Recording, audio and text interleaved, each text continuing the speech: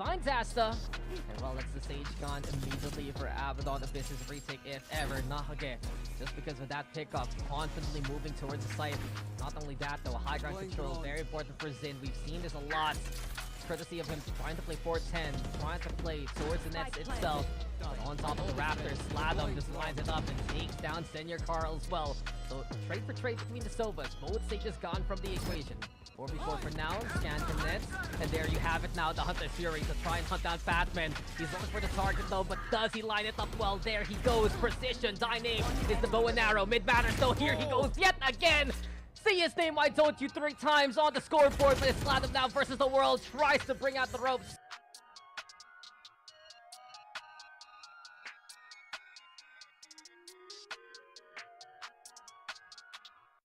Hindi ba ikaw ang tatay ni Mark? Kaya ka iniwan ng boyfriend mo eh.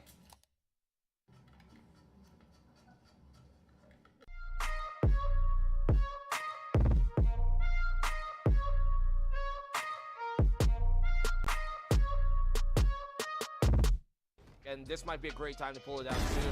As B-Black, he's going to get a great catch here in the Zen, and that's the showstopper gone. Big risk to run when he's the only rifle on the board.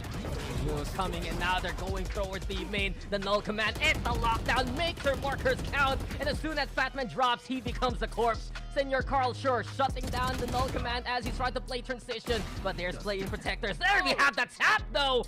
And effectively now, it's 2v2. Nothing detained, nothing taken. It's still Avalon Abyss trying to play it careful, but into the smoke. Down goes the life of Senior Carl. Mid matters now versus the world in this instance. And Avalon Abyss, they brought down the show and they brought in the win.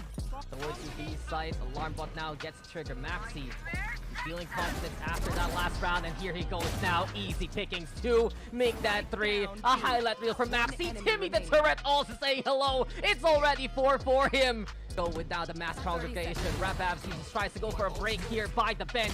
Breaks the face of Sin. Senior Carl's there for the distraction, and Maxi's there for the ace. And Crossfire now being set up as 2 people with the wall playing action towards box with a flash as Derek finds 2 and 3, and they enter the site.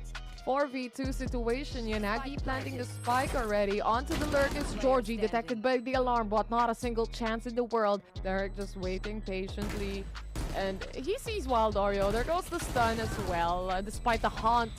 I miss Beyblades. Mood. Oh! What a peek from Nexi. A dry peek and an immediate smoke to have that coverage. Wow. Just good comms altogether.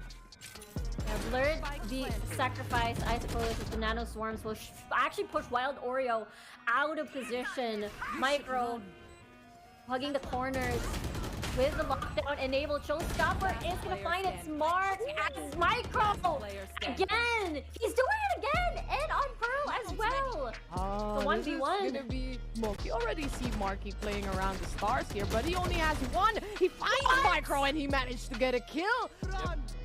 yeah, the rifles are here for both sides, and it's an early start from Patton, but he seeks out, finds Asta, and well, that's the Sage gone immediately for Abaddon. The business retake if ever. Nakage, just because of that pickup, confidently moving towards the site. Not only that though, high ground control, very important for Xin. We've seen this a lot. Courtesy of him trying to play 410, trying to play towards the nets itself. But on top of the Raptors, Sladom just lines it up and takes down Senior Carl as well. So trade for trade between the Sovas. Both stages gone from the equation. 4v4 for now, scan from nets. And there you have it now, the Hunter Fury to try and hunt down Fatman. He's looking for the target though, but does he line it up well? There he goes, precision, Dyname is the bow and arrow. Mid-batter, so here he goes yet again. See his name, I told you 3 times on the scoreboard, but it's Sladom now versus the world. Tries to bring out the ropes.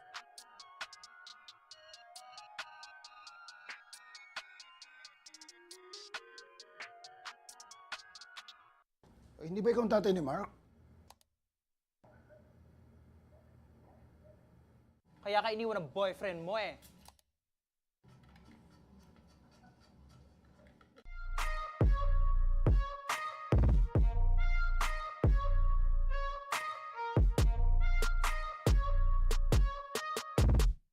And this might be a great time to pull it out soon. V Black, he's gonna get a great catch here in the in, and that's the showstopper gone. Big risk to run when he's the only rifle on the board. Duo's coming, and now they're going towards the main. The null command and the lockdown makes their markers count. And as soon as Fatman drops, he becomes a corpse. Senor Carl Schur shutting down the null command as he's trying to play transition. But there's playing protectors. There we have the tap though! And effectively now, it's 2v2. Nothing detained, nothing taken. It's still Avalon Abyss trying to play it careful, but into the smoke. Down goes the life of Senor Carl. Mid matters now versus the world in this instance. And Avalon Abyss, they brought down the show and they brought in the win. Towards the B site, alarm bot now gets trigger. Maxi feeling confident after that last round, and here he goes now. Easy pickings to make that 3. A highlight reel from Maxi. Timmy the turret also say hello. It's already 4 for him. Go with now the mass congregation. Rababs, he just tries to go for a break here by the bench. Breaks the face of Sin. Senior Carl's there for the distraction, and Maxi's there for the ace. And Crossfire now being set up as 2 people with the wall playing action towards box with a flash as Derek finds 2 and 3, and they enter the site. 4v2 situation, Yanagi planting the spike already. Onto the Lurkus, Georgie detected by the alarm bot. Not a single chance in the world. Derek just waiting patiently. And he sees Wild Oreo. There goes the stun as well, despite the haunt.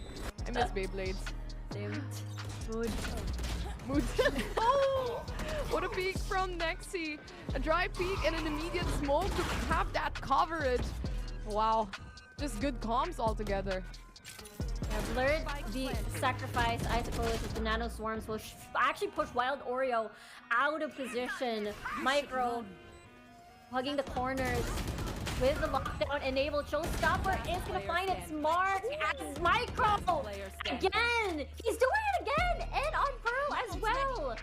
The 1v1. This is gonna be Smoke. You already see Marky playing around the stars here, but he only has 1. He finds Micro and he managed to get a kill. yeah, the rifles are here for both sides, and it's an early start from Patton, but he seeks out, finds Asta, and well, that's the stage gone immediately for Abaddon Abyss's retake, if ever. Nahage, just because of that pickup, confidently moving towards the site. Not only that though, high ground control, very important for Zin. We've seen this a lot, courtesy of him trying to play 410, trying to play towards the nets itself. On top of the Raptors, Sladom just lines it up and takes down Senior Carl as well. So trade for trade between the Sobas. Both stages gone from the equation. 4v4 for now, scan from nets, and there you have it now, the Hunter Fury to try and hunt down Fatman. He's looking for the target though, but does he line it up well? There he goes, precision, Dyname is the bow and arrow, mid-matter, so here he goes yet again!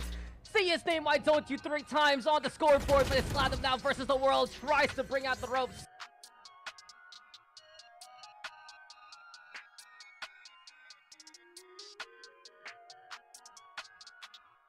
Hindi ba ikaw ang tatay ni Mark? Kaya ka iniwan ng boyfriend mo eh.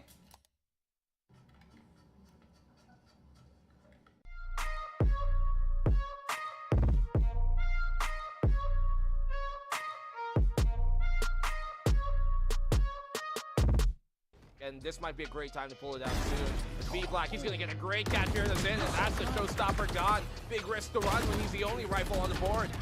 Duo's coming, and now they're going towards the main. The null command and the lockdown makes their markers count. And as soon as Fatman drops, he becomes a corpse. Senor Carl Schur shutting down the null command as he's trying to play transition. But there's playing protectors. There we have the tap though!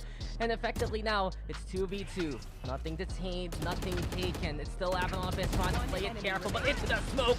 Down goes the life of Senor Carl. Mid matters now versus the world in this instance. And Avalon Abyss, they brought down the show and they brought in the win. Towards the B site, alarm bot now gets trigger. Maxi feeling confident after that last round, and here he goes now. Easy pickings to make that 3. A highlight reel from Maxi. Timmy the turret also say hello. It's already 4 for him. Go with now the mass congregation. Rababs, he just tries to go for a break here by the bench. Breaks the face of Sin. Senior Carl's there for the distraction, and Maxi's there for the ace. And Crossfire now being set up as 2 people with the wall playing action towards box with a flash as Derek finds 2 and 3, and they enter the site. 4v2 situation, Yanagi planting the spike already. Onto the Lurkus, Georgie detected by the alarm bot. Not a single chance in the world. Derek just waiting patiently. And he sees Wild Oreo. There goes the stun as well, despite the haunt. I miss Beyblades. Same. Mood. Mood. Oh! What a peek from Nexi. A dry peek and an immediate smoke to have that coverage. Wow. Just good comms altogether. Yeah, blurred the sacrifice, I suppose, of the nano swarms will actually push Wild Oreo out of position.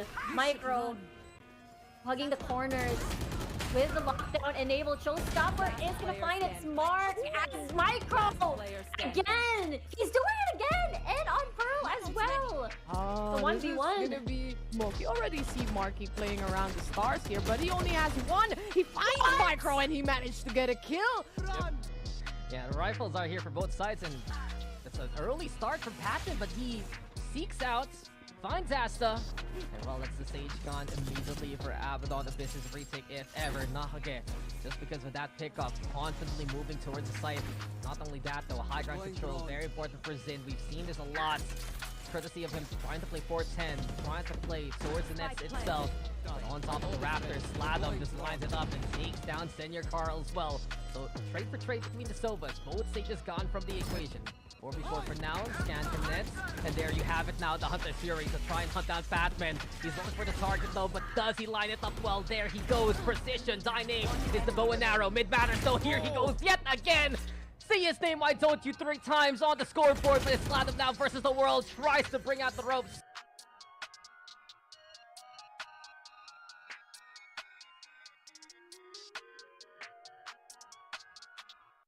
Hindi ba ikaw ang tatay ni Mark? Kaya ka iniwan ng boyfriend mo eh.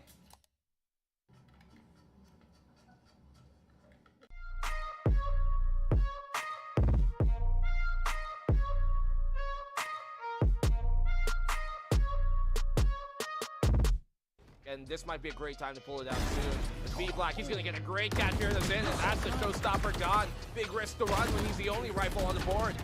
Is coming, and now they're going towards the main. The null command and the lockdown makes their markers count, and as soon as Fatman drops, he becomes a corpse. Senior Carl Shore shutting down the null command as he's trying to play transition, but there's playing protectors. There we have the tap though, and effectively now it's 2v2. Nothing detained, nothing taken. It's still Abaddon Abyss trying to play it careful, but into the smoke. Down goes the life of Senior Carl. Mid matters now versus the world in this instance. And Abaddon Abyss, they brought down the show and they brought in the win. Towards the B site, alarm bot now gets triggered. Maxi feeling confident after that last round, and here he goes now. Easy pickings to make that 3. A highlight reel from Maxi. Timmy the turret also saying hello. It's already 4 for him. Go without the mass congregation. Rababs tries to go for a break here by the bench. Breaks the face of Sin. Senior Carl's there for the distraction, and Maxi's there for the ace. And Crossfire now being set up as 2 people with the wall playing action towards Box with a flash as Derek finds 2 and 3, and they enter the site. 4v2 situation, Yanagi planting the spike already. Onto the lurk is Georgie, detected by the alarm bot. Not a single chance in the world. Derek just waiting patiently. And he sees Wild Oreo. There goes the stun as well, despite the haunt. I miss Beyblades. Same. Mood. Mood. Oh! What a peek from Nexi. A dry peek and an immediate smoke to have that coverage. Wow. Just good comms altogether. Yeah, blurred the sacrifice, I suppose, of the nano swarms will actually push Wild Oreo out of position. Micro hugging the corners with the lockdown enabled. Showstopper is going to find its mark as Micro again. He's doing it again and on Pearl as well. The 1v1. This is gonna be Moki. You already see Marky playing around the stars here, but he only has one. He finds Micro and he managed to get a kill. yeah, the rifles are here for both sides, and it's an early start from Patton, but he seeks out, finds Asta, and well, that's the stage gone immediately for Abaddon Abyss's retake, if ever. Nahage, just because of that pickup, constantly moving towards the site. Not only that, though, high ground control, very important for Zin. We've seen this a lot, courtesy of him trying to play 4-10, trying to play towards the nets itself. On top of the Raptors, Sladom just lines it up and takes down Senior Carl as well. So trade for trade between the Sovas. Both stages gone from the equation. 4v4 for now, scan from nets. And there you have it now, the Hunter Fury to try and hunt down Fatman. He's looking for the target though, but does he line it up well? There he goes, precision, Dyname is the bow and arrow. Mid-batter still here, he goes yet again! See his name, why don't you, 3 times on the scoreboard, but it's Sladom now versus the world, tries to bring out the ropes.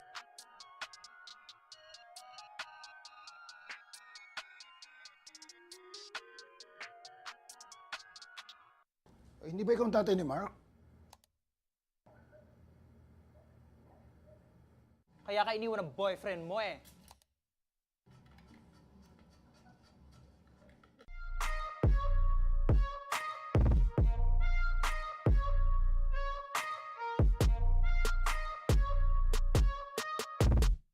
And this might be a great time to pull it out soon.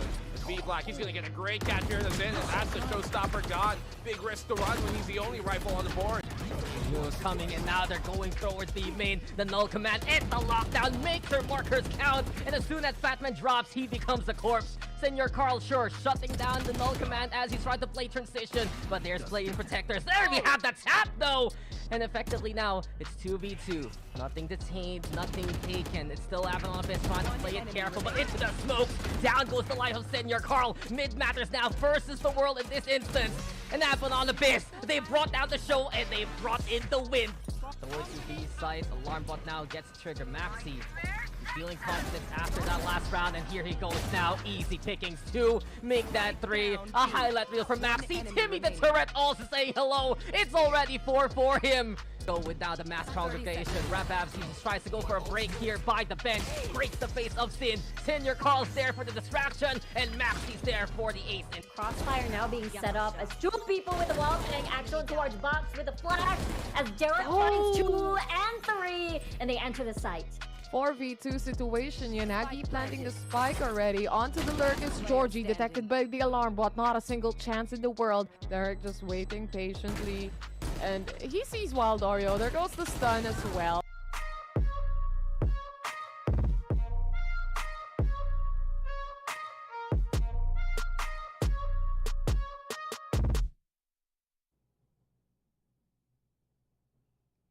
Patindi ng patindi ang labanan natin dito. Heto na nga ang matatawag nating natural selection sa mundo ng Valorant.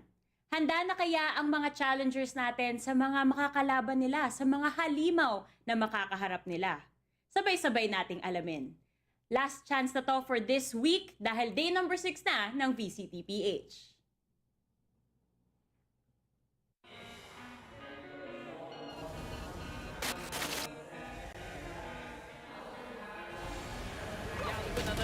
And there you go, Kuya Yowie. They're stopping this man. With the plants, and it's 2 already going down to the ground. Great, look at this reflection, Reno. Taking it, Ethan's gonna go for it, and Naseflick crawls his way to the clutch.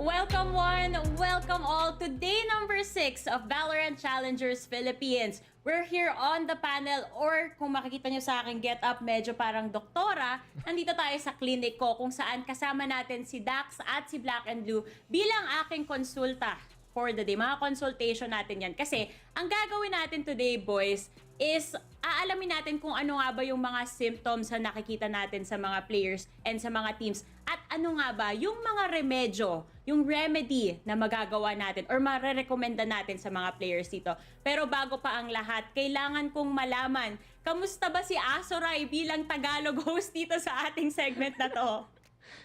Doc, na-miss kita, Doc. Buti naman nandito ka na, may lisensya ka talaga para magtagalog talaga tayo dito sa panel na to. At guys, yun nga, diba? Ano ba ang magiging sagot? Ano ba ang magiging solusyon? Ano kaya ang prescription para manalo dito sa regular season? Masasagot yan ng mga teams natin. At of course, ni Doc Laika. Natutuwa ako na may doktor na talaga tayo dito para sa ating panel host kasi yung isa parang Dr. Kwak-Kwak man lamang ang natin eh. Pero ayun, kahit anong sabihin pa natin, wala tayong may papagamot para kay Azurine. Pero sana dito may solusyon pa rin para sa mga ibang team na gustong bumawi sa huling araw ng Week 2. Grabe naman kayo kay Azuray. Masasabi ko lang, Azuray, salamat sa pag-try na mag-fill sa shoes ko noong mga araw na wala ako dito. Pero bago pa ang lahat, bago pa tayo mag-proceed at alamin kung ano nga ba yung mga kailangan nating pag-usapan dito sa aking clinic, well, pasalamatan muna natin ang ating mga sponsors kasi hindi naman mangyayari tong napakagaling na event na to if it weren't for them. So una sa lahat, maraming salamat of course to Riot Games and Mineski Philippines for making this event possible. Nais din namin magpasalamat of course sa aming official sponsor na GLAB Unlimited. Celebrate great wins with great food and enjoy free delivery every day. Subscribe to GLAB Unlimited now for only 9 pesos on your first month. 9 pesos lang. And of course, sanction etong tournament na natin to by the Games and Amusement Board. So maraming salamat po sa inyo. Ngayon, mainit-init yung mga kaganapan eh. Meron tayong day 4, day 5 bago pa tayo makarating sa point na ito. Matanong ko lang kayo guys, meron bang team dito na sa tingin nyo nagpapakita na talaga ng signs of being relentless? I mean, realistically, pag inisip mo yung mga team sa Relentless, para sa akin ay hindi siya about yung mga team na nasa taas ng leaderboard, kundi yung mga team na medyo sabihin natin mabagal ang pagsisimula nila dito sa VCTPH, pero bumabawi naman at nakita naman natin yun kahapon based on some of these other teams na finally nakakuha ng win. SR Nakage being one of those teams, finally nakakuha sila ng panalong mapa at yun ang importante. That's para sa akin ang totoong Relentless. Oo, tama yun. Tagline. Favorite kong word yun sabihin. Relentless. Tuloy-tuloy lang ang laban. Kasi naman, kailangan talaga makabawi ng mga ibang teams. Yung iba, patuloy-tuloy lang sa success. Case in point, dun sa kabilang series naman kahapon, Oasis Gaming. Nakita na natin yung tunay na Oasis dominance dun. Nakukuha nila yung lead, tas di na nila binitawan. And now, nasa pinatoktok sila ng standings. 3-0 pa sa Oasis. At kung gusto talaga nila makuha kagad yung playoff slot, then relentless lang talaga yung pursuit patungo sa mga panalo. Now na na-open nyo na yung mga teams na nakita nyo talagang relentless, panoorin ulit natin yung mga moments na tinutukoy nyo dahil ito na, paparating na ang ating highlights from yesterday.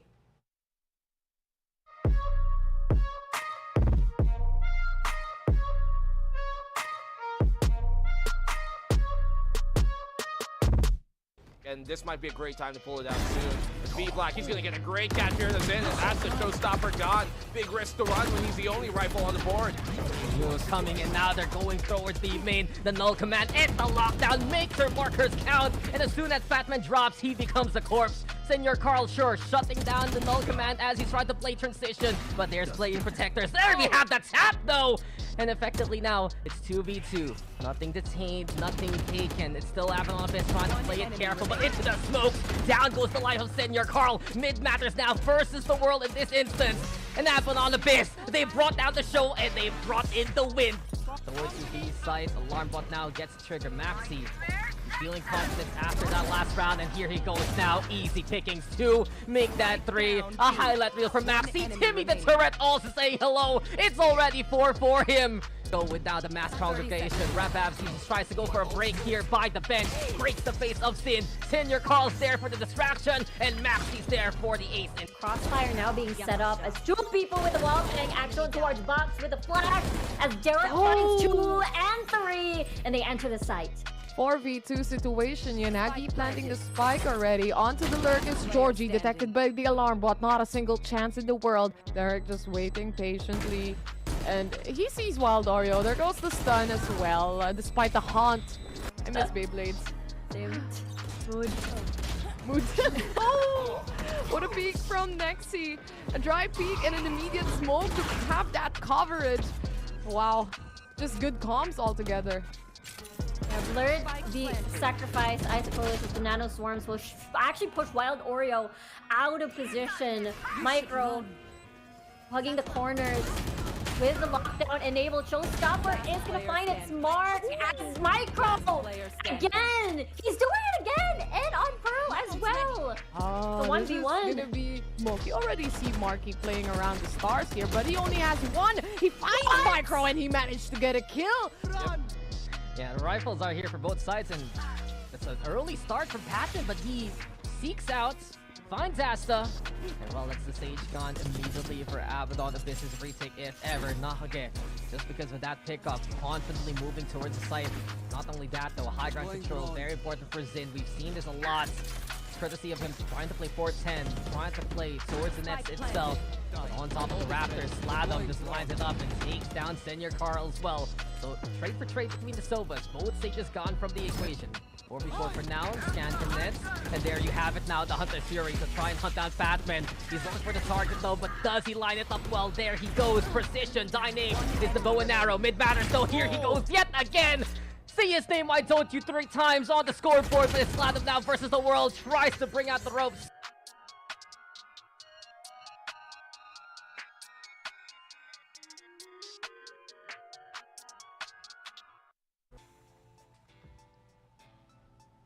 Dax, ako lang ba? O parang kaboses mo yung nasa highlights video? Yung Hindi huling ako yun! nagsalita? Hindi ako ba yun! ikaw? English speaking yun! Ay. Diba? Tagalog lang ako. Tagalog Filipino lang tayo dito. At So, yung hindi isa rin si katulad- Black and Do yung Oo. naririnig ko isa pang boses? Hindi. Nandito nga tayo sa panel, di ba? Paano nangyari tama, nandun ako, tama. nandito Diba? ako? Like, isipin mo, paano kami nagsasalita ngayon, di ba? Kami ay tunay na mga Pilipino. Oo nga. Ganon. Pinoy Pride. Pero speaking of Pinoy Pride, nakaka-proud talaga itong mga teams na nakikita natin dito. Kasi ang ganda, bukod sa highlights na nakita natin, even the standings in itself, yung mga resulta ng mga hard work na ginagawa nila within the past couple of days that we've had the broadcast over here. Napaka-impressive talaga. Sino ba yung mga teams na nagsa-stand out talaga? Lalo na para sa'yo, Nico. Gusto kong malaman kung may team na hindi mo ine-expect na maganda yung run so far? I think by far, pag tinignan nga natin, di ba, sa lahat ng mga team dito, Action PH is one of those teams talaga na pati ako na-impress. Nakita ko nga na, I mean, from the get-go, di ba, yung roster na to, puro mga veterano din naman ng BCT. Pero syempre, baguhan pa lang sila na magkasama dito sa team na to mismo as Action PH. Pero grabe, ang ganda pa rin ng performance nila. Hindi sila nanalo, oo, kahapon kalaban ng Oasis Gaming. Pero Oasis Gaming yun eh. Sila nga ang pinaka-pabor para manalo dito sa buong championship stage natin. Pero Action PH talaga sa akin, like, ikaw, Dax, sa'yo naman. Diba? Masasabi ko lang, makita kaya natin yung standings dito. Kasi mas maganda na may explain nga natin, diba, yung buong table natin. And truly, at the very top, nasa pinakataas natin ngayon, Oasis Gaming, 3-0.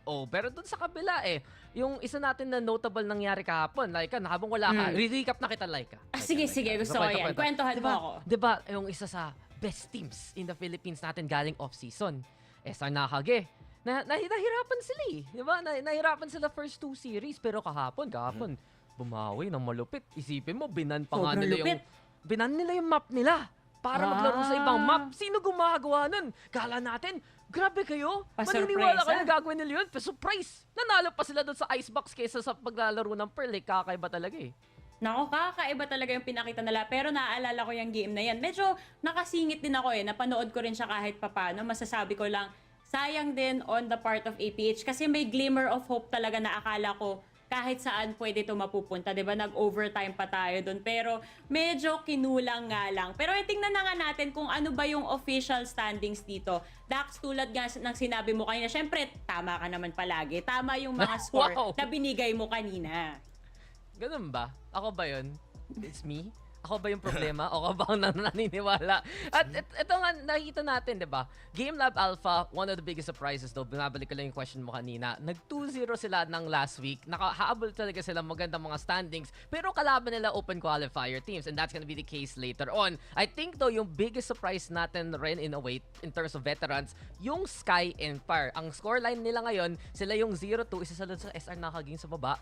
At ini-expect natin na, especially a core na may mga names like sila Rabbit, like sila Aryu, sila Disrupt, they're gonna be able to get those kind of wins, right? Pero pagdating dito sa ating standing so far, hindi pa nila naikuha yung elusive win na hinahabol nila Ayun na nga eh. Yung unang mga dalawang kinalaban pa naman nila earlier during this group stage ay Oasis na yung pinakaunang kinalaban nila. Tapos natalo sila sa Game.Lab, which I think was a very, very surprising resulta dito para sa SKYE Empire. But they're going up against another powerhouse naman dito sa NAOS Esports as their first game of the day, and Game.Lab versus Puggers for the second. And yung pangalawang laban niyan, yung Game.Lab, I think coming into this, wala masyadong mga expectation sa team na to kasi galing nga sila sa open qualifier, relatively unknown yung mga players, pero yung org syempre yan medyo mas kilala in compared to some of the other open qualifier teams, and yet they come on here and show na kaya naman nila makipag toe-to-toe with some of the more veteran teams. Naitalo nga nila ang SKYE Empire, a team na alam natin na comprised of very mga dating roster na may experience talaga na veterano dito sa VCT. So Game.Labs have really showed us na talagang isa sila na pwedeng maging dark horse sa tournament na to, but it's I think really SKYE Empire who really needs a win here today. I completely agree with you there. And something na gusto ko ring i-point out na connected doon sa sinabi mo is yung mga teams na maglalaro today na nakita natin doon sa schedule, sila yung mga hindi pa natin masyado kilala kasi nga nanggaling sila sa open qualifier. So ito yung, kumbaga yung open qualifier, sasabi na natin na parang yun yung proving grounds nila. Pero at this level of play, yung mga nakakalaban mo, mga veterans na rin in the scene, parang may pagkaganon pa rin, may pagka-proving grounds pa rin talaga na kailangan mo patunayan na kaya makipagsabayan ng team nyo dito sa mga top teams in the Philippines. Pero dahil nasabi ko na yan, I think ready na tayong i-introduce yung first team na pag-uusapan natin, yung malalaman natin kung ano nga ba yung mga sintomas, sakit at kung ano-ano pa, o kaya naman yung mga lunas nila sa sarili nilang problema. Kilalanan natin ng mabuti ang inoorasan natin palagi, NAOS Esports. Perfect.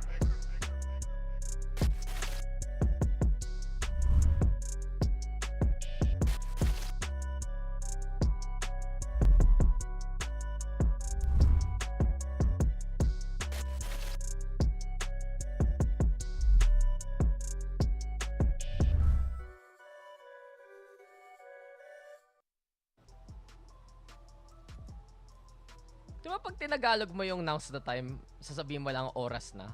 Or pwede rin naman like oras naos. Ay, ang galing mo doon. Joke ba yun? Hindi. Na-translate ko lang.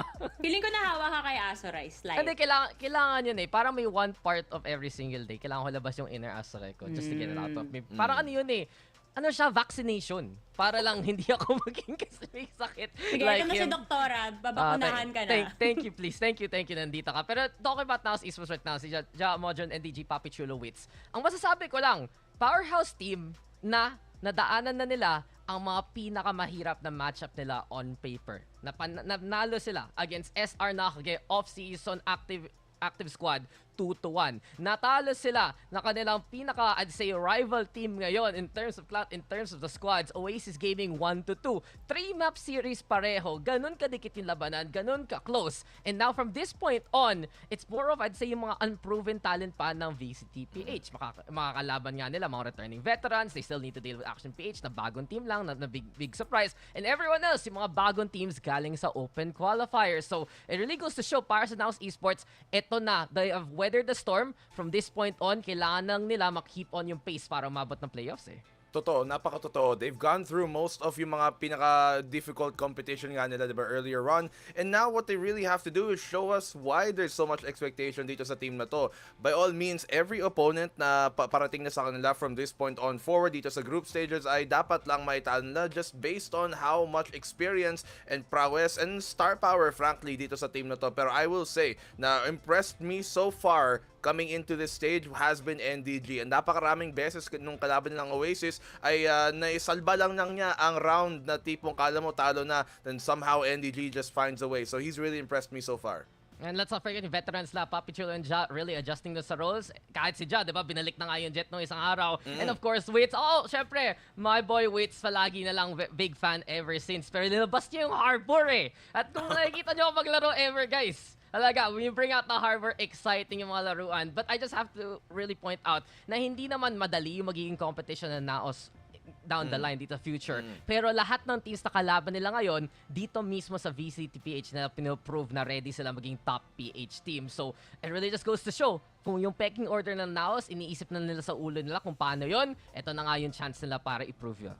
And ayun na nga, tulad ng sinabi mo, Dax, yung ibang teams dito gusto rin patunayan na kaya nilang makipaglaban sa NAOS Esports. And isa sa mga teams na kailangan agad-agad patunayan yan right now, right here, ay syempre ang SKYE Empire dahil sila na ang susunod na team na ipapakilala natin.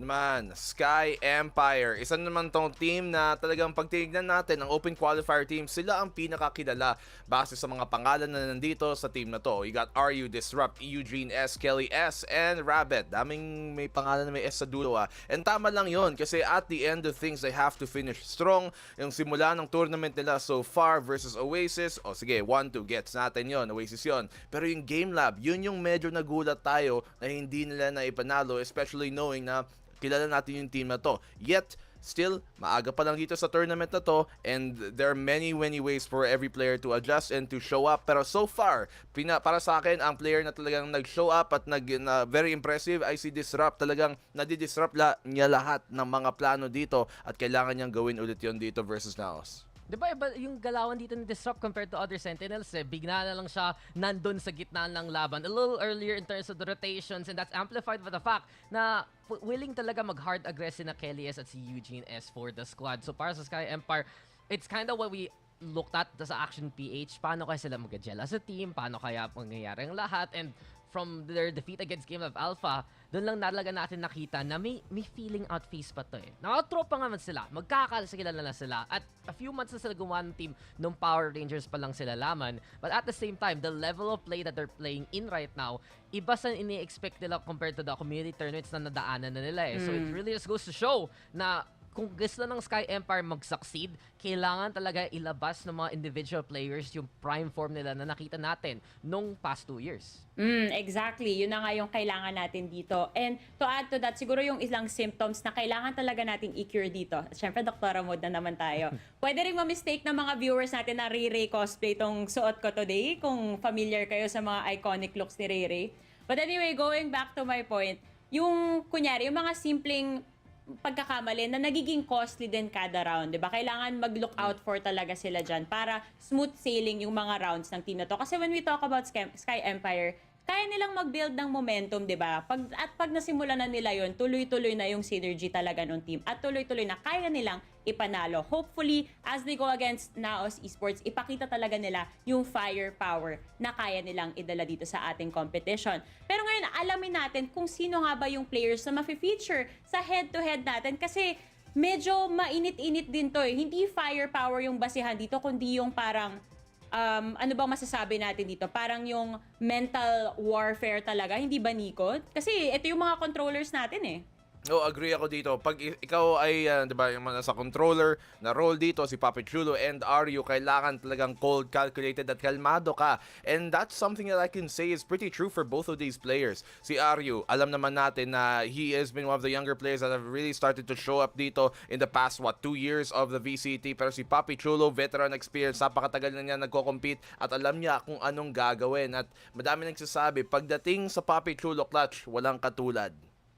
Yan talaga Ito yung dalawang pinaka-clutch, I'd say, para sa mga teams na to. When, you know what that's saying? When there's smoke, there's fire. And these guys right now, ready talaga to bring out the fire, especially in those really crucial moments. We look at Papi Chulo. He can shift nga from that controller role to that sentinel role where he was accustomed to backline presence. Pag siya natitira alongside siya, then you know may threat pa rin galing sa NAOS Esports pod. But on the other side, RU, I feel like ito yung magiging magandang contrast dito sa head-to-head na to He's really strong at the opening of rounds. Pagdating ng pistol, I think he has one of the strongest IQs in the whole VALORANT PH scene. Bigla na lang manalo ng pistol advantage ang kanyang team dahil lang sa mga galawan niya. So, perhaps perhaps may kita talaga natin anong part of the fight, anong part of the clash mangyayari yung effect ng mga controller mains natin dito.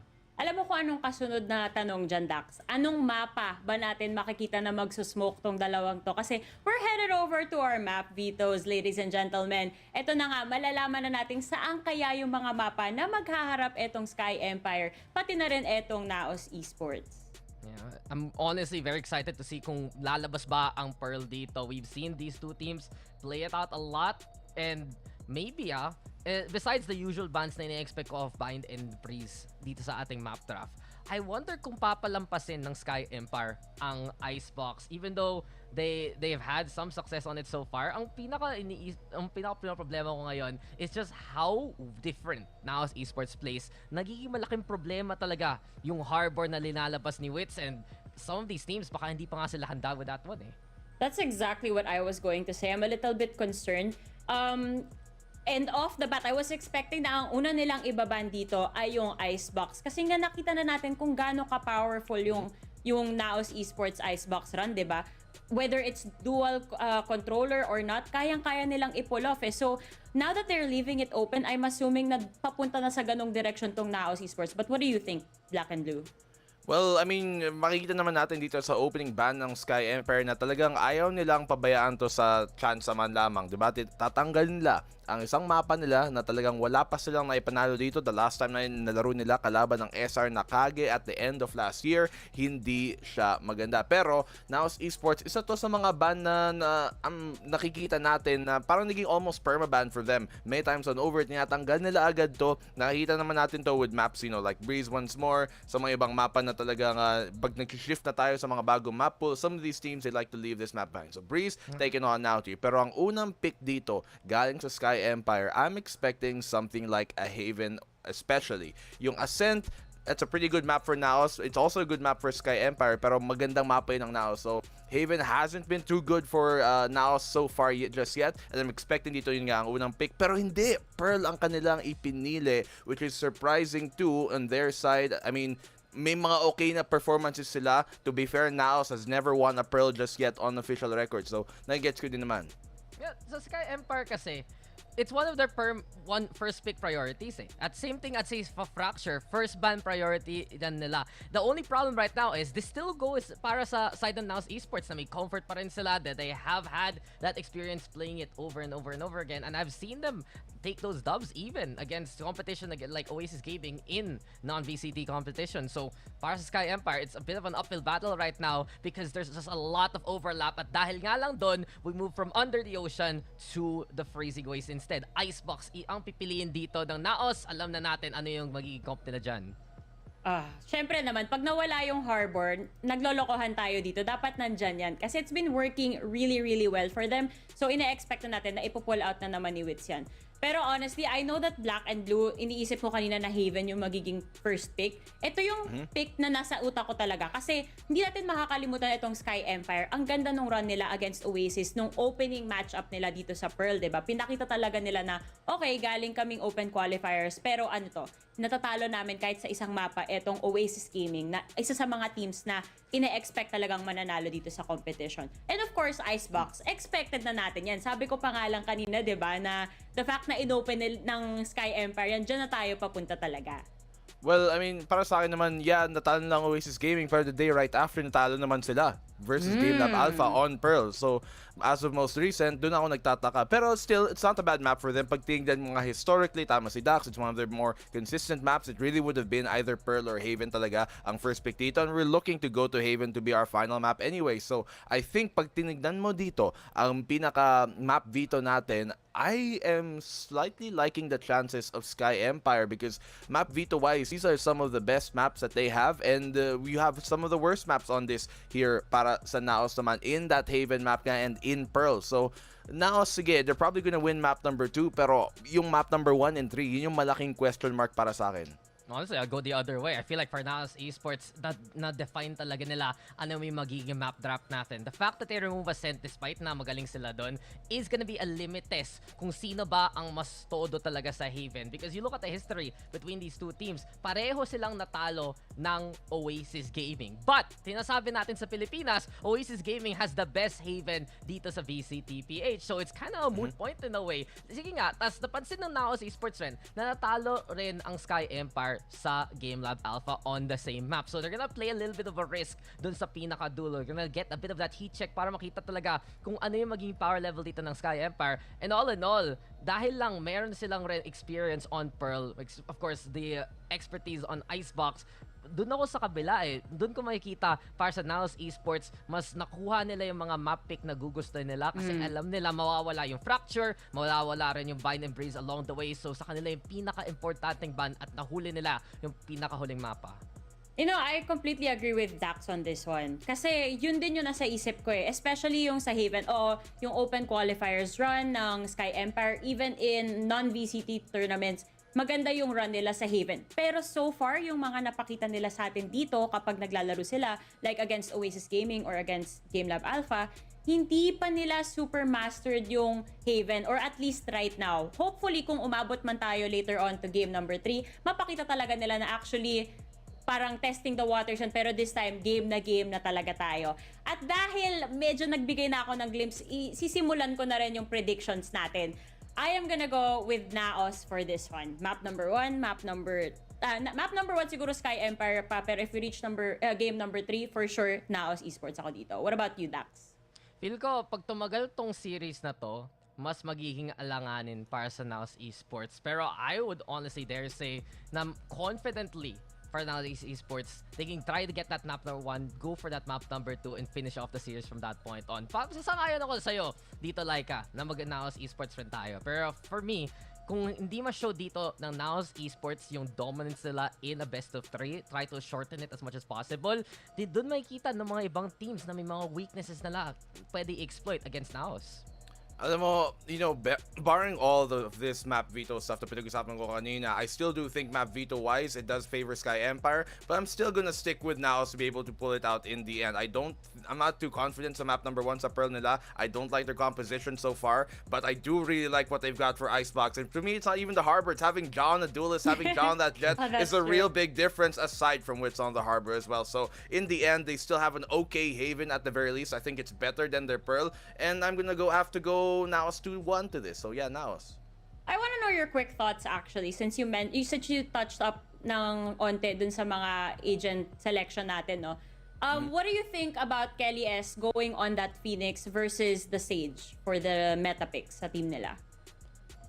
Which map? Do you mean like on... In Icebox, for example. Icebox, yeah. I think it could work. There's many reasons why you want the Sage. Of course, there's so simple ways to play Icebox na talagang effective with that Sage barrier. Can give you so much more planting power, which is the important fact. Pero if you have something like a Harbor on the opposing side, that you don't really need that, because then the Harbor has a cove to be able to give you a safer plant. Pero since they don't play with the Harbor, I think a Sage could be pretty effective for them, and I think it's a pretty good shot then for Kelly S to have him be more backline and have him be more alive para sa clutch potential niya. Ganda rin ang analyzation mo dun, syempre. Baka naman Black and Blue and Dax yan. But again, this has been likable as well on the panel. We're gonna be tossing you guys over to our casters so we can begin with the games. Catch you guys later.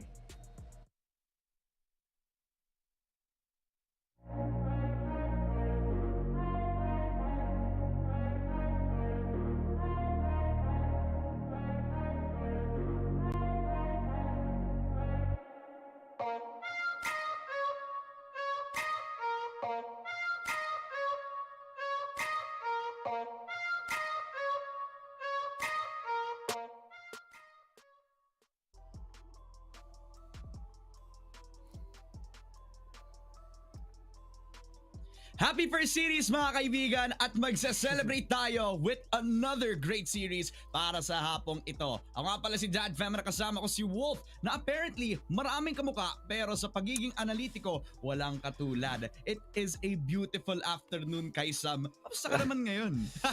Okay naman ako, Chris. Everything's doing well.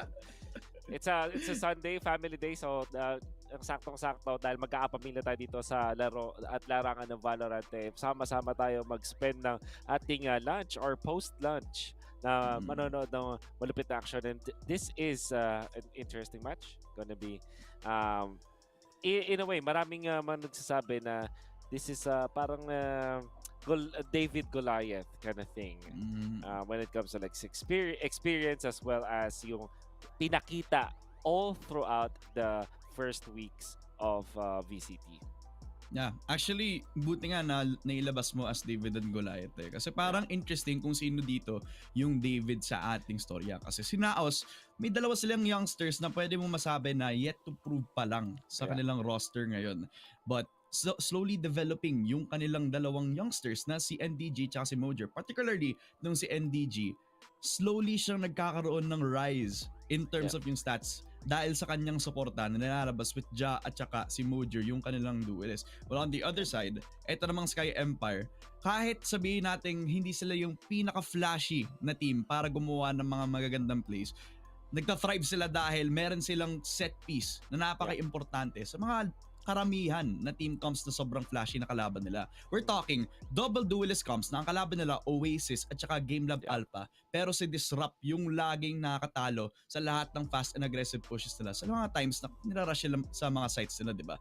Parang so sinasabi nating David and Goliath, pwede, in a sense, pwede natin sabihin in terms of experience, pareho silang Goliath, pero in terms of standings, it's not looking so hot ngayon para sa SKYE Empire. Kaya pinaka-importante na manalo sila dito sa match na to, lalo na't magiging statement ito. Kapag kalaban nila ang NAOS Esports, mapanalo nila, okay, nakakabangon tayo kahit meron tayong 2 losses sa ating first 2 weeks, diba? Yeah, and yun yung main reason kung bakit ko nasabi yun. As we head into Agent Select pretty soon, pare, for the first time kasi para ang mood ko today, magbasa lang ako ng mga comments na before through many websites. And parang ang comment ng mga tao, for some reason, madaming nagvo-vote for SKYE Empire just because they wanted an upset. Dito specifically.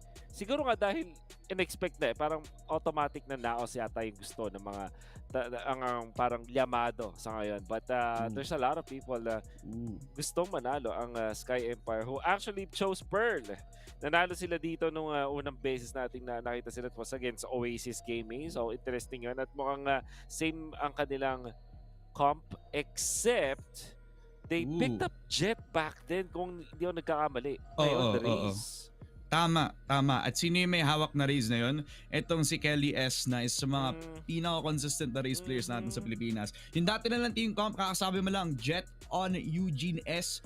At sa ilang mga map comps nila, sabihin natin sa Haven, si Kelly S yung gagawin nilang race para sa SKYE Empire. Pero ngayon, ilalagay nila yung Haven comp nila dito sa Pearl kung saan sila mismo yung nag-pick ng mapang to. Dito sila sa komportable nilang rules. Except ngayon, hindi na si Eugene S yung magiging entry duelist. Si Kelly S naman ngayon. So wala silang operator, kumbaga, katulad ng may comparison natin sa kung paano sila naglaro ng Pearl before where Eugene S, mas willing pa siya mag-op. Pero yung pasok nila, it's as strong and powerful and as fast na kailangan nila kasi Kelly S, napakalakas niya mag-race, kumbaga. Sobrang comfortable na mabibigay mo dito sa match na ito for SKYE Empire. I also like na pang counter lang doon is a double controller comp, which napag-usapan ko with a few other talents, a few other analysts na malakas pa ba yung double controller comp? Well, it depends. Kasi kapag gusto mong gumanda yung double controller comp mo, kailangan i-limit mo yung movement or at least yung comfortability na kunin yung mga B-main extremity. Sabihin natin para mas madali nilang makuha, hindi. Pahirapan natin bago sila makapasok at doon tayo lalaban kapag nasa mismong site na sila mismo. NAOS Esports, sila naman ngayon ang pupunta sa attacking side na ililimit itong si Rabbit. Bago pa siya makabalik doon sa connector, nakita ni Wits agad. First blood para sa NAOS. At may control sila agad sa link pero wala silang split push kaya naglalurk itong si Kelly S. Yep. Gamit din ito agad si Wits. Although wala mo ng blind sa ngayon na gamit na nila, but they were able to get into side at makapag-control sa ngayon. Isa pa lang yung nababawas sila sa side ng SKYE Empire. See how the retake goes here. Mukhang malapit malapit sa secret at sa dugout ang mga members dito ng NAOS sa ngayon on their post plant. Habang si RU magsisimula ngayon. Last of the Astra, nagamit na agad dito yung Gravity Well. At kukonekta na nga dito. Ja will actually take out RU from the long distance. Si Mojo naman makakaisa. Yun nga lang si Kelly na ako po pagka-pick na pagka-pick. Ang nasa lubong niya, bala sa muka. And that means NAOS will actually secure round number 1. Parang tama pa naman yung part 1 na ginagawa nitong si Kelly S where siya naman yung nagpo-push dun sa A-main. Kahit solo siya, at least may semblance of control yung SKYE Empire doon sa may A-main mismo. Yeah. Habang nagpo-push sila dun sa art, di ba? At pwede naman sila sana mag-crossfire. Ipit sana yung NAOS Esports ng time na yun. Pero hinabol ni Kelly S papunta dun sa art where dun din naman manggagaling dun si Disrupt. Parang in a chance na pwede naman sana nilang iipit yung NAOS, eh hindi yun yung nangyari. Bumalik sila doon sa split push na ang SKYE Empire naman yung nakapag-peak sila mismo, yung magta-try na i-counter yung kanilang push sa A, pero hindi yun yung nangyari dito. First round on the board para sa NAOS Esports, binigyan ng free B-site control. Walang tao na makakapag-stop sa kanila na makuha yung spike. As easy as that, pare. Parang pumasok lang sila sa isang bahay, walang luck at all. Papasok, kinain ng lahat ng pagkain mo sa rep. Tapos wala na.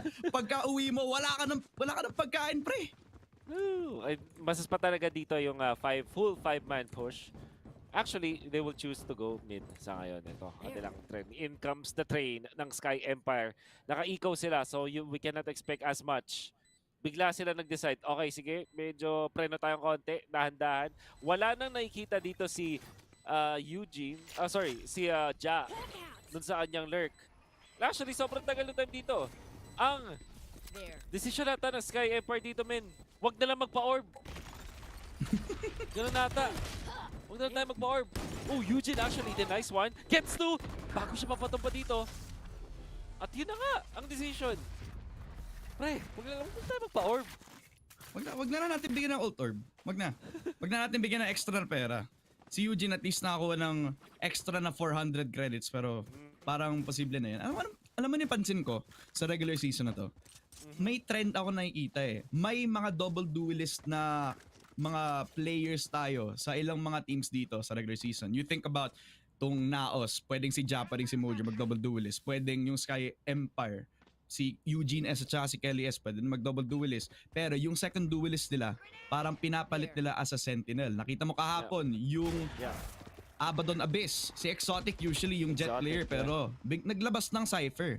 Tapos ngayon, yung example natin, si Ja, again, nasa sentinel role, while hinahayaan na lang si Mojo na nag-iisang entry duelist. Parang, ano ba yung pwede nating masabi na flexibility ba to? Or a move na masasabi nating nag-elevate ng playstyle in a form na pwedeng maging flexible yung team sa kung ano yung suited sa needs nila? Or in a way na parang trying out new things or experimenting ba, kumbaga? Ano ba masabi mo, Wolf? I think yung second na sinabi mo about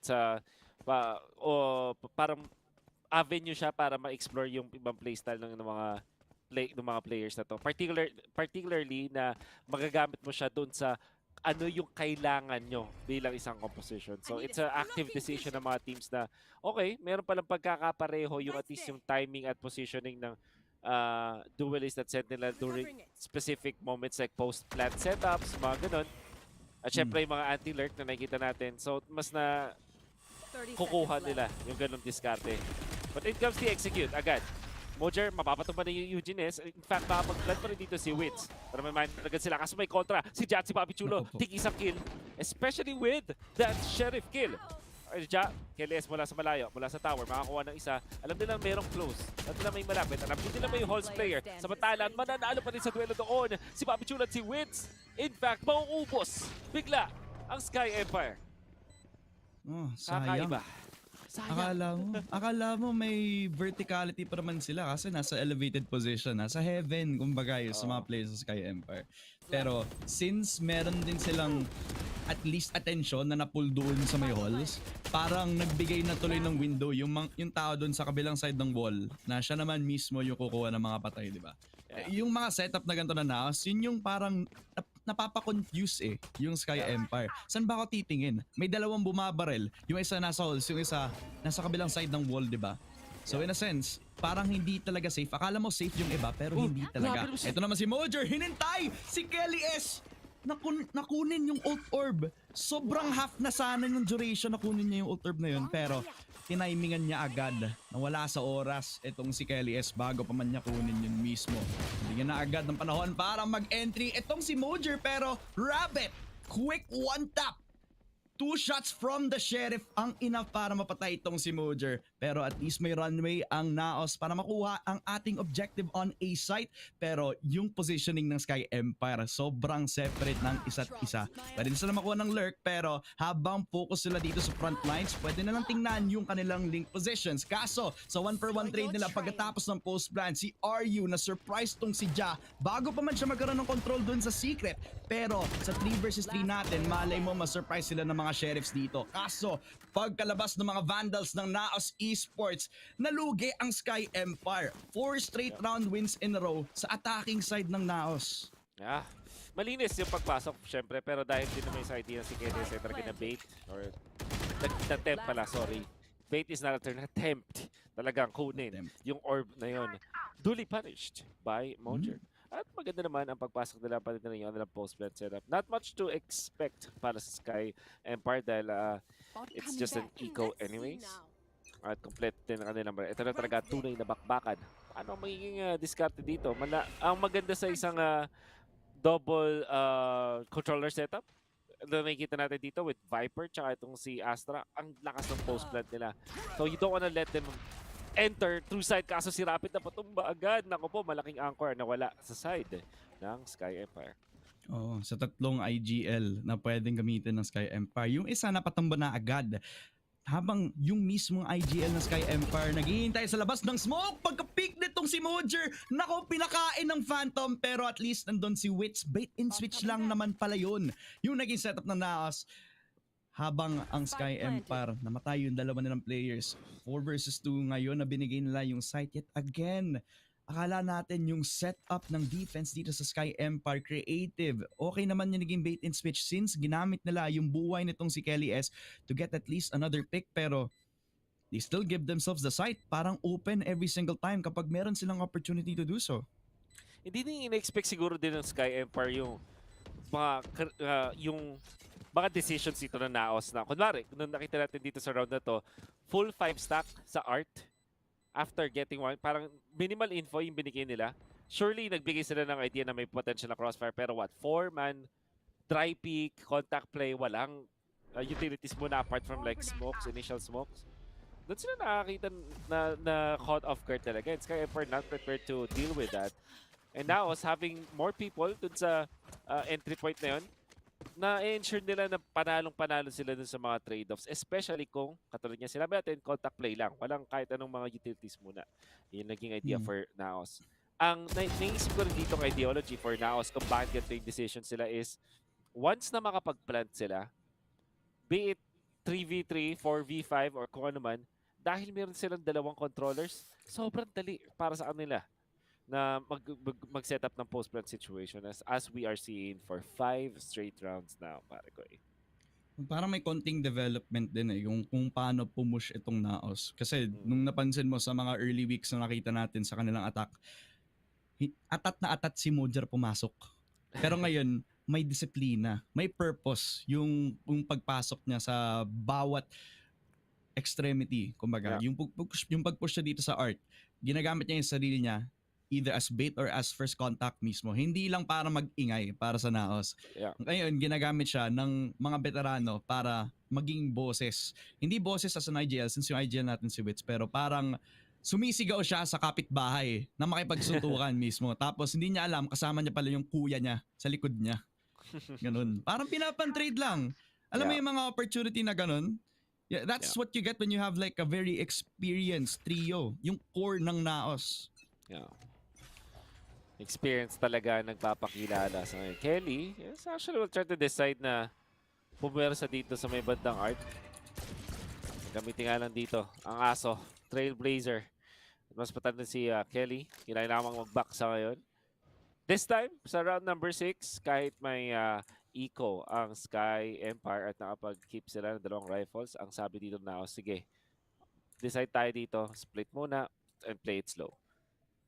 Maghanap po na ng mga impormasyon, maghanap po na ng mga pickups. And ang pinaka-close dito na magkaroon ng isang bakbakan ay si RU, tsaka ito si Papi Chulo. Obviously, they don't know each other. Pero mukhang sila talaga magkakakita dito. Yun na nga at nanalo. Ang nanaig ay si RU. Opening pick para sa SKYE Empire, man. Alam mo, parang bumalik ako sa history nila. Si RU na galing sa Action PH, tapos Southbuilt Esports is Papi Chulo. Na nag 1v1 bigla doon sa may B main. Tapos talagang even though nanalo dun si RU, parang bumalik ako bigla sa childhood. Pero yung childhood na yun, parang like 1 year ago lang. Buhay pa rin. Nung nasa Action PH pa lang tong si RU. So, quick history lang. Papi Chulo just losing to the bot ngayon. Not the usual result that you'd expect. Pero si Mojer, eto na, bumalik na siya. So kung saan niya alam yung pagpasok nito galing sa kanyang race, pero hindi na-get yung rocket niya, at sa paglabas niya ng smoke, hindi niya na-expect si Eugene S dito. It's a quick 2 picks para dito sa SKYE Empire na nag-result sa ultimate nitong si Eugene S. Pagkalabas dito sa city, nako! Double spray down! Headshot gallery para kay NDG. The guy I was talking about na support para sa NAOS Esports. Pero kay Elias, pinasabog sa mukha tong si Wits. It's all on Disrupt. 1v1 with the Great One. Habulin si Ja. Pero Disrupt, nagde-defuse. Pros do not fake. Ang first round win ng SKYE Empire. It was off of the back of a very aggressive push doon sa B-Link na akala niya nagfe-fake lang si Disrupt pero hindi siya fake at all. Oh my goodness, ganda na paggagamit ng aftershock. Yung angulo talaga nun. No way. Dalawa, no matter what happens, kapag tinis mo yun, dalawa yung tatama sa'yo. Just because of the angle that was played off. Ang solid din nung pagbato nila nung utilities afterwards. Yung paint, before that, paint shells, tapos showstopper. Yung goal talaga dito nag-focus ang side ng SKYE. Pero sabi nila talaga kailangan natin mag-diffuse. And they were successful doing so. By the way, eco lang yun para sa SKYE Empire. So, magandang panimula sa kanilang pagbalik sa momentum as they badly wanted to do that. After 6 rounds and finally, nakakuha sila ng isa. Let's see how NAOS approaches this once again. Very slowly at that. At least may konting ingay na nilalabas doon sa may A main, di ba? As a result, si RU in his very comfortable spot. Nakakita na tayo ng multi-frags out of RU na nandito siya sa spot na to, sa secret, kung saan siya yung mismong anchor ng SKYE Empire, where now, it is default, slowly lingering for both extremities ng NAOS. Dalawa doon sa A main, may dalawa din doon sa B main. May konting ingay na nalalabas doon sa A, kaya yun yung konting diferensya. Pero dahil nandito yung Spike, iniisip na, sige, baka mas okay na magsama-sama tayo dito mag-ingay habang nag-o-open ng konting space lamang ang dalawa nating veterano from NAOS. Nilabas na agad yung Seekers, pero tingnan mo kung saan tumatakbo tong si Wits all the way over to B main, pero Eugene S parang solidong rock lang to, pero nakakita ng dalawang veterano nakapag-swing at hindi niya kinaya yung pressure na nilabas ni Papi Chulo. Nakakatulog ang kaibigan nating si Eugene S. 4 versus 5 na binigay agad ng NAOS ang kanilang Spike dito. Okay. That was purely veteran experience at game sense. Although syempre maririnig nila yung tunog ng alarm bot din. Alam nila na na-deduce nila, okay, dahil ganito yung placement ng alarm bot, nasa kanan to malapit. Molly agad, sabay double peek. And down that they were able to open up the side. Mojer, at pati si Papi Chulo makakuha ng side. Finally, gonna be Disrupt. Will actually get 2 before he retreats sa ngayon. At susugurin na siya. Wits, makakuha na ng kill. Actually, si NDG yung makakuha ng bounty na yun. But you see, execution, man. Saktong-sakto sa pagkakasabi mo, yung dalawang veterano nagsama. Kinuha nila eh. May information sila. Nag-mathematics, nag-calculus, naglagay ng konting game experience zone. Nandito to. Alam na alam eh. Timing was perfect. Grabe. Yung dalawa nating veterano. Talagang full 8 hours of sleep yung nakuha nila ngayon, mga kaibigan. Full of energy, full of life ang NAOS Esports ngayon. At yung kanilang train hindi pa nagsastop, hindi pa sila nakakatigil sa momentum na nilalabas ng NAOS this time around. At Kapag nag-overpush sila, hindi nila hinahayaan na mag-push ang nag-iisa nilang miyembro. Sama-sama silang magdo-double pick. Yun yung magandang coordination na NAOS. Whereas SKYE Empire, nag-hope sila sa mga times na mag-overpush sila, manalo sa lahat ng duels. Pero sa mga picks na ginagawa ng NAOS, walang cover ang SKYE Empire. Sa lahat ng double picks nila, wala silang matatakbuhan na iba. 5 eco round pistols para dito sa SKYE Empire this time around. Habang ang NAOS hinihintay yung oportunidad para makapag-blind sa loob ng B-site.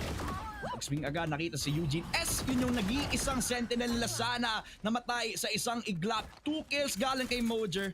At sa gantong kabilis lang silang nakapasok. Ganon ba kabilis yung pagkapanalo ng NAOS this time around?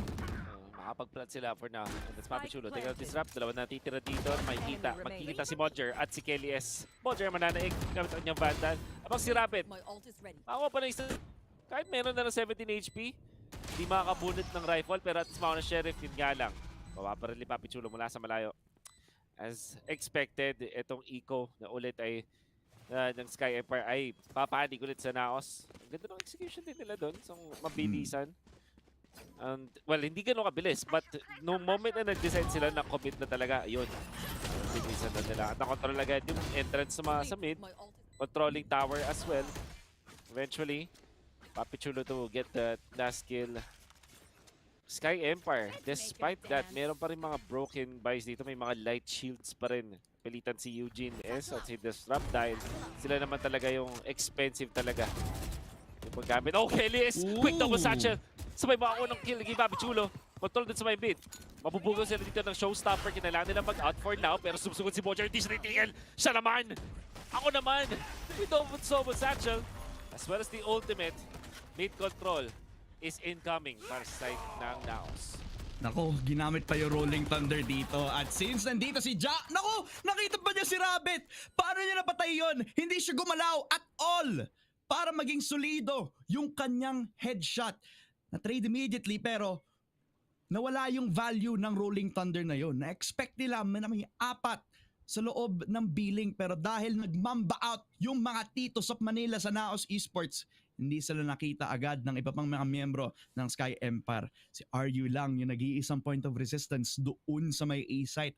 Parang yung call out kung nasan siya ngayon, secret yung posisyon niya sa mga miyembro ng NAOS ngayon. Habang kiniklear niya yung bawat corner, hinihintay na lang nila yung default plant. Pero konting damage lang yung makukuha nila kay NAOS De Gia. At least nakuha pa rin yung plant dito. NAOS, grabe yung swing nitong si NDG. Disrupt to at least find Mojer doon sa may link area. Pero at what cost? Meron pa rin silang secure over the default plant. Pero pagka-push nitong si Eugene S sa loob ng smoke, nag-dissipate na wala. Itong si NDG, it's all on wits. Pero with a long-range tap, na-deny si Eugene S.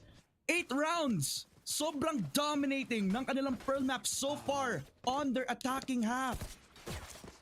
My goodness. And this is the pick para sa SKYE Empire. So Mojer, binalik niya eh.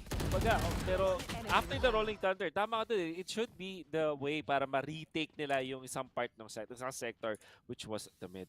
Maganda restart para kay Elias. Good idea, panggulat. Double satchel mula sa mid, papunta doon sa shops para makakuha ng isang pitas. Was successful. Pero binalik nga doon, gamit yung showstopper. Kumbaga nagkaroon ng gamitan ng mga utilities, pati ng mga ultimates para i-reclaim yung mid. So, nung shift in power that ay dapat mapupunta doon sa SKYE Empire dahil doon sa Rolling Thunder, na-deny sila dahil lang sa isang kill mula doon kay Ja. Ja will actually start it once again. Oh, look at that! Spray down mula kay Papi Chulo! At mabilis yatang matatapos ang eco na to dahil papunta ng A. Kontrolado na ang A ng side ng NAOS. Alam mo, at this point, you know, yung mid-control na ginagawa ng SKYE Empire, it's in a few times na nangyayari, parang naging successful sila for another time na tatlo sila nakatingin doon sa may window, nag-expect na baka may mag-push doon. I'm looking at the wrong direction. Parang boy band lang na nag-fail, pero man, unfortunate para sa kanila, man. Kasi sama-sama din silang doon sa may mid. Pero doon pala sa shops, manggagaling yung ibang players ng NAOS. Now, RU, Eugene S, nahuli sa lahat na namatay. Pero at least may isa pang shot kay Wits. Kaso si Eugene S ginamit siya as bait. 2 kills para kay Eugene S. 1v1 kaso walang oras, walang time para mag-defuse. Si Papi Chulo, pinaglalaroan lang yung bola niya habang hinayaan lang si Eugene S na makain ng spike mismo. 9-round wins. Yung NAOS slowly breezing their way over this Pearl map. Oh my goodness. And it all started with Ja ulit na napapunch yung mga aggressive moves mo na yun mula kay KDS na nakatalikod. Eventually, spray down mula kay Papi Chulo. Looking good para Eugenius, yung mga kills na benefit of course ay yung ult orbs na ngayon ay available na yung kanyang lockdown. Available din para kay Rabbit ang Nightfall for the defense. The opposite end, nako, wag mo nga hayaang makapasok ang NAOS. This is Cosmic Divide. Pati na rin yung Viper's Pit na available ngayon. O, kailangan mag-ingat talaga. Kailangan wag hayaan. And of course, yung Seekers pa. Ay, nako, hindi na nagamit. Nag-push agad yung iba pang mga miyembro sa may A-main. Pero dahil ang dami nilang ininvest doon, process of elimination na lang. Kung ang dami nila sa A, sa B tayo magpupush mga kaibigan. Dahil may Seekers, alam nilang na may at least isang tao at magpupush si Mojer. Kaso na punish itong si RU. Balik doon sa Heaven kung saan siya protektado. Pero ngayon, speaking of protection, meron silang Viper's Pit ngayon. At least meron silang Nightfall, wala silang maririnig, wala silang makikita. Pero Kelly S, up and above, nasa langit. Pagkababa, hahanapin yung ibang mga player ng NAOS. Pero sa loob ng Viper's Pit sila makakapatay ng tatlo. 1 versus 1, it's all on which para ma-save para the NAOS. Kaso nga lang, yung IGL ng SKYE Empire ang kukuha ng pangalawang panalo para sa laban na ito. Oh, that defense dun sa may tower para makaminus agad dun si Mojer. Sobrang crucial nun. Ang ginawa din dito ng SKYE Empire, medyo sumugod sila doon ng tatlo dun aggressively. At naging successful naman. So, immediately nakuha sila ng -2 doon sa round na yun. But of course, with the ultimates available na yung Viper's Pit, it looked really scary para sa side ng SKYE Empire, especially dahil napipitas sila pa isa-isa matapos yung Viper's Pit at hindi agad nakakuha ng tamang target dun si Kelly S. Eventually nga lang, nakuha pa rin niya yung magandang kill ng Showstopper. Siya naman yung process of elimination sa kung saan niya itututok yung kanyang Showstopper ultimate. Eventually transfers to the right na nakakuha pa siya ng isang kill tapos nanalo siya ng duelo doon kay Wits with a quick pick. And dahil doon nakakuha ng second point ang SKYE Empire. Ang tanong, can they get more in this half? May mga naka-light shields na sa nila ganyan ang pwesto ni Chris Kelly's kaso lang muna din siya magkranata dahil dinabani siya. Mojer and DJ will enter side. Because of that, makakuha pa siya ng additional dalawa na dito sa side ng SKYE Empire. And that is just because of the fact na pinili ng isang player nilang mag-paint shells. The most unopportune moment. Oh my. Yun pa naman yung bait and switch na kinukuha sana ng SKYE Empire. Pero sige, cool down muna tayo kasi Eugene S at least nakuha niya yung 2 kills na kailangan nila. Yung second duelist sana ng SKYE Empire. Siya naman yung babangon para sa kanilang city side ngayon. Abangan NAOS, tamang balik dito sa halls. Na-control agad ni Mojer. Pagpasok ni RU sa sarili niyang smoke. Aba, siya naman yung nagulat. Akala niya may safe space siya pagpasok dun sa halls. Pero yung youngster ng NAOS Esports online ready. Good morning sa'yo Mojer. 10 round wins para sa NAOS. Sobrang ganda na sana nun. The decision was, okay, sige, mag-paint shell. Kasi nakita nila may tatlo eh, but I think kung talagang din-right pick nila yung dalawa, totally different story, pare ko eh. Unfortunately, it is what it is. Yun na yung nangyari, yun na yung decision, yun na yung call. It looked wonderful sa pag-deduce nila and failed badly as we saw. Dahil dyan ay napakalaki ng pakalamangan dito ng NAOS. Malayo ang kanilang aakyatin, but they are now on the defense. On the attack, I mean, sa kanilang map pick. Let's see how they approach this. Alam mo kung sila naman yung mismong papasok, doesn't that mean that they're on the offense kahit sila naman yung nasa defense? Well, you are correct. You know sige, I take that. I'll allow it. Yeah, you know what? Sa ilang mga pagkakataon, katulad ng game na to, you just have to have fun with it na lang. Yeah, pero tama. ngayon, si Kelly S na entry fragger naman ng SKYE Empire, binibigyan niya ng sarili niya ng runway papasok dito sa halls, na shutdown agad tong Stidya at munti ka na niyang makakuha ng one tap dito sa pagpasok ng SKYE Empire sa B site. Pero ang ganda ng smoke na delay agad yung pag-push at natatandaan mo yung mga panahon na gumagamit sila ng Cosmic Divide para hindi sila makapush palabas dito sa Viper Smoke. Kailangan magpupush sila agad doon sa B-main. Ito yung ginagawa nila, pero hindi Cosmic Divide yung pinanggamit doon, pero yung toxic screen ni Viper. Yeah. Low cost, pero same No. purpose. Yeah. That's a benefit of having the Viper this time. Dito sa mapa na to. Are you for the lurk? Wala nakita dito. Has to be careful about the... Actually, makapag-grab pa rin siya dahil hindi rin siya napansin doon ni Papi Chulo. Pero magpaparinig si Papi Chulo. I think tatakbo siya doon. Ja and Wits ko na makakuha ng marami na kung masyado ng late yung dalawang naka-lurk doon sa kabila. Yung dalawang nag-abroad na hindi nagkakitaan. At dahil dyan, mapapansin na si RU. 11 points with a flawless para sa NAOS. Okay. And hindi na sila yung nag-i-initiate ng fights. Yung SKYE Empire na yung nag-iingay. Yung SKYE Empire yung pumapasok. Yung SKYE Empire yung nagcha-challenge. Pero yung NAOS sumasagot lang at yung mga sagot nila parang pang A+ na grade eh. As in, parang sobrang simple pero effective pero they just needed to be there.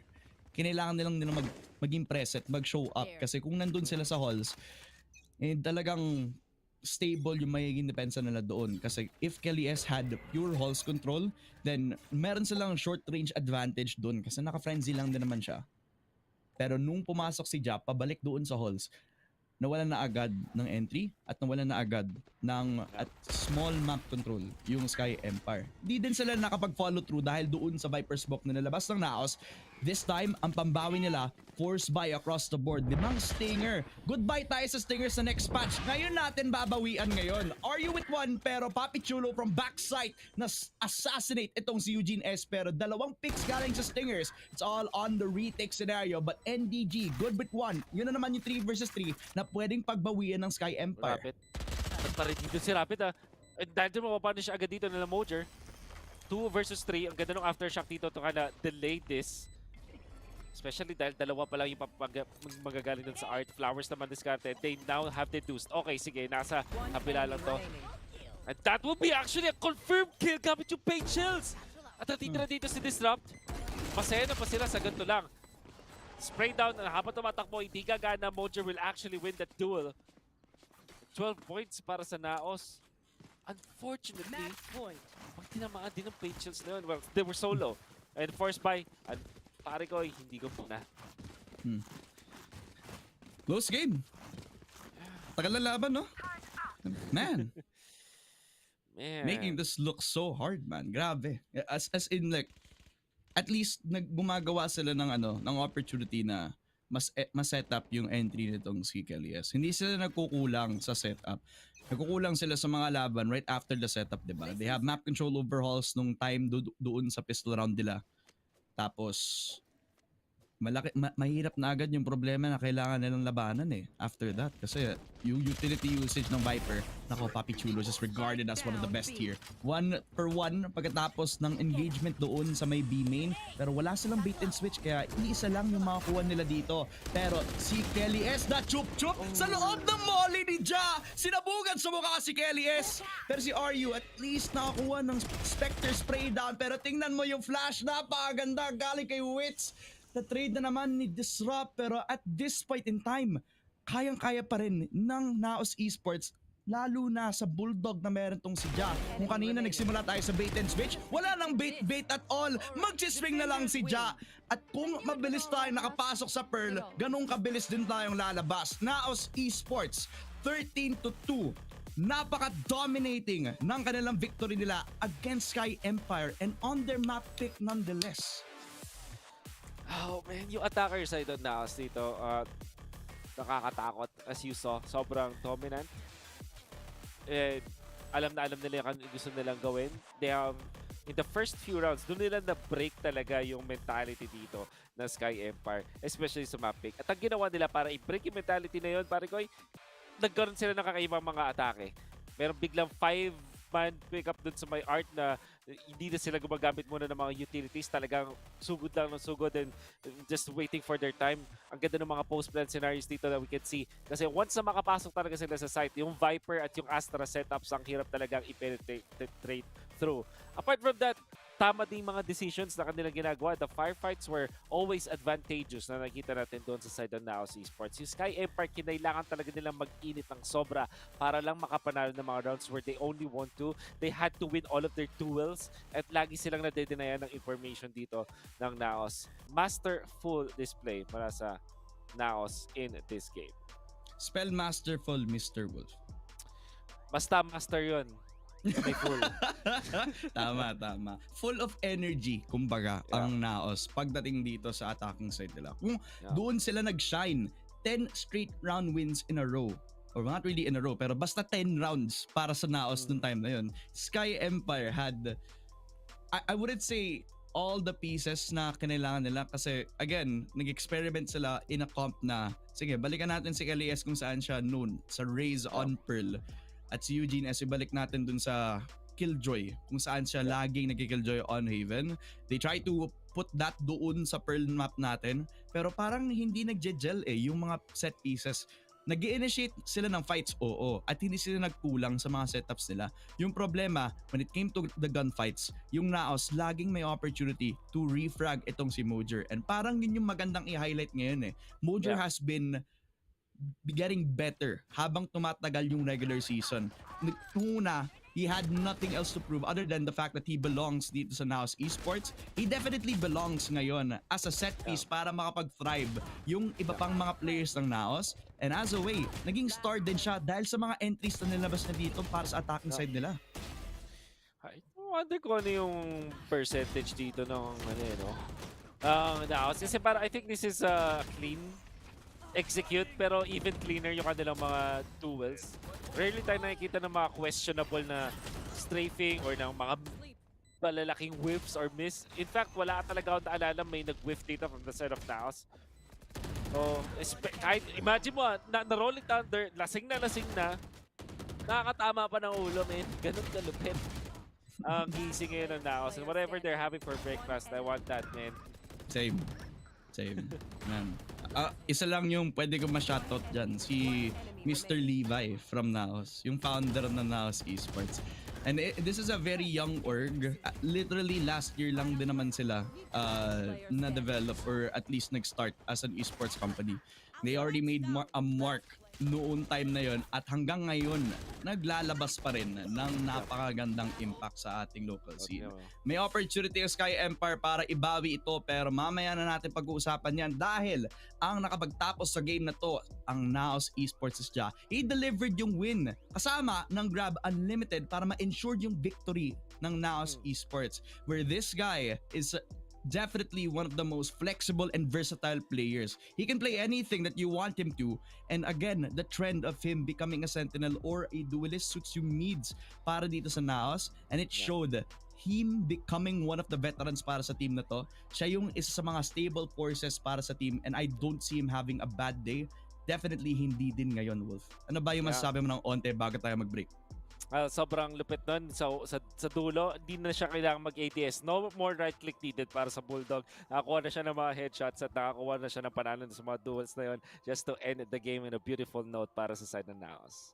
Napaka-beautiful at napaka-stable. Matatranslate ba yun sa second game nila? Ngayon na pupunta tayo sa second map. Malalaman natin. Pagkatapos ng break, when we return, we'll have another match between SKYE Empire at NAOS Esports.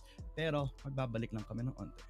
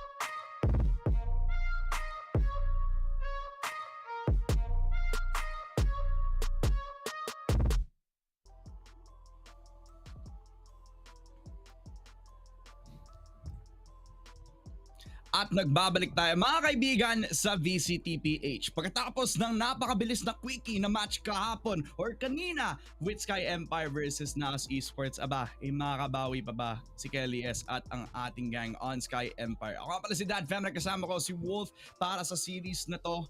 At yun yung ata yung pinakamabilis na first game para sa ating regular season no Wolf? I think so. Dumaan lang na mabilisan. Parang na speedrun but then again, if you're gonna be looking at those rounds, hindi lang kasi siya about dun sa yung score. May mga one-sided scores naman na tumatagal pa rin. It's just at the tempo na nilalaro dito ng dalawang teams natin. Parang biglaan. Naghihintay lang sila ng tamang moment. Yun in a snap, bakbakan agad. And even yung mga clutch moments, hindi nagtatagal. I think yung isang beses lang yata yung clutch moment na talagang nagkaubusan at kinailangan pa mag 1v1 or 1 or 2.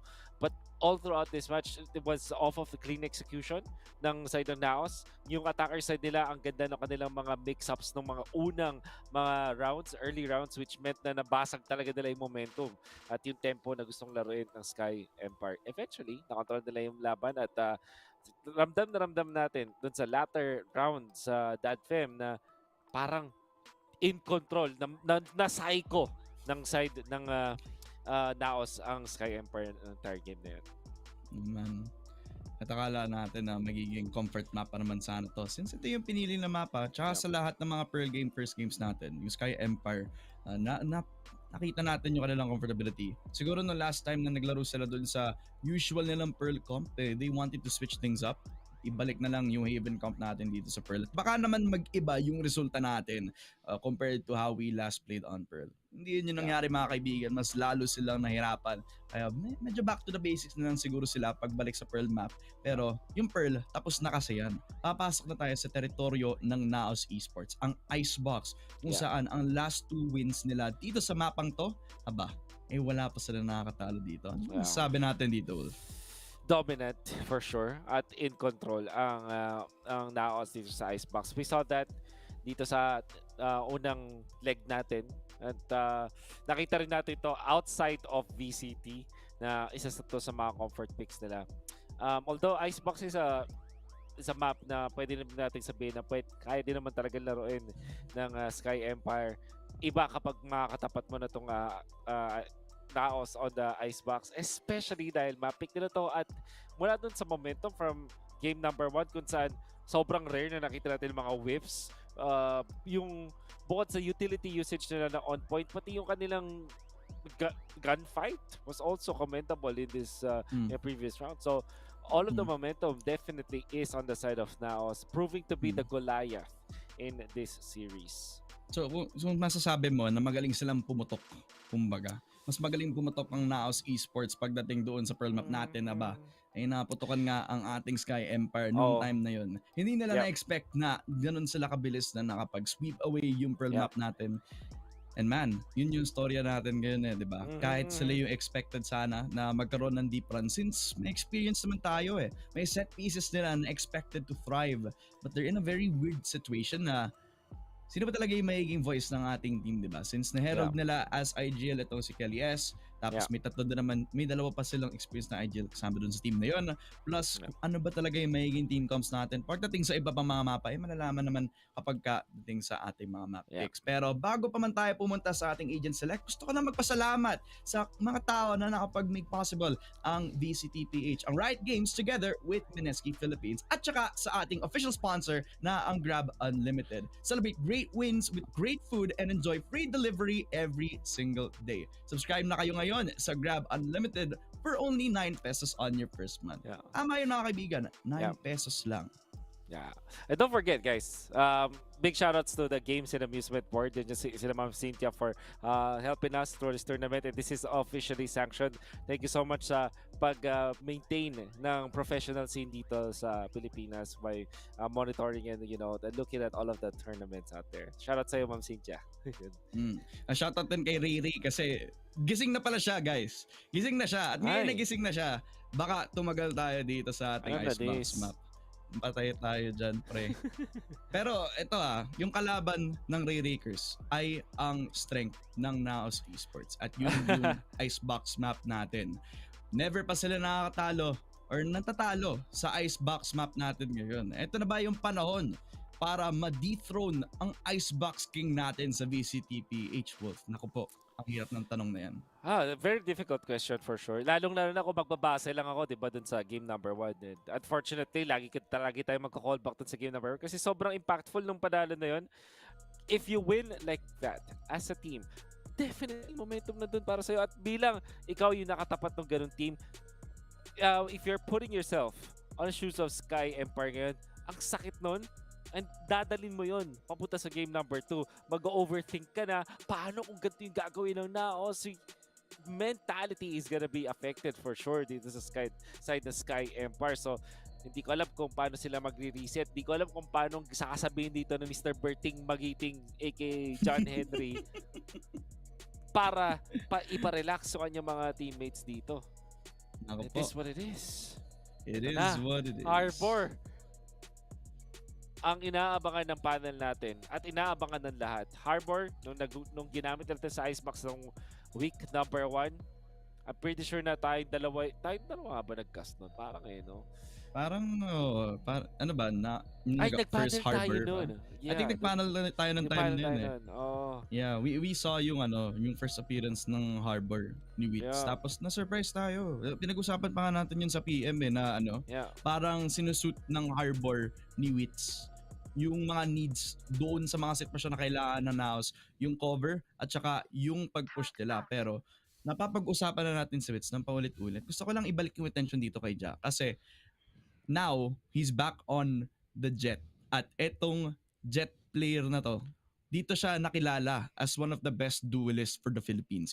Yeah. Ngayon na nandito siya on Icebox where he usually plays Jet para sa NAOS. Ngayon, nako, ay napakahirap i-stop nito kapag nandito sa momentum ng NAOS kapag nasa attacking side sila. Pero ngayon na nasa attack ang SKYE Empire, baka makabawi sila ng kahit isa lamang dito. A main controlled by the players of SKYE Empire. May lurk sila so medyo may improvement pa nga dito. Kapag nag-push yung 3 players ng NAOS ay makakakita sila ng isang German na si Eugene-S.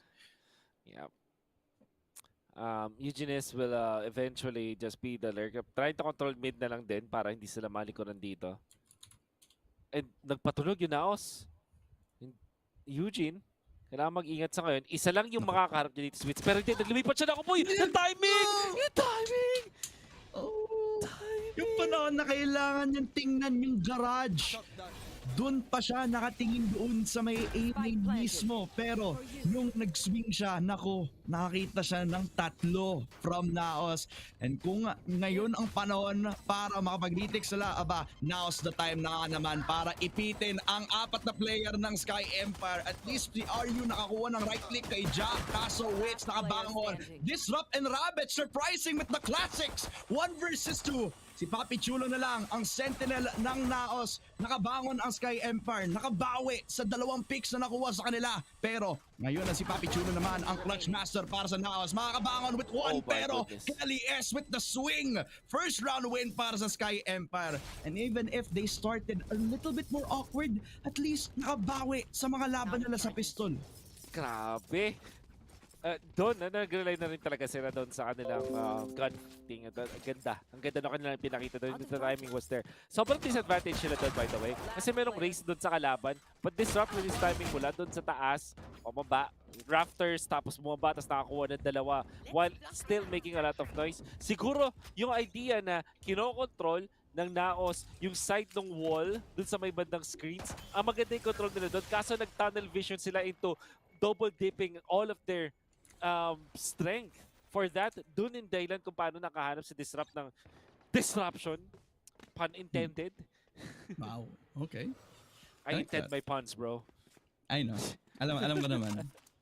I know your intentions, bro. Pero ano ba yung intention dito para sa NAOS? Ngayon na nakapag-stack sila ng 4, may konti silang impormasyon na doon nga sila manggagaling. Si Jazz sobrang low on HP, yung isang anchor dito sa may green. Kailangan mag-get yung 1 tap dito pero yung frontline at yung backline, naku po, nag-trip-tip pa nga, naiko ng NAOS.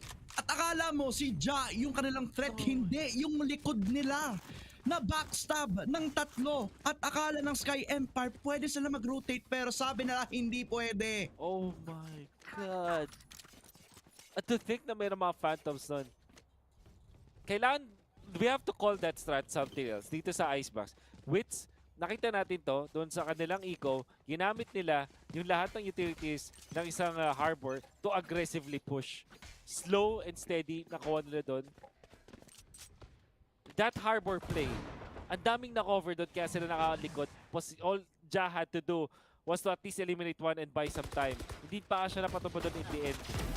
At sobrang laki na ng advantage ngayon ng NAOS because of that. Just a lot of firepower overall. Nandito pa rin yung guns nila. And even though sobrang low nitong si Ja sa pag-hold sa may A side, sama-sama ang veterano dito sa may A. Papi Chulo to find Eugene S. Nako, quick and easy 2 rounds para sa NAOS ngayon. Nakapistol lang ang Sky Empire. The fact that they also got yung lurker. Hindi na nila kailangan tingnan yung likod nila this time around. Mid though, then manggagaling si Disrupt. At this point in time, iniisip mo na kung paano laruin yung buy round. Huwag mo na isipin kung makapag-clutch doon si Disrupt. Although it's still possible kapag nakita niya yung mid player dito. Pero once na nag-take tong si NDG, wala nang chance at tong si Disrupt. Now, buy round ng Sky Empire. Oh. I can't get over that, bro.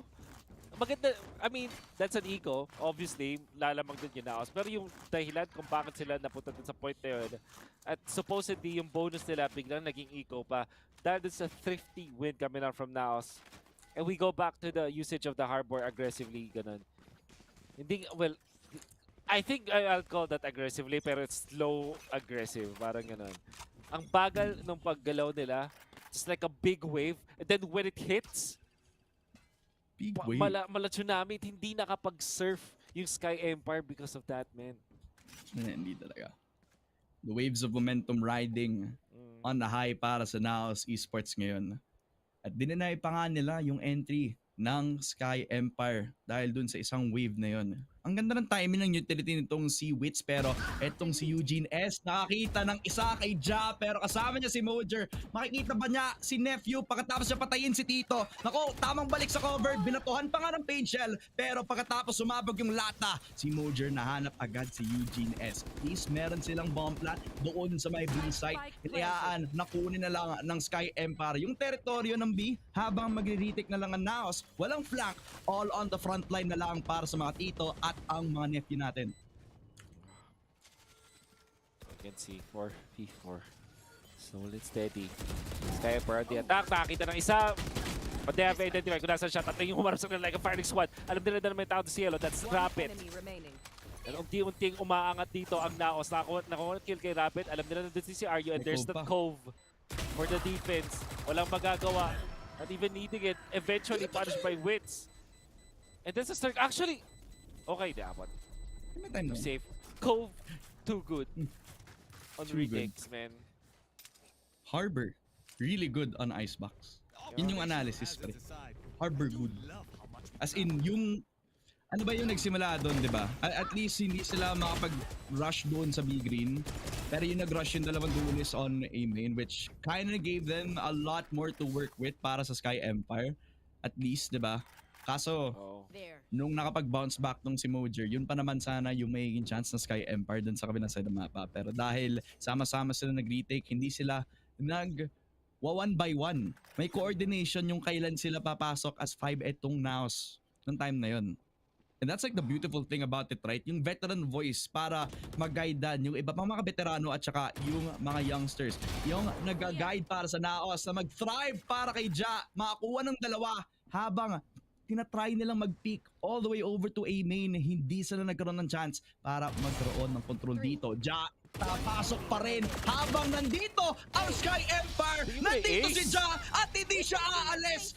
Ace para kay Jabal from NAOS Esports. Woo! Ang ganda ng depensa coming out from Ja for sure. Sa yung pag-slice nyo doon and Sky Empire, hindi naman lang sila nakakita. I think that is sobrang testament talaga doon sa momentum swing na nakikita natin, or at least momentum swing in the favor of NAOS. At kuwang-kuha nila. Para siyang hindi lang sila nag-gain ng momentum, parang kinuha pa nila, siniz, nasak pa nila yung momentum o meron yung Sheesh. SKYE Empire. So parang nag-negative talaga. Nakita natin, game number 1, everything is going in favor on the way of NAOS Esports. Magandang gising. Fine, sige. Nagkaroon ng reset ng konti after the break. Game number 2, we saw na maganda na yung control ng NAOS Esports, but SKYE Empire still won that pistol round. Nasa kanila yung mojo nung time na yun. But that deal breaker, round number 2, bumalik na ulit ang pendulum, ang swing sa side ng NAOS Esports after that harbor play, and they did not let go afterwards. Surely, we can attribute that previous round dahil eco lang yon kaya nakakuha ng ace si Ja. But etong mga ganitong mga pickoffs, it adds up. Yung mga ace na ganito, you don't want to give that to your opponents just because of the fact na pwede nilang i-ride yung momentum na yon. And so far, Yes. bukod sa pag-ride, nagsa-surfing ang NAOS ngayon. Parang ang weird na sabihin nating surfing pero nasa icebox sila. Mas appropriate sana kung nasa, ano sila, no? Nasa breeze sila. Kaso binaban ng mga teams yung breeze eh. Hindi binibigyan ng chance na maglaro ang breeze. And as a breeze enjoyer, I would have loved na makakita tayo ng breeze on one of our regular season games. Pero dahil may Pearl tayo, may icebox tayo sa kung saan komportable ba mga teams natin dito. And speaking of comfortable, tinatanggal na yun ng SKYE Empire. Pinalabas agad sa A site dahil dito sa Killjoy Lockdown. Pinalabas nitong si Eugene S, who is stepping up as now being yung sentinel habang binibigyan ng opportunity si Kelly S mag-thrive. Pero nako po, disrupt. Akala niya makakapag-flat siya at nakakapag-flat ang ibang mga player ng NAOS. Tamang push dito sa backline dahil nandito na si Mojer, nandito na si Witch, na-spray papunta sa smoke at dalawa na lang. Eugene S at least buhay pa rin hanggang namatay itong si Kelly S. 1 versus 3. Kaso yung spike napakalayo at namatay siya bigla dahil NAOS de Gia buhay na buhay at pinatay ang SKYE Empire. Paalupit na paghiwa kami lang from NAOS. Sinintay nila yung Kinji ultimate, hindi sila nagpanic whatsoever. They went in for the retake. And how did they do the retake? Una sa lahat, saktong-sakto yung pag-punish nila kay Disrupted sa pag-plant. May nakanda, kita mo lahat. But you saw from the backlines, para mahiwalay yung dalawang members, si Eugene tsaka doon si Disrupt, away from the other members, ginamit yung ultimate nga naman ni Wit. Sabi niya, let's turn the tides. At dahil dun sa paggamit pa lang ng ultimate na yun, na-disrupt yung formation ng SKYE, na hiwalay yung dalawa from the others, at dahil dun sa isolation technique na ginawa nila na yun, mas napadali yung post-plant para sa yung retake para sa kanila. Beautiful study coming out from NAOS at beautiful usage of the harbor as well.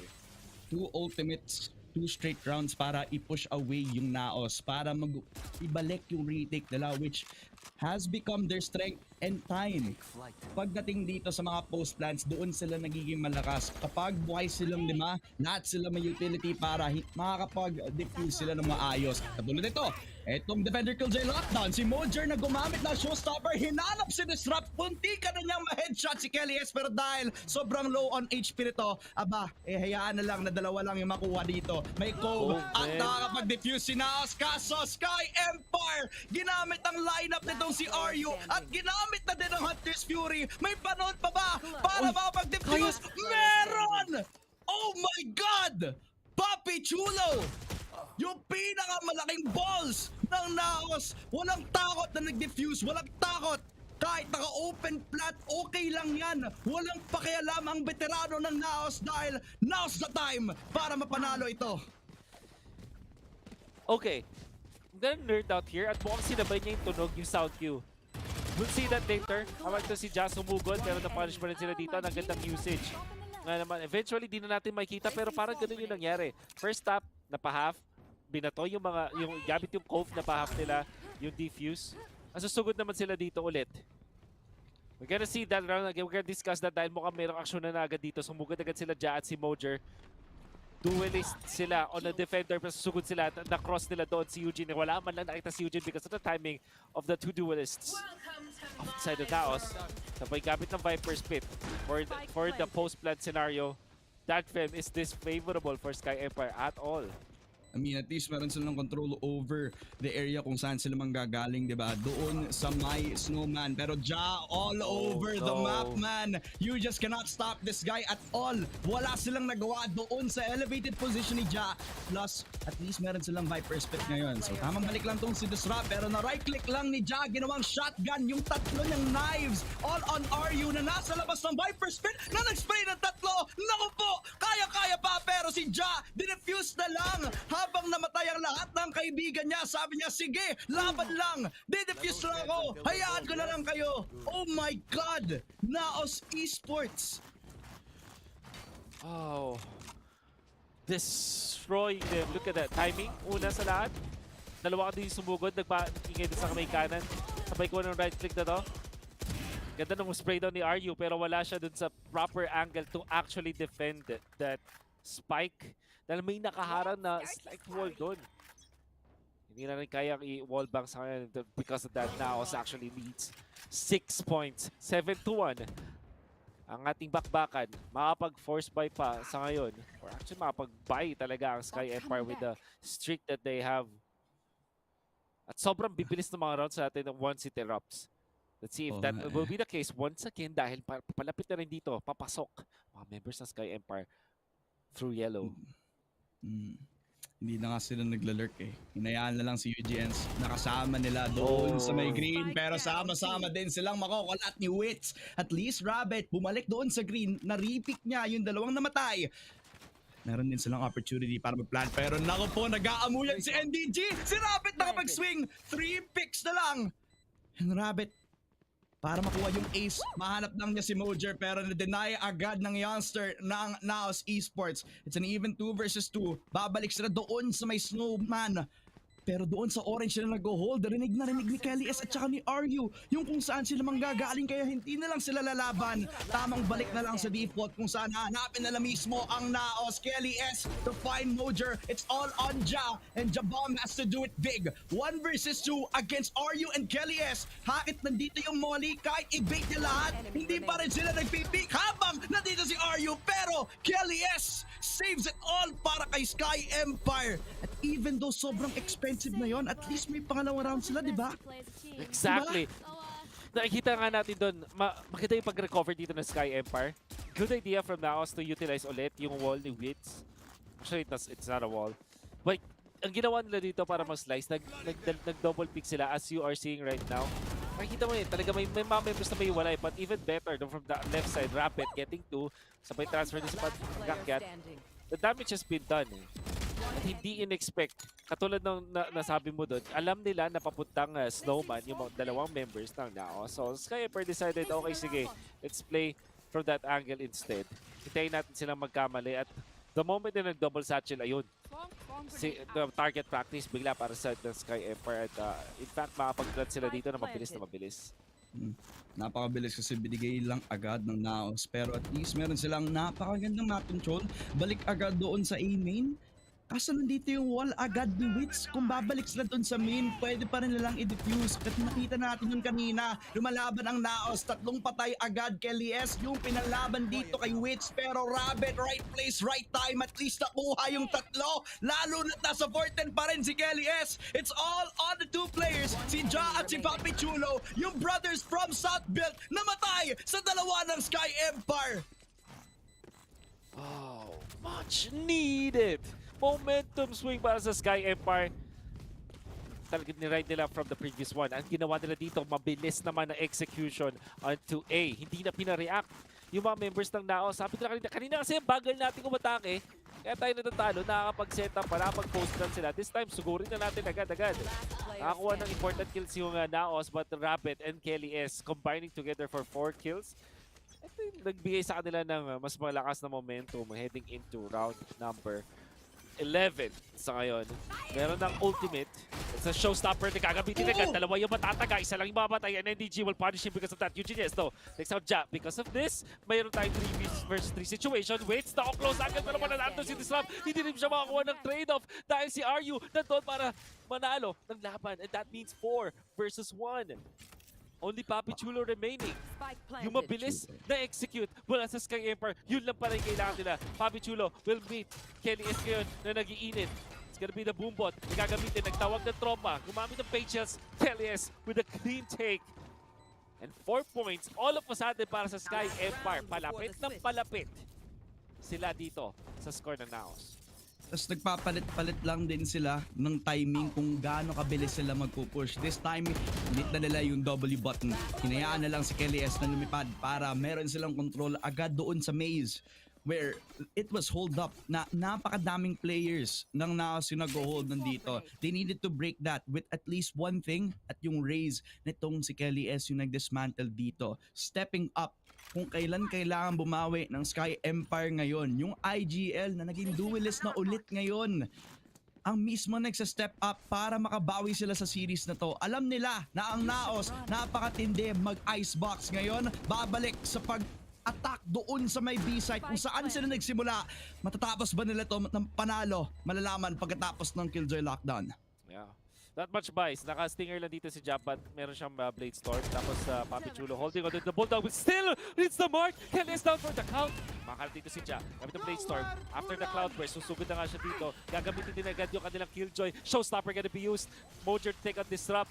Dahil dyan, nabugo na ang mga members sa SKYE Empire. Ja will hit the mark. Are you going down for the count? Ang isa na lang na dito. That's Eugene is going down as well. Wins mula sa malayo. Recovery for NAOS means 8 points sila sa first half. What a recovery. At akala natin, umiinit na yung SKYE Empire, which they are since nagkakaroon na rin sila ng opportunity to plant yung spike na naman, pero sa strength ng NAOS, bumabalik sa retake na naman. Wag na i-pressure yung pag-push ng SKYE Empire. Kasi kapag nilalamanan natin yung fast push nila, nagiging risky 50-50. Bumabalik doon sa risk ng NAOS, kaya sa komportableng strat nila mag-retake, doon sila nanalo. At doon sa chaos na nilabas ng double duelist, si Mojer kinuha yung atensyon ng lahat ng SKYE Empire sa green. Doon sa left side ng yellow, doon sa kabilang side naman si Ja, ang mismong silent assassin na ginamit ang kanyang Blade Storm.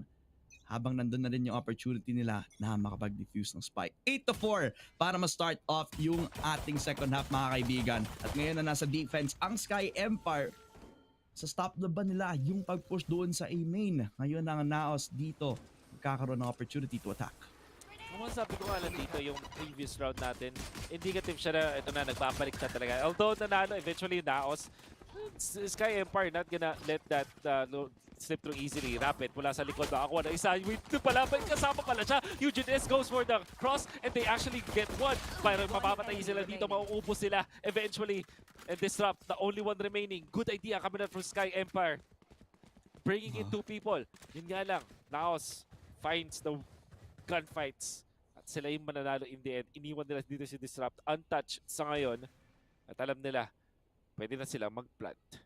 Parang ginamit ng SKYE Empire yung strat ng NAOS nung una. Since nandoon yung attention sa frontline, pwede silang makapag-flank since yung T-spawn ng Icebox, hindi siya reliable na area kung pwede mo lagyan ng, let's say, Killjoy gadget o kaya yung turret. Yung turret pwede pa, pero yung mismong alarm bot, hindi gaanong kalakihan yung range para at least makover. Kaya madali ang masira, plus pwede silang ma-push doon sa may main mismo.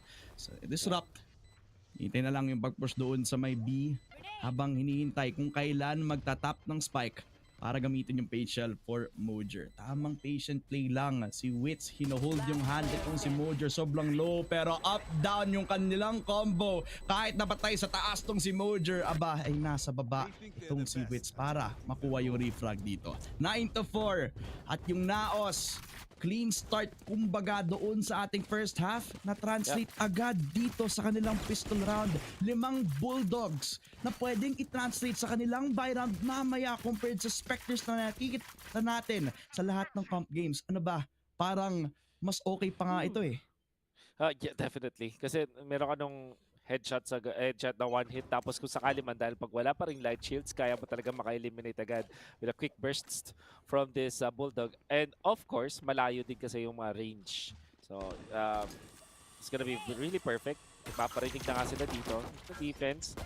Tatlo yung mga medyo close dito. Mojer actually, mayroon siya ka-trade dun sa may kaliwa, pero cross na setup, kaya nakadalawa po rin sila doon. Make that 3, Disrupt going down.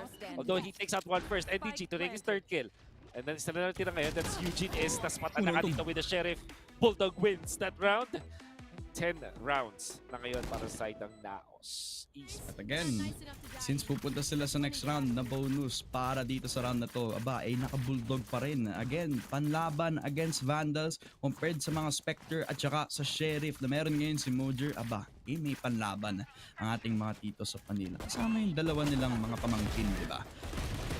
Parang it's like nung lumabas yung roster ng NAOS, ang daming hyped up kung paano nila i-blend yung mixes ng young guns kasama ng mga veterano natin, and it's coming through ngayon in the middle of the regular season. Si Ja na again bumalik dito sa Jet. Aba, pinakita kung bakit siya yung ginawang Jet for NAOS para sa icebox nila. Quick pick agad doon kay Eugene S to deny yung Phantom, pero Rabbit, okay, at least may dalawang conversion. Nakita si Papi Chulo at si Ja, yung dalawang former brothers on shot build. Aba, ay na-shutdown agad ni Rabbit. Massive, this is very massive. Papatulog sila dito pero di nila. Si Wins na doon sa may likuran. Nakaharap sila doon sa may bit. At pero nandun pa rin si RU para pigilan doon si Wins. Yun nga lang yung control. Nandun pa rin. Mojer mula sa taas na ako po. Naubos ang NAOS. As SKYE Empire finally takes W. And it was off of Rabbit. Na nakakuha ng dalawang conversion agad. Two kills. Meant na itong si Rabbit ay ma-secure ng round for SKYE Empire once again. Badly needed. Badly needed. Mas lalo na sa init na nilalabas na ngayon ng NAOS. Pero sa init nila, baka mag-overheat. Dahil if they overpush yung mga secured nilang maps or at least map control na meron sila, diba? Kanina meron din silang tube control na pwede nilang kunin as a late lurk para ma-surprise tong si Rabbit all the way over. Pwede din nilang sanang i-wall bang from tube. Pero medyo mahirap nga naman yung angulo na yun. Mas lalo na since namatay na agad si NDG by the time that they tried to do that. Alam mo, nag-overthink na lang ako by this time. At alam mo naman kapag nag-overthink, diba? Ang hirap na i-predict kung ano yung pwede mangyari pagkatapos. Yeah, for sure. Kelly is actually, pwede niyang i-take advantage na hindi nakatingin sa kanya si Ja for now. They wanna control belt for now. Sabi ni Strap, okay, sige, slow down natin ng konti. With the wall up this time, pwede consider ng NAOS dito mag-rotate na lang all together. Pero meron na mga cut-off. Dalawa yung nakatingin sa may gitna. And the only agent na makikita nila dito or probably ang kanilang maspota na lang is that Killjoy turret for now. Pero sabi din NAOS, sige, commit tayo. Gamit dito yung mga smokes coming out from the harbor as they go in. And SKYE Empire will be denied. Kelly S, yung mapatumba doon. Disrupt. Titry ba niya sumunod dito? Not gonna be the case. Diyan, ako po. Nakuha pa na isa. Buti na lang si Eugene S makakuha ng isang kill doon. And with the Cove intact, sabay meron na rin mga ultimates dito na available. A post-plant scenario is very favorable for NAOS, man. Look at how much value yung paggamit ng skills nitong si Wits. Ang daming time na na-shave up dahil sa kanilang mga utility. At pagdating doon sa pag-push, nako, pwede pa rin, kaso dahil dito sa Viper Wall medyo limitado, pero NDG hindi na naghintay na mawala yung Viper Wall. Siya na mismo yung nag-rope para hindi sila makapag-defuse agad. And again, yung harbor ni Wits yung nagpo-pull through in those small milliseconds na kailangan ng NAOS para makapag-deposition sila. Kasi tingnan mo ba naman yung time na kinailangan nilang i-push agad yung mga attackers ng NAOS. Since that Cove and yung anong tawag doon? Yung napakahabang wall, yung high tide na meron tong si Wits. Hindi tuloy sila nakapag-push kasi pag nag-push sila, they're at risk of pushing outside of a double swing doon sa loob ng 410. Kaya if they did try to do that, they had no hard info to do so. Kaya I understand kung gaano ka-slow yun, pero it gave enough time for NAOS to do that. Ngayon, NAOS, they try to aggress. Ngayon, na naka-eco lang ang bawat membro ng SKYE Empire. 2 picks agad dong si Mojer at baka maging 3, pero pinasabog ang ulo. Ngayon na naka-sheriff tong si Eugene S. 1 versus 3. Pangalawa, dito kay Wits. Makaklatch pa nga ba ito para sa SKYE Empire? Ngayon na nag-iisa si Eugene S. Nako, may isa sa ilalim nitong Killjoy main ng SKYE Empire. Hinihintay yung pag-peek. Pag nakita yung green, kaso hindi. Hindi pa hinihintay. Lalabas agad. NDG.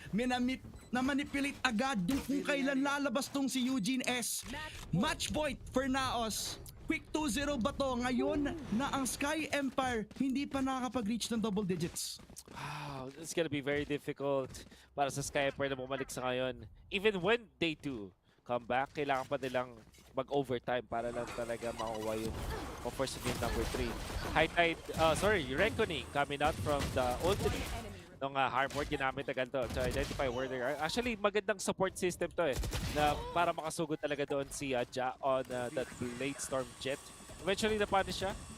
Ito yung katulad yung ginawa nila kanina, gamit yung cascade para makapasok si Ja. That's how you use it.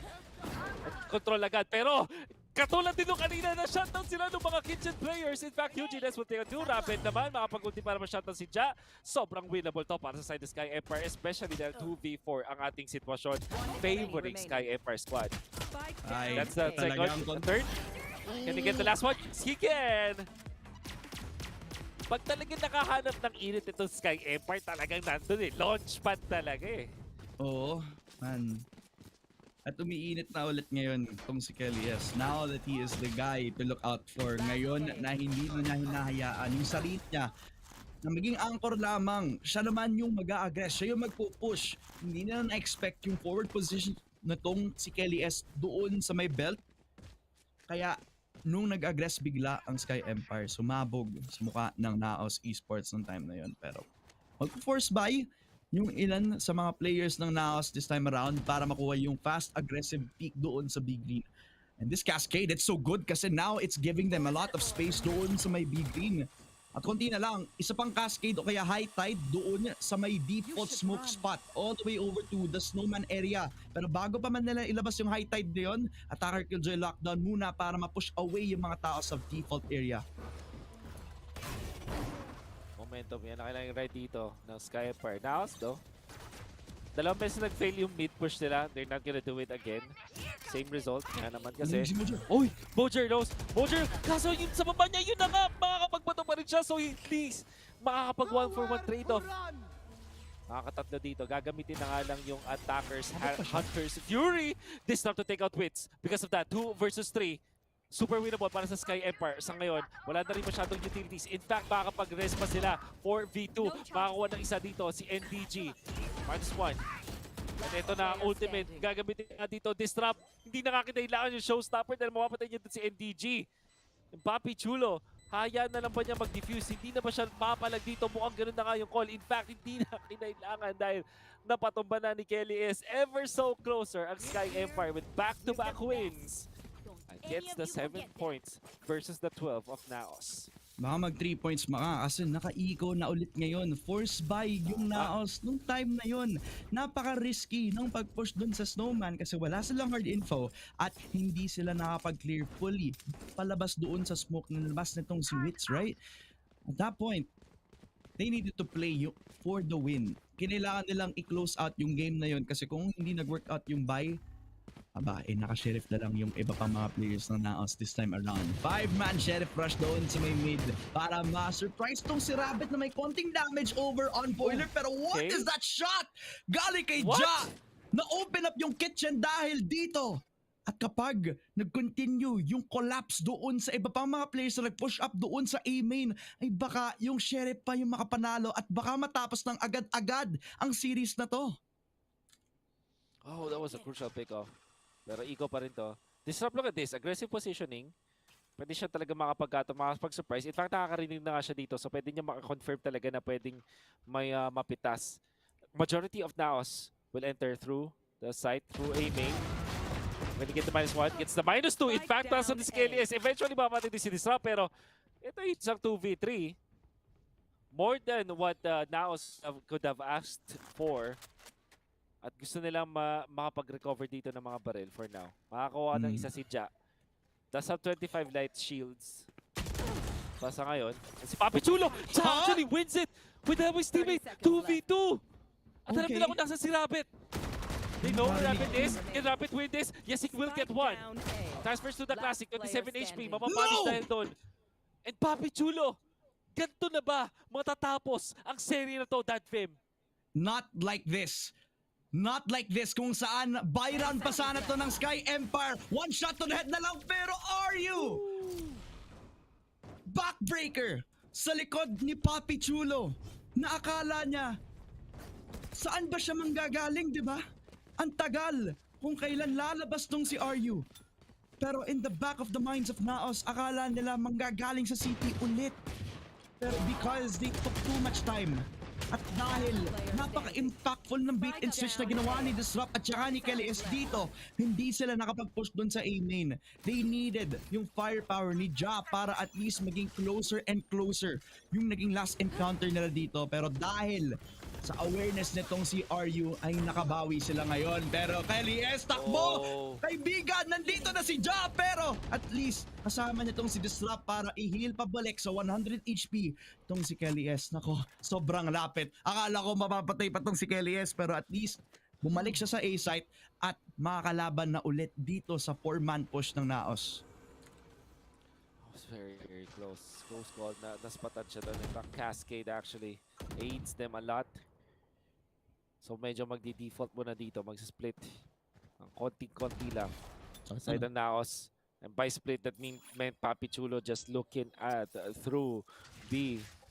Pero dahil hindi siya nakakuha ng pitas doon, babalik na lang siya. Already ginamit na yung high tide, ha? Nakapag-set up dito ng smoke, yung harbor. At nagsasabi dito, nagsisignal yan na ang intention dito ng NAOS ay mukhang A. Yeah. As in, kapag magpupush sila sa A, dapat lahat sila nasa A. Walang magla-long range angle. Wait. Kahit open plant dahil dito sa smoke na nilabas nitong si RU. Pero sa contact play na ginagawa ng NAOS, papasok sa crosshair ni Disrupt. At na-shutdown tong si Mojer. At least meron silang space, diba? Kaso 4 versus 5 retake scenario para sa SKYE Empire ang kanilang mahantungan. At least meron silang bomb plant dito sa loob ng A site. But at what cost? Nakita agad si Mojer na patay. Low HP pa nga tong si Witch. Pero pag push nitong si Papi Chulo na find agad tong si Rabbit. He's a 3 versus 4, right? NAOS can win this. NAOS can stop this from happening. Pero SKYE Empire, they have all the manpower. They have all the utility. Meron pa silang Viper Spit ni RU. Kung gusto nilang hanapin yung defuse dito. Pero sa pagpasok sa site, Disrupt and RU fighting every single pick. SKYE Empire slowly but surely climbing up again sa kanilang score kanina. Woo! 12 to 5 and ngayon ay 12 to 9. Mataas pa ang chance na maging 12 to 10 kung i-design ng NAOS Esports dito na talagang mag-eco na lang. Ang dahilan kung paano nangyari yun, una, yung pag-deny nila. Iwasan nila yung Cascade tapos yung Recon Bolt tapos nakatakbo din si KLS, eventually healed up. So, malaki agad. Parang 30 seconds agad yung nabili nilang oras doon. Additionally, dahil hindi nagpapatay doon si RU on the defense, dun sa may B, hindi nakakuha ng pick-off na si Papi Chulo. In a way, hindi rin siya nakakuha ng mapa. More time bot. So, parang unti-unti nag-add up yung mga ganong malilit na bagay. Eventually, napunta sa side ng NAOS yun dahil dun sa opening pick na patay dun si Mojer. Eventually, nakakuha ng kill kay NDG. Tapos, yun, sunod-sunod na. SKYE Empire. Hindi malayo ang kanilang overtime dreams. We'll see how they attempt dito sa laban na to. Tatlo para mag-OT. Tatlo para may tsansa na i-push to game 3 mga kaibigan. At yung B-Green, ang daming tao ng NAOS ngayon na alam nila na doon manggagaling. Wala sa kanila yung spike kaya medyo fake lang yung mangyayari ngayon. Pero pagkalabas ng Phantom ni RU, naku po, nag-pick tong si Witch pero na-cut off nila si Witch at si Papi Chulo in the process. Yung spike tatakbo agad papunta sa A pero yung awareness nitong si Disrupt nandoon pa rin sa A. Kapag tumakbo, itong si Mojer at saka si NDG maririnig agad ng young man on SKYE Empire ngayon. Wala pa dito yung plant. Nandito pa na nag-iingay ang mga players ng NAOS on the way over to the B side. Pero dahil nandito yung spike, narinig agad, Disrupt si NDG. Balik agad kasi yung angulo doon sa may kabilang side ng 14. Habang nag-pick agad si Disrupt, one tap to the head over Ja. 1 versus 4. Si Mojer na lang ang nag-iisang youngster na maraming kailangang improve para sa NAOS. Pero sa apat na kalaban niya, namatay siya agad galing dito sa IGL ng SKYE Empire. Double digits. And we started with 12 to 6 kanina.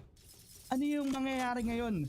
Nakakapag-build up agad ng momentum ang SKYE Empire. Bumabangon, bumabawi at lumalaban sa NAOS Esports. We really can feel that happening. through the replay once again. Siyempre, nakaiko naman dito, but disrupt. Kanyang pwesto dun sa time na yun. In fact, ang napa-timeout pa talaga is NAOS. You'll understand why. So, habang nagkaroon tayo ng timeout dito, may mga crucial na tayo gusto i-point out dito, particularly dun sa ultimates. Available yung reckoning, so that's more on information. At then available din yung lockdown. Pwede sila makaungos dito. And for NAOS, kailangan map control talaga yung mga dito. Makuha gamit to. Yung reckoning, yung ultimate dito ni Wits, kailangan nila din gamitin to it is either for post-plant scenario or siguro dun sa pag-plant mismo. And fortunately nga lang, ang kanilang makatapat dito is Viper's Pit and Rez. So I wanted to say dito para sa side ng NAOS, kailangan muna sila kumuha ng mga pick-offs, take the map, and then eventually plant. SKYE Empire will have tools to deny that. Eventually, kapag nakaisa dito si Eugene S, magkakaroon na rin siya ng sariling ultimate. So, all do, just calculating, but lalong-lalo na sa defense dito sa SKYE Empire, parang nasa kanila yung advantage in a way. Yeah. And this will mean na potentially magkakaroon talaga ng overtime. Must win for SKYE Empire. Very must win. Kelly S nako, ginamit ng op, gamit na race pero hindi siya makasatchel agad. Kasi sama-sama si Mojer at saka si Ja sa pag-push doon sa tube. Akala niya nag-iisa lang siya. Akala niya pwede niyang i-pick doon sa mid pero dahil sa napaka-unfortunate timing, patay agad yung operator ng SKYE Empire. Killjoy lockdown setup doon sa A pero kakasabi mo lang doon sa Resurrection, binalik agad yung operator back to life. Binalik na din yung Phantom na pwedeng gamitin pang retake itong si Kelly S. Ang ibig sabihin nun, si Ja lang yung namatay doon. Wala silang pinang-trade off agad-agad. Pwedeng lumaban as 5 ang SKYE Empire at baka panalo pa nila dito into 11 round wins. Papi Chulo Papi Chulo! 4-10! Nakuha niya yung dalawa pero NAOS, they're winning every gunfight. Si Mojer sobrang late pero at least meron siyang impact. Witch to try to fight up si Rabbit pero wall bang para mapatay ito. Pero Mojer, kakagaling lang sa mid, nakuha ng 3. Para matapos ng NAOS 2-0. And it was all from the youngsters. Nag-develop si Mojer at si NDG. Kinary ang veterano ng NAOS Esports para mapanalo against SKYE Empire. Oh my God! So many standout plays in that last round. Sobrang close. In fact, ang napitas pa doon agad was Ja.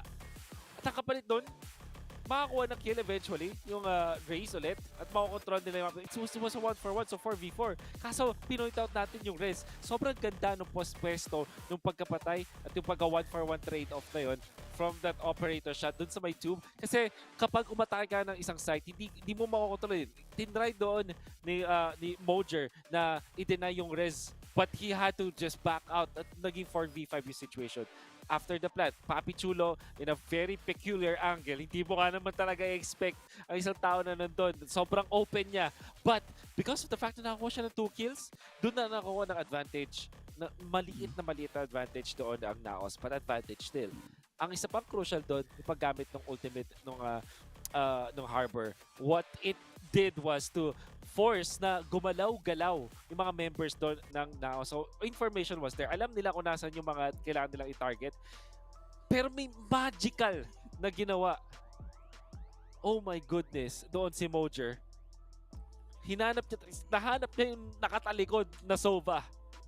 And actually took him from behind and from below. NAOS 13-10. Sobrang one-sided na to, but SKYE Empire almost recovered here. That fair. Almost. Yun yung keyword, pre. Almost. Oo, 2-0 siya. And dominating yung Pearl map ng NAOS, pero dito sa Icebox, lumabas yung init nitong si Kelly S. I also like na hindi lang si Kelly S mismo yung nag-try na ibalik ito dahil may initiative din itong si Disrupt at saka si Rabbit na samahan yung aggressive moves nila, especially on the defense where you would not expect these kinds of players to do so talaga. Man, yung bait and switches doon sa may A main na mas focus sila doon sa belt mismo. That was beautiful. Yun yung mga type of plays na gusto ko makita from players like, or from the team like SKYE Empire that have played with each other for a very long time talaga. Now, man, we gotta give a lot more props para sa game dito sa Icebox map dahil now that Ja is back on the jet, 2 games in a row and they have proven that Icebox, eto yung best map nila. How do you stop somebody like Ja from popping off like this? It is specifically like this with that ace. At eto na yung moment na talagang alam mo na naos na to eh. But eventually, bigla nakahanap ng magandang momentum swing aside ng SKYE Empire.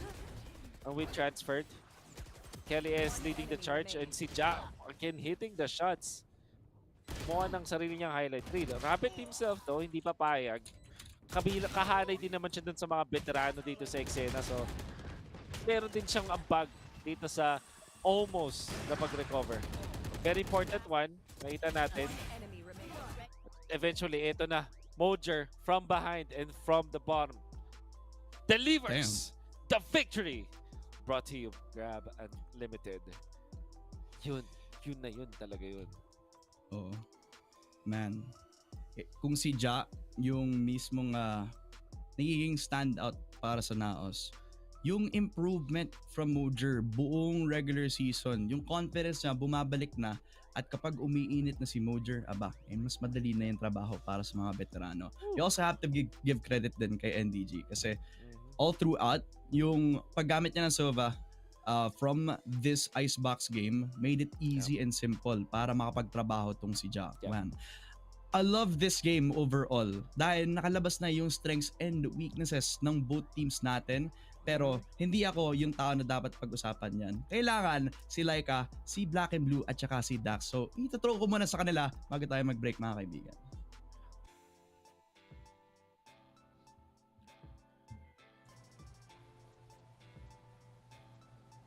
Thank you so much to all of our casters. Back here at the panel, it's the likable Dax and DNB. Dax, matanong lang kita, sagutin mo ako ng napakalupit Anong oras na? Di ko alam eh.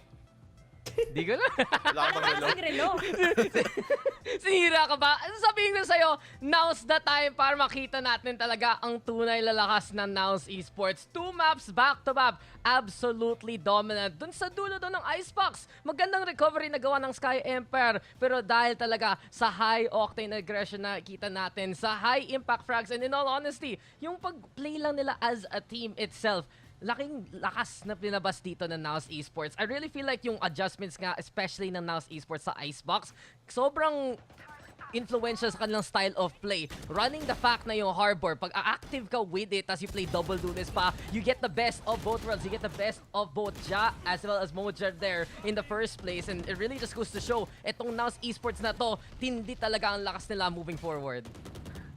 I think what has really impressed me dito sa series na to, galing at least dito sa may NAOS Esports, is the fact yung dalawang mga mas batang player dito ang talagang nag-step up talaga pag kailangan dito ng team. Mas lalo na nung second map, diba nakita nga natin na ipanalo ni Mojer nga doon sa 1v3, naka 3k siya doon sa may huling clutch niya, and those type of moments from these young guns, yun yung ang kailangan din ng NAOS para makapag-elevate. Alam naman natin na magaling ang tatlong veterano, pero yung dalawa, yun yung malaking question mark at talagang naipatunayan nila na talagang kayang-kaya nila makipaglaban dito compared to all of the rest of the top players.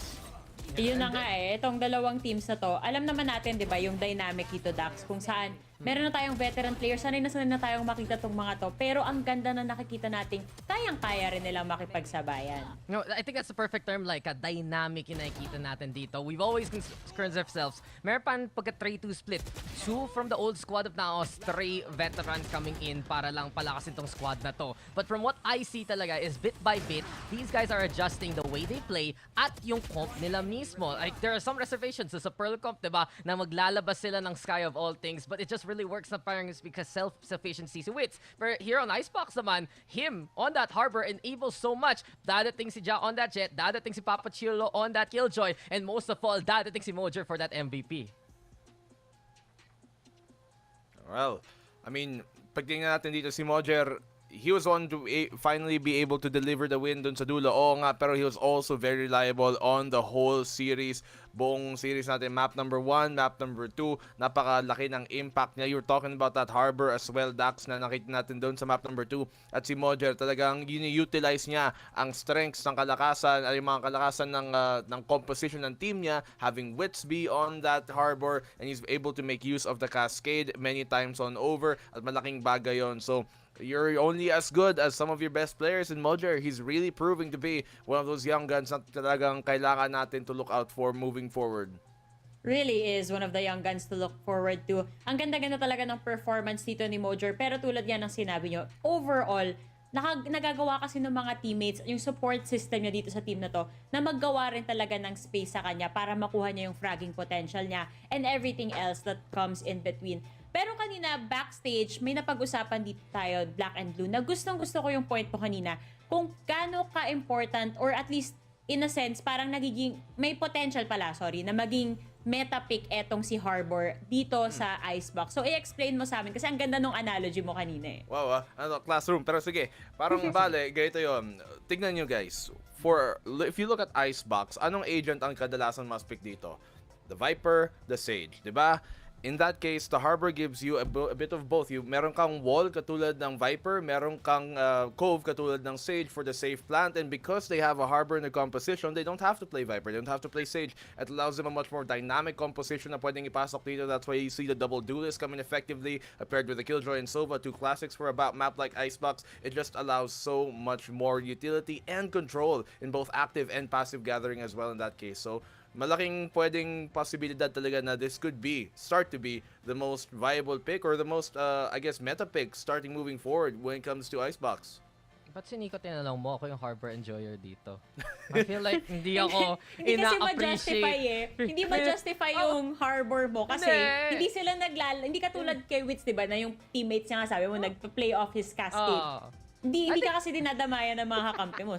Call out mo nga yung mga kakampi mong hindi ka pinapakisamahan. Hindi ako yun yung si Raph, yung si Azuray, at yung si Black and Blue rin eh. Sabi, play with my dart, bro. Hindi! You play with my wall, you play with my cove. Pero just to add on to that real quick, totoo naman sinasabi dito Black and Blue. Yung na-provide dito ng Harbor is activity around the map. You have such an active wall, an active shield effectively, at dahil doon kung active yung playstyle nyo, which is enabled para doon sa double duelist, they grabe talaga yung makukuha mong map control, yung space na pwede mo labanan. And we see this before, back then, in like 2 years ago, Jet Reyna, kahit may Sage, kasi lulusob lang nila yung pinaka-todo sa site. But now, you have the perfect controller for it, at para sa NAOS, perfect talaga yung playstyle in that map especially.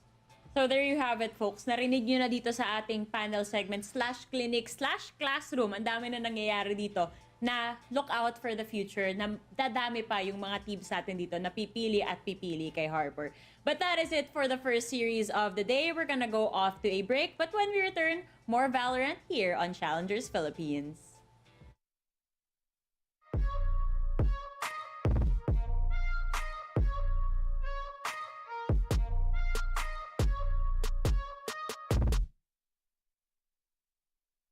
Kaya ka iniwan ng boyfriend mo eh.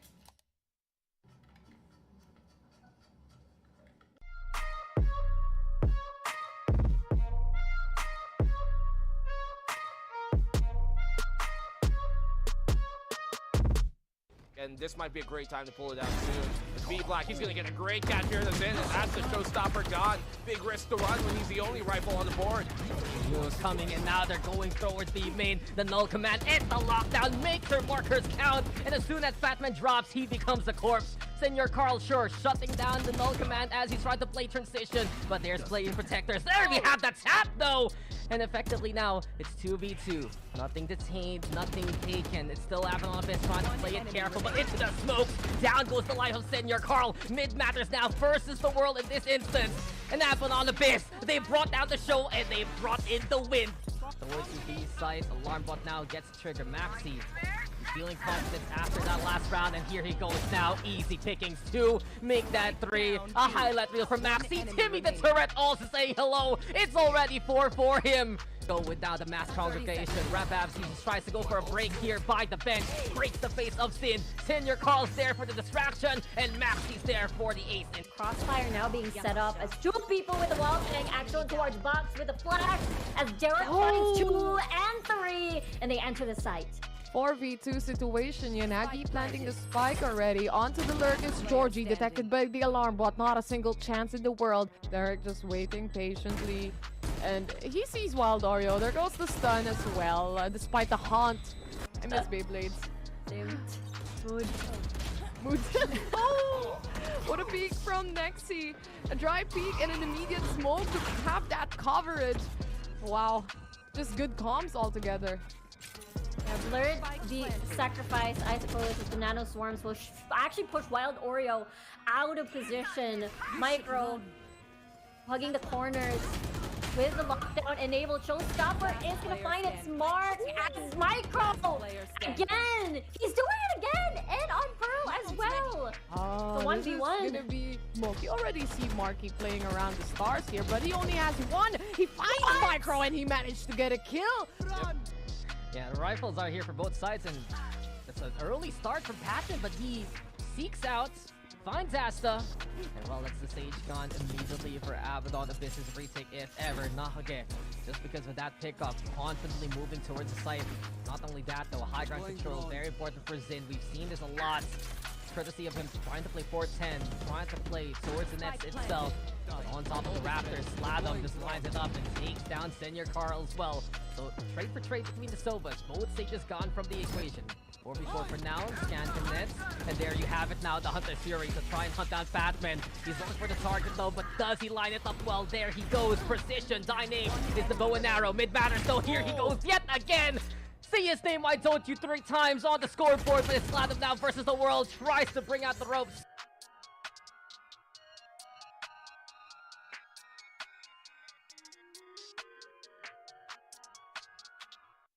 Hindi ba ikaw ang tatay ni Mark?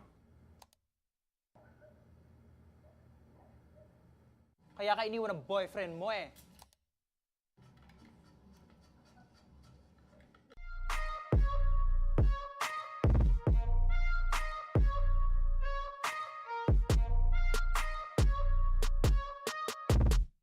And this might be a great time to pull it out soon.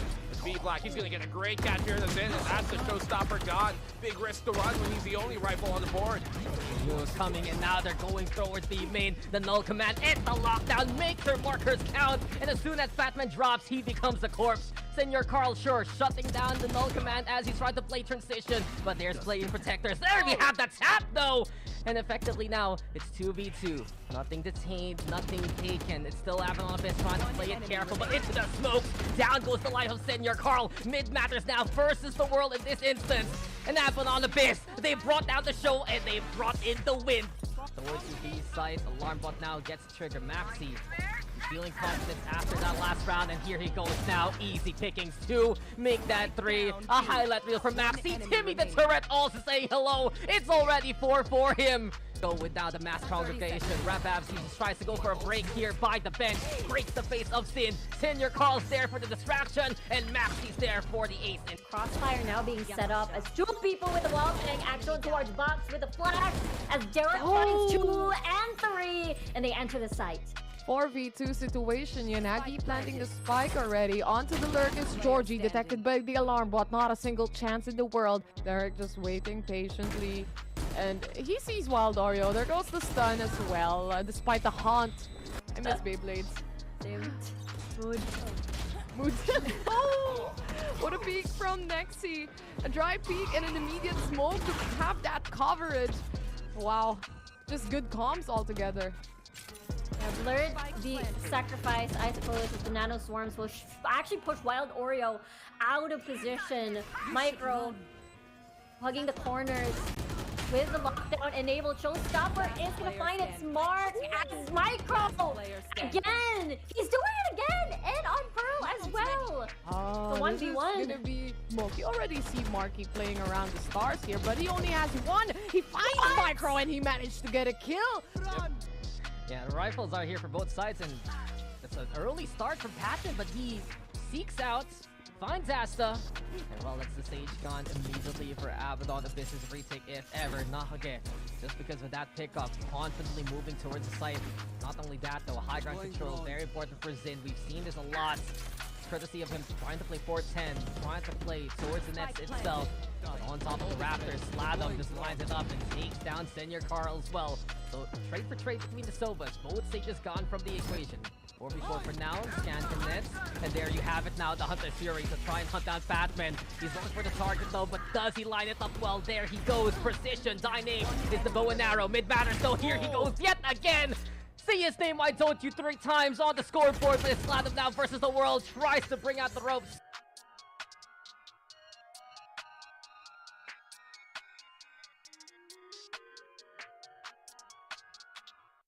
Hindi ba ikaw ang tatay ni Mark? Kaya ka iniwan ng boyfriend mo eh.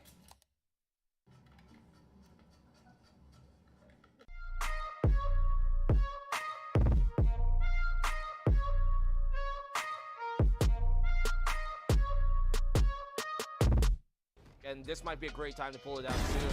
B-Black, he's going to get a great catch here in the Zen, and that's the showstopper gone. Big risk to run when he's the only rifle on the board.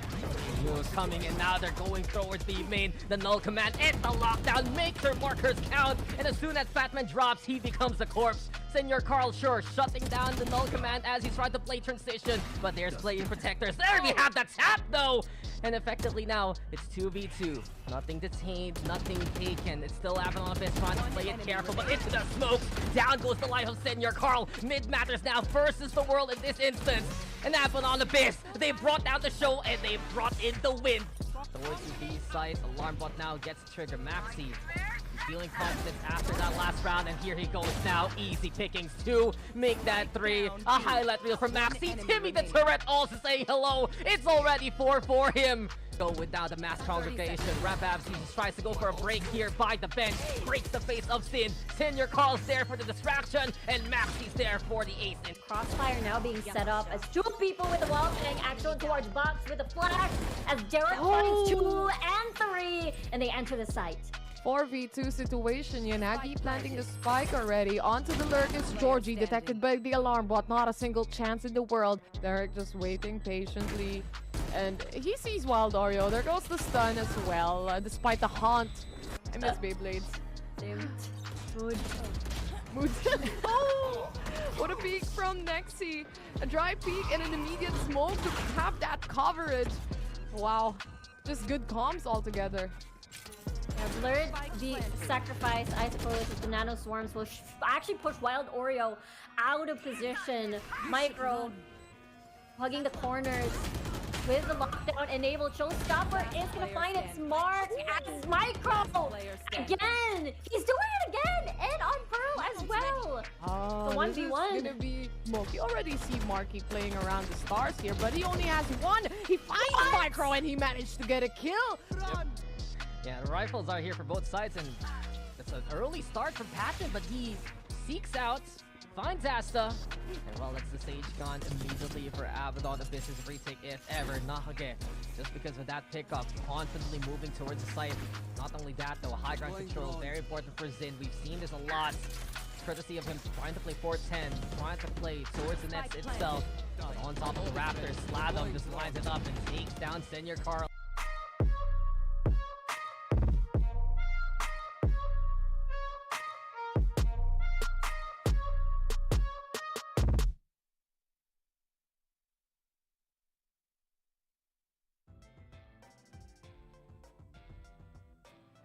Magandang hapon sa inyong lahat. Kasama niyo ako si Likeable. Kasama rin natin of course si Azuray at si Raf.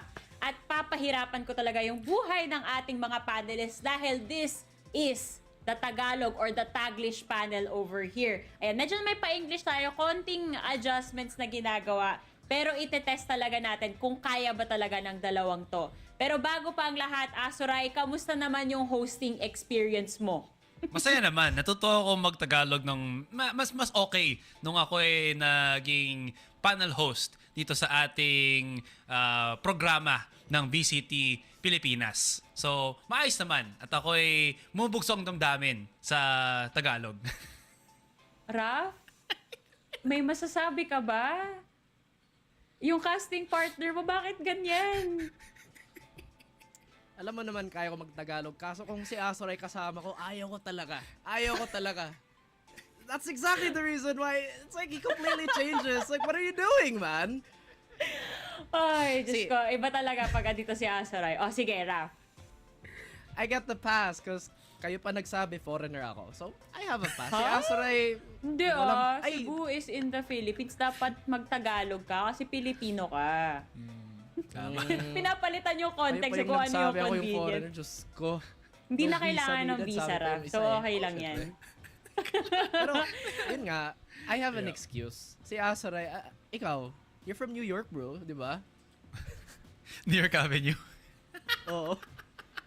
Anyway, mag-move on na tayo kasi hindi ko na rin kaya yung pinaggagawa ng dalawang to. Ganito ata talaga pag napapatagalog sila. Pero yun nga guys, lahat ng kalokohan dito, lahat ng mga napapanood natin na highlights, lahat ng aksyon na nangyayari dito sa VALORANT Challengers Philippines, hindi naman to magiging posible if it weren't for the help of our sponsors. So nais po namin magpasalamat sa Riot Games as well as Mineski Philippines for making this event happen. And of course, salamat din sa ating opisyal na sponsor, GLAB Unlimited. Celebrate great wins with great food and enjoy free delivery every day. Subscribe to GLAB Unlimited now for only 9 pesos on your first month. Last but not the least, unlike Asoray, this tournament is officially sanctioned by the Games and Amusement Board, guys. So just bear with us. Asoray he's already making my head Doesn't even make spin. sense. Dude, honestly, Ay, I am... Hindi ko naiintindihan ang ginagawa mo. Yun. No, ayoko na, kasi kung naalala mo yung champs, yung mga sinabi ni Asoray, parang, Cosmic what, Asoray? I know you remember that line. It's been living in my head rent-free and I just don't want to. Rent-free. Parang yung sandwich lang. Sa mga hindi nakakaalam, according to Asoray, and chinek namin to, finact-check namin sa Google, ang Tagalog ng sandwich ay... Sandwich. Sandwich. Yes. Ngayon, meron tayong mga ipapakilalang teams dito for our second series of the day na hopefully, for their sake as well, sila naman yung hindi masandwich ng kanilang magiging kalaban. Simulan na natin sa isa sa mga teams na wala pang talo so far dito sa ating split 1. Let's get to know Game.Lab Alpha. Perfect.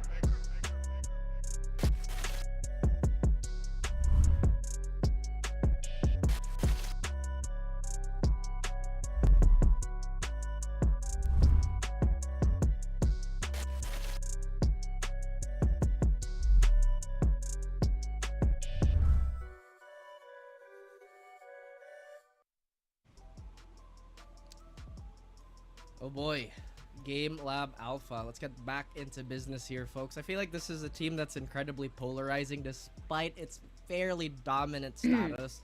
Raf, anong Tagalog ng polarize? Why would I know? Anyway, we go back.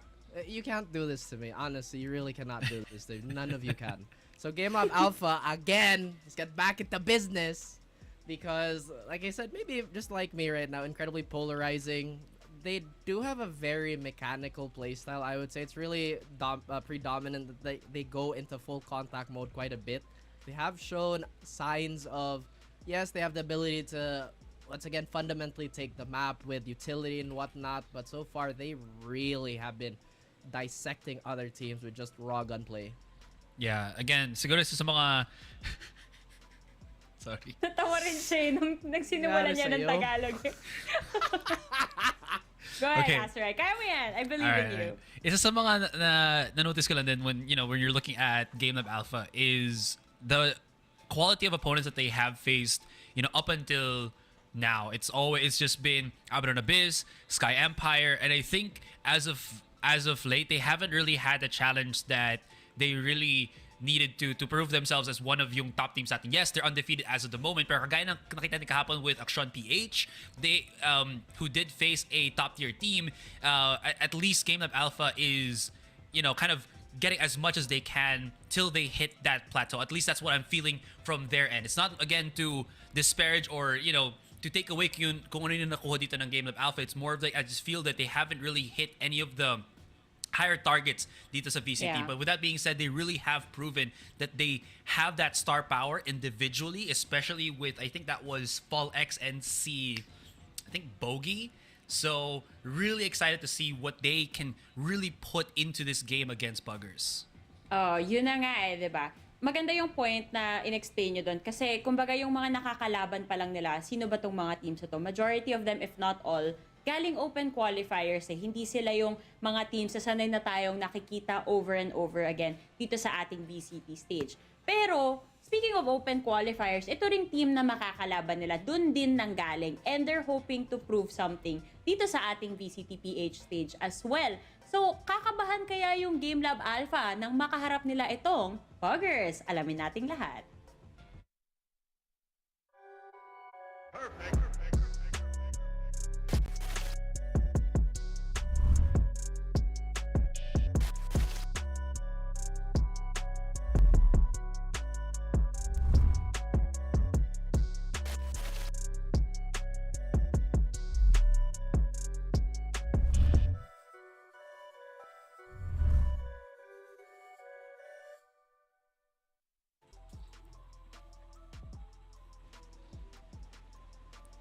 A team that hasn't really found much success as they are new to VCT Philippines. Pero the thing with Puggers is you do really see that they have players that can make things work for them. I think we've seen lots of hype around Walk on Water, see Blixterino then as he plays the controller. But with all of this being said, can they actually mix it up? I mean, they're up against Game.Lab Alpha, who sinabi nga ni Laika. Both of these are qualifier teams, but Game.Lab Alpha has shown that they have at least the better performance output. When is Puggers going to be able to turn this around? I really feel like it's the support system that Game.Lab Alpha has that is a definite advantage over Puggers, right? Because again, the Puggers is an OQ team. They've made it this far, and they've honestly, I feel like they're incredibly happy to be here, much like every other team. It's just, I feel like the depth and the sample size from both these teams, it's just not as apparent as everybody that we've seen. And with Puggers, it's even more so. Now, the statistic that I do kind of want to point out here is that today the team that has been on a losing streak has not been able to break that. So maybe we're going to see a repetition of that. In any case, they're going to both be incredibly scrappy. Oh, sana lang for the side of Puggers, hindi matuloy yung trend because we really want to see teams stepping up over here, especially those that came through open qualifiers. Kasi nga, di ba, you had to go through so much just to make it to this part of the challenge. Pero parang dito ka pa ba mahihirapan? Dapat dito mo lalo patunayan pa nga. Tulad ng sinabi ko dun sa first panel, we're trying to make this as a second version of their proving grounds. Parang a little bit more fight in them, we really have to see that. Pero ang ganda rin nung pinoint out mo na itong Game.Lab Alpha, napakita na nila eh. Kumbaga meron silang support system even outside of the game na natutulungan sila dun sa pag-research, and I guess dun sila lumalamang, dun sa resources out of the game itself. Now, going back to the players, meron na-mention kanina si Azuray na dapat din natin pag-usapan dito sa ating head-to-head. Ito na yun si Boogie, kung hindi ako nagkakamali, ang sabi ni Azuray kanina si Bogey eh. It could be either or. Pero ito Raph on the other end, si Second Love naman. Let's talk about these two guys right here on our screens.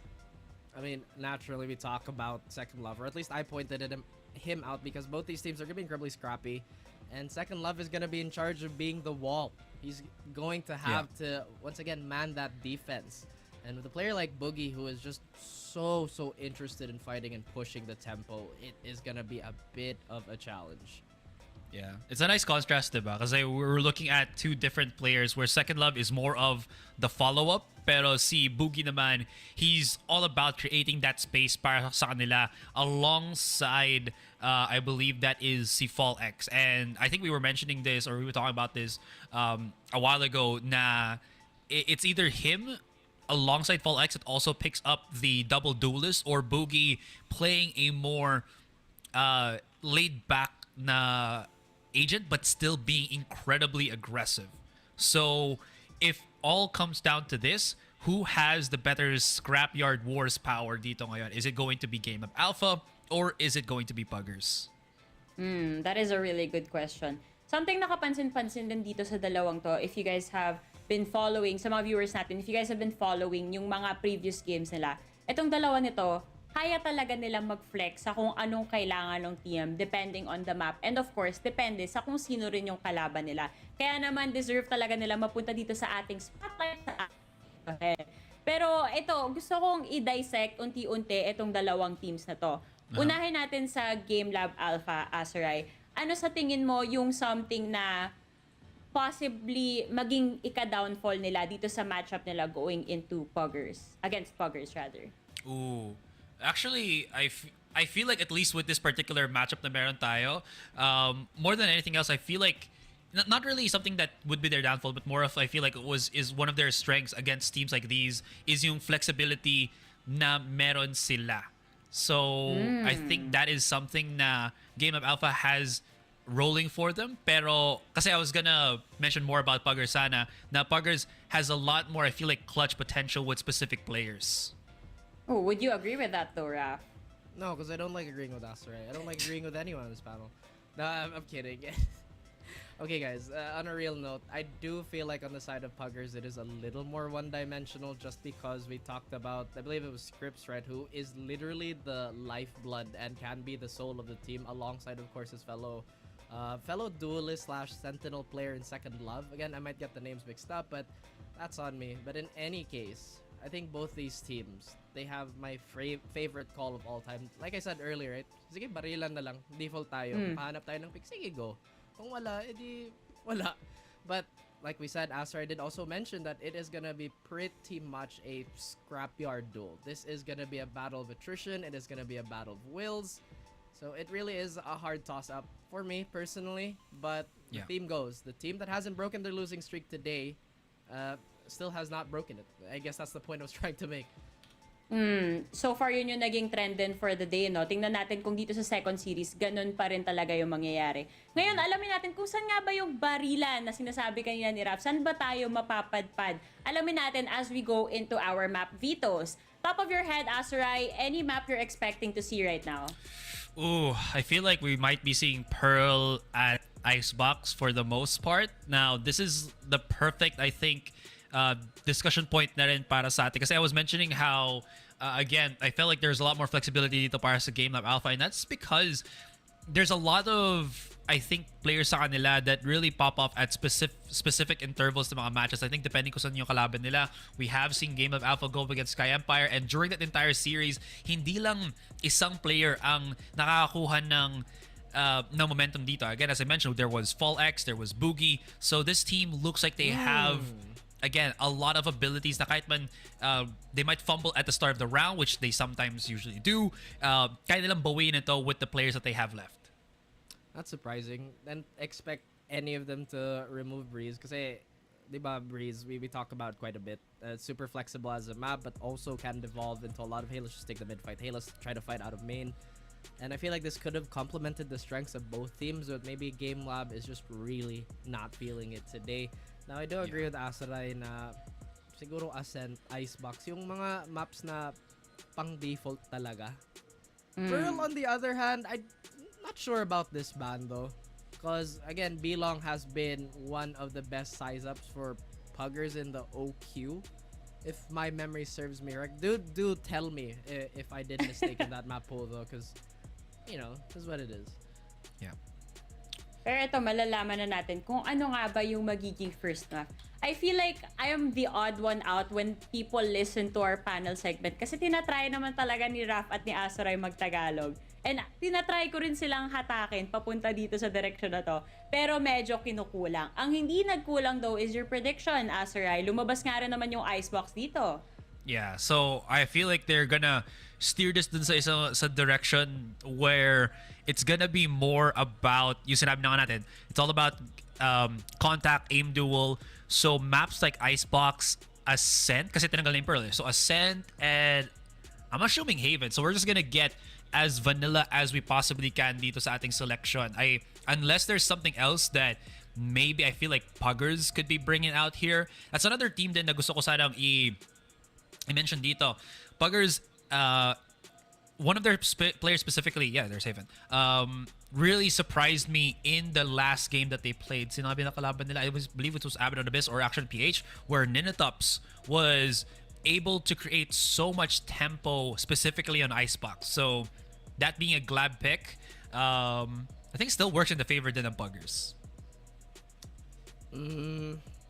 Like I said, the sample size is just really not that sizable for all these teams that I really hate saying this. It can end up like a throw, or rather a complete toss-up here. But Haven, I feel like it can be incredibly reliant on how your Sentinel handles the rotations as well. We've seen that time and time again, and we did put Second Love in that head-to-head. So maybe, just maybe, he could be the X Factor. And my goodness, thank you for banning Biden. Good God, that is a horrible map. And so, ito na nga. So, what's gonna end up happening is, like Azurai said earlier, it's gonna be heavy default all around dito sa mga mapang to. Pero Raf, why do you think merong trend kung saan karamihan na talaga ng mga teams natin dito are picking Pearl, Icebox, Haven, and Ascent, I would say? Bakit nag-English ka sa simula ng sentence mo? Nahihirapan ako. Mag-ayos ka. Like, I'll be honest with you, mahirap din. Okay, so the theme is for this Vito, and I've repeated this quite a bit. This has been my buzzword for the day. These are all size-up picks. It's basically how can we leverage one strong point on the map through raw dueling after the utility shuffle, and then we can disperse ourselves throughout the playing field, right? Again, Ascent has to be the biggest defender of that. This could very well go into a map 3, actually. Icebox also, I think we talked about this when it was, I think it was SR Nakage also doing the same thing when they love doing that Astra pull, and once again the Astra setups in general. So that's basically the similar theme between all these maps.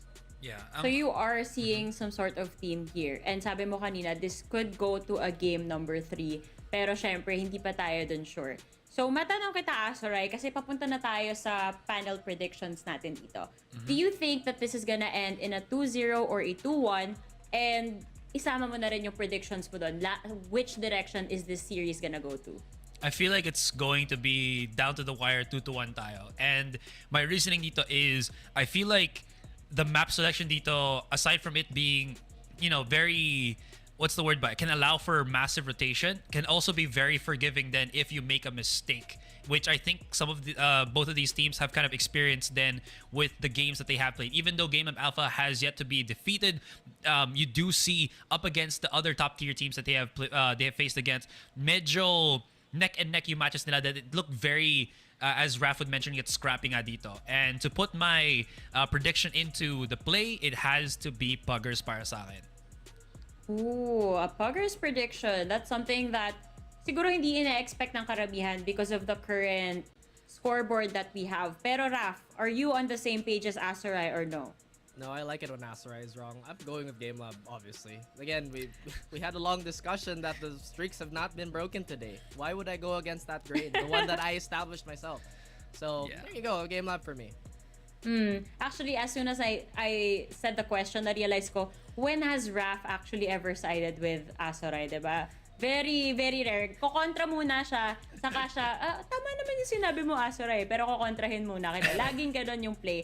Pero, kukontrahin ko rin si Azurai. I am gonna be with Game.Lab Alpha for this series. Kasi, yun nga nakita talaga natin yung trend. And so far, even with the OQ teams, talagang tuloy-tuloy yung consistency dito ng Game.Lab Alpha. And on the side of Puggers, I hope to be proven wrong. Kasi syempre, gusto natin na nagsi-step up din talaga yung mga teams natin dito, especially if medyo hirap sila sa umpisa. Ayun na, nakakast in na yung mga predictions namin dito sa ating panel segment. With that said, guys, ready na ba kayo? Kasi ako, ready na. Ready na ako makakita ng mga panibagong agent selection, panibagong mga game styles, and everything else in between. With that said, I'm tossing you guys back to our casters so we can begin with series number 2.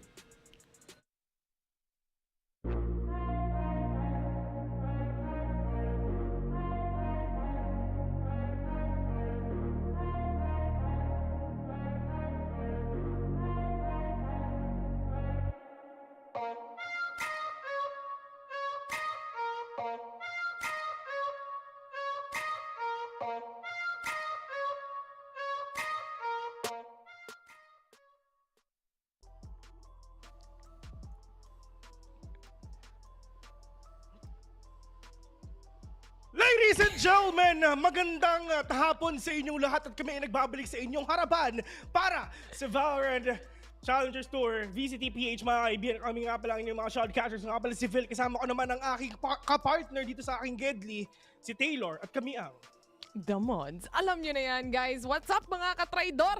Muling nagbabalik at muling nagtatagalog na naman si ate mo, Taylor. Diyos ko, dumugo yung ilong ko sa kabila nung nakaraang 2 araw. Oo, bes, pinapanood kita. Parang grabe yung mga insights mo doon. Men, street English lahat-lahat eh. Pero syempre, ngayon, masaya na ulit si Taylor. Well, masaya naman siya doon sa kabila. Pero syempre, ngayon at least... Mas masaya dito.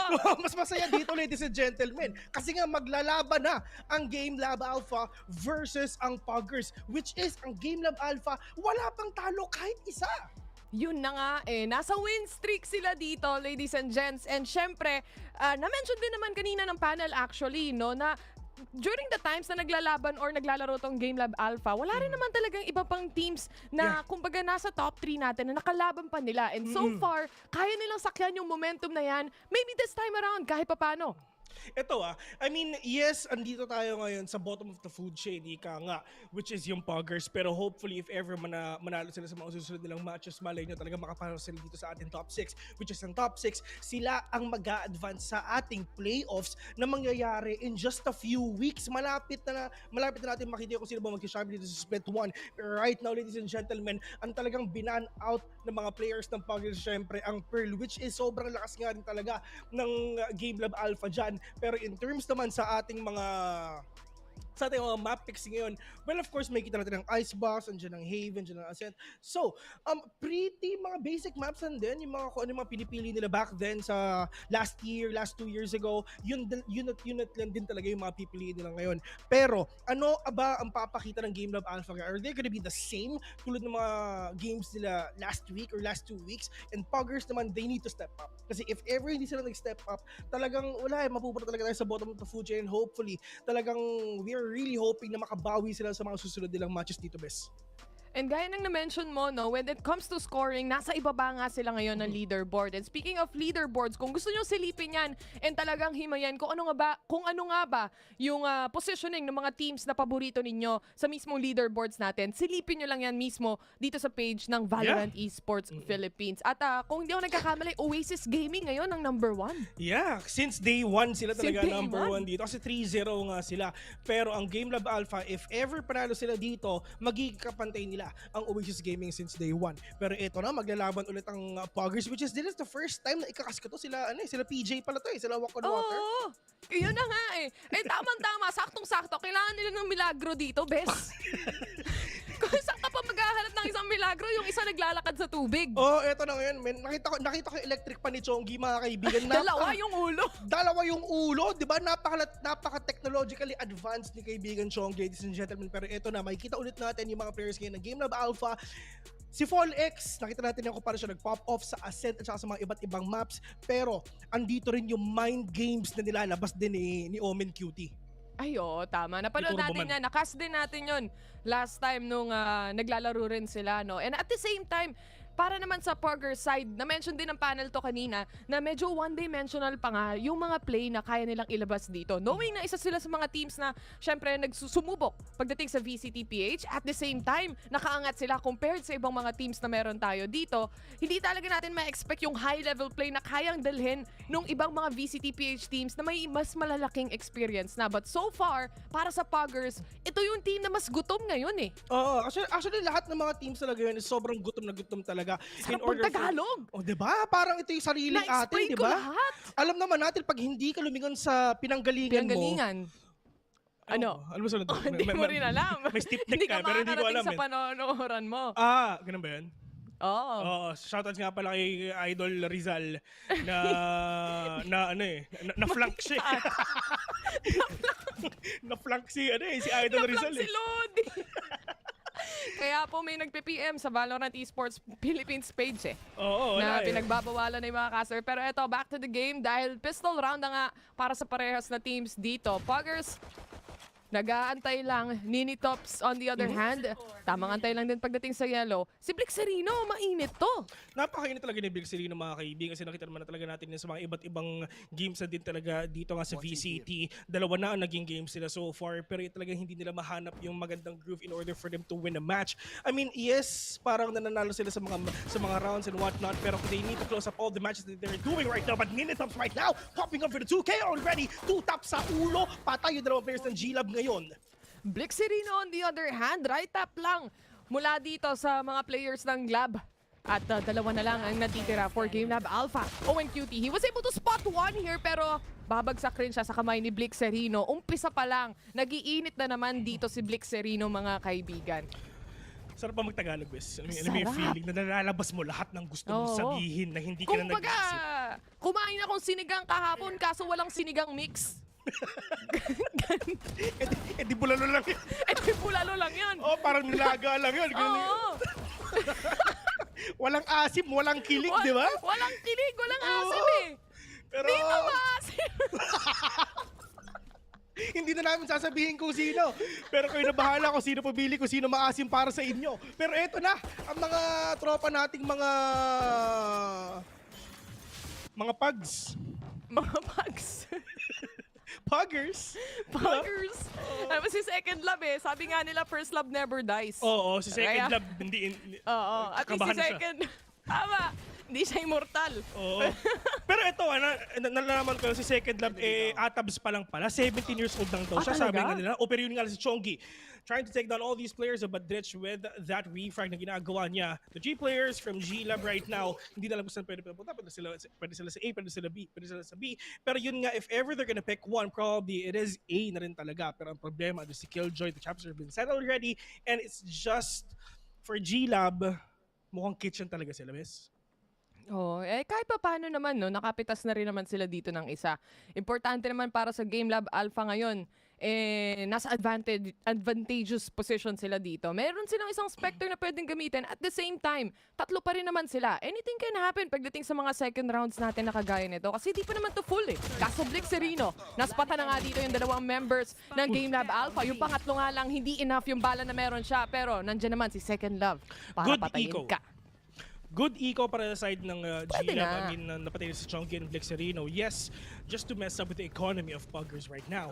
But dito ngayon sa tunay na bangbang mga kaibigan, ito na ang buy round for the players of GLAB and bonus round for Puggers right now. Tignan natin kung makakabawi na sila. So alam nga ng Puggers if ever. Alam na rin natin ang mangyayari din sa Stinger sa susunod na mga kabanata ng Valorant mga kaibigan. But in terms naman sa distance, lamang na lamang yung players ngayon ng GLAB. They have all the Vandals on hand. So, ang nasa isip ngayon ng Puggers, why not tapatan natin sila, harapan natin sila tulad ng ginagawa nila ngayon sa A. Ay, naku, may naspatan on towards that. Kaso nga lang, andun naman din sila agad to take on the kills. Blixerino on the other hand, siya yung pinakalason talaga dito ng Puggers all throughout dun sa mga matches na nilaro din nila.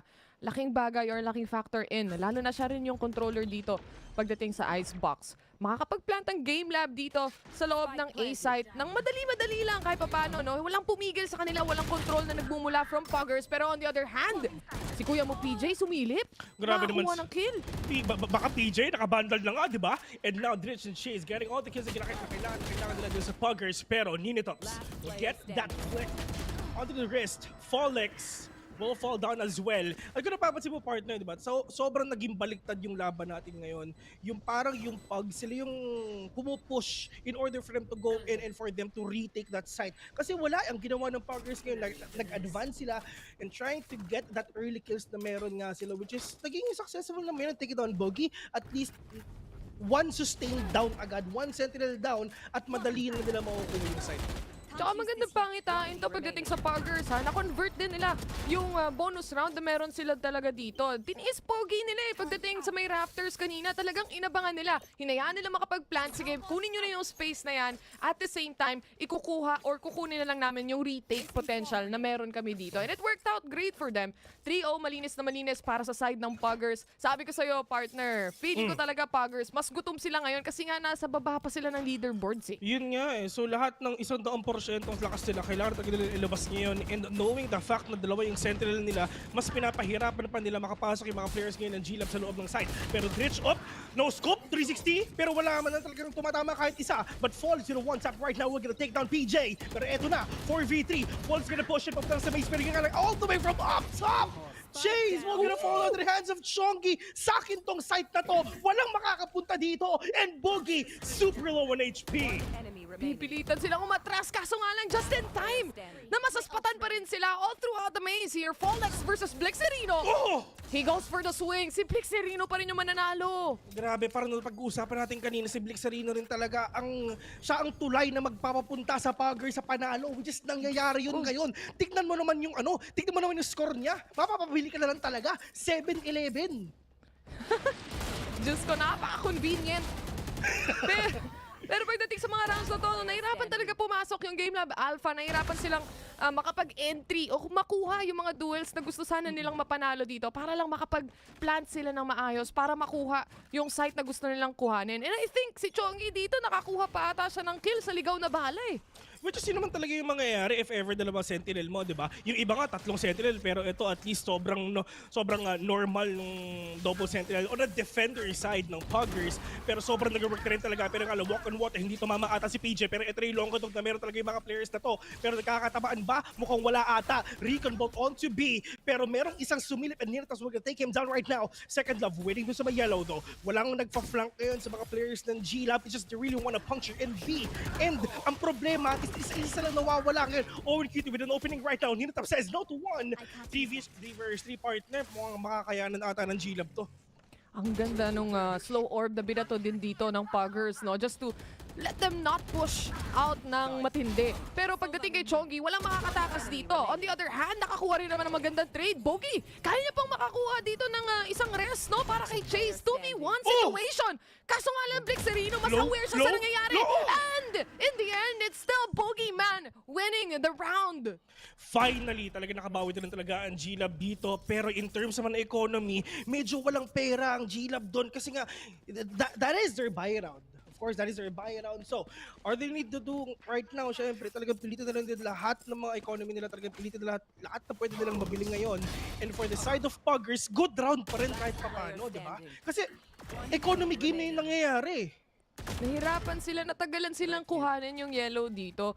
Naipit na lang sila to the point na hindi nila mapatay yung nasa yellow. At the same time, kailangan din nilang ingatan yung ibang angles na pinapasok nila. May slow orb pa. So hindi talaga sila makapag-push all throughout sa gusto nilang gawin dito. Pero isang round na mula sa Game.Lab, baka ito na yung hinahanap nila na momentum shift.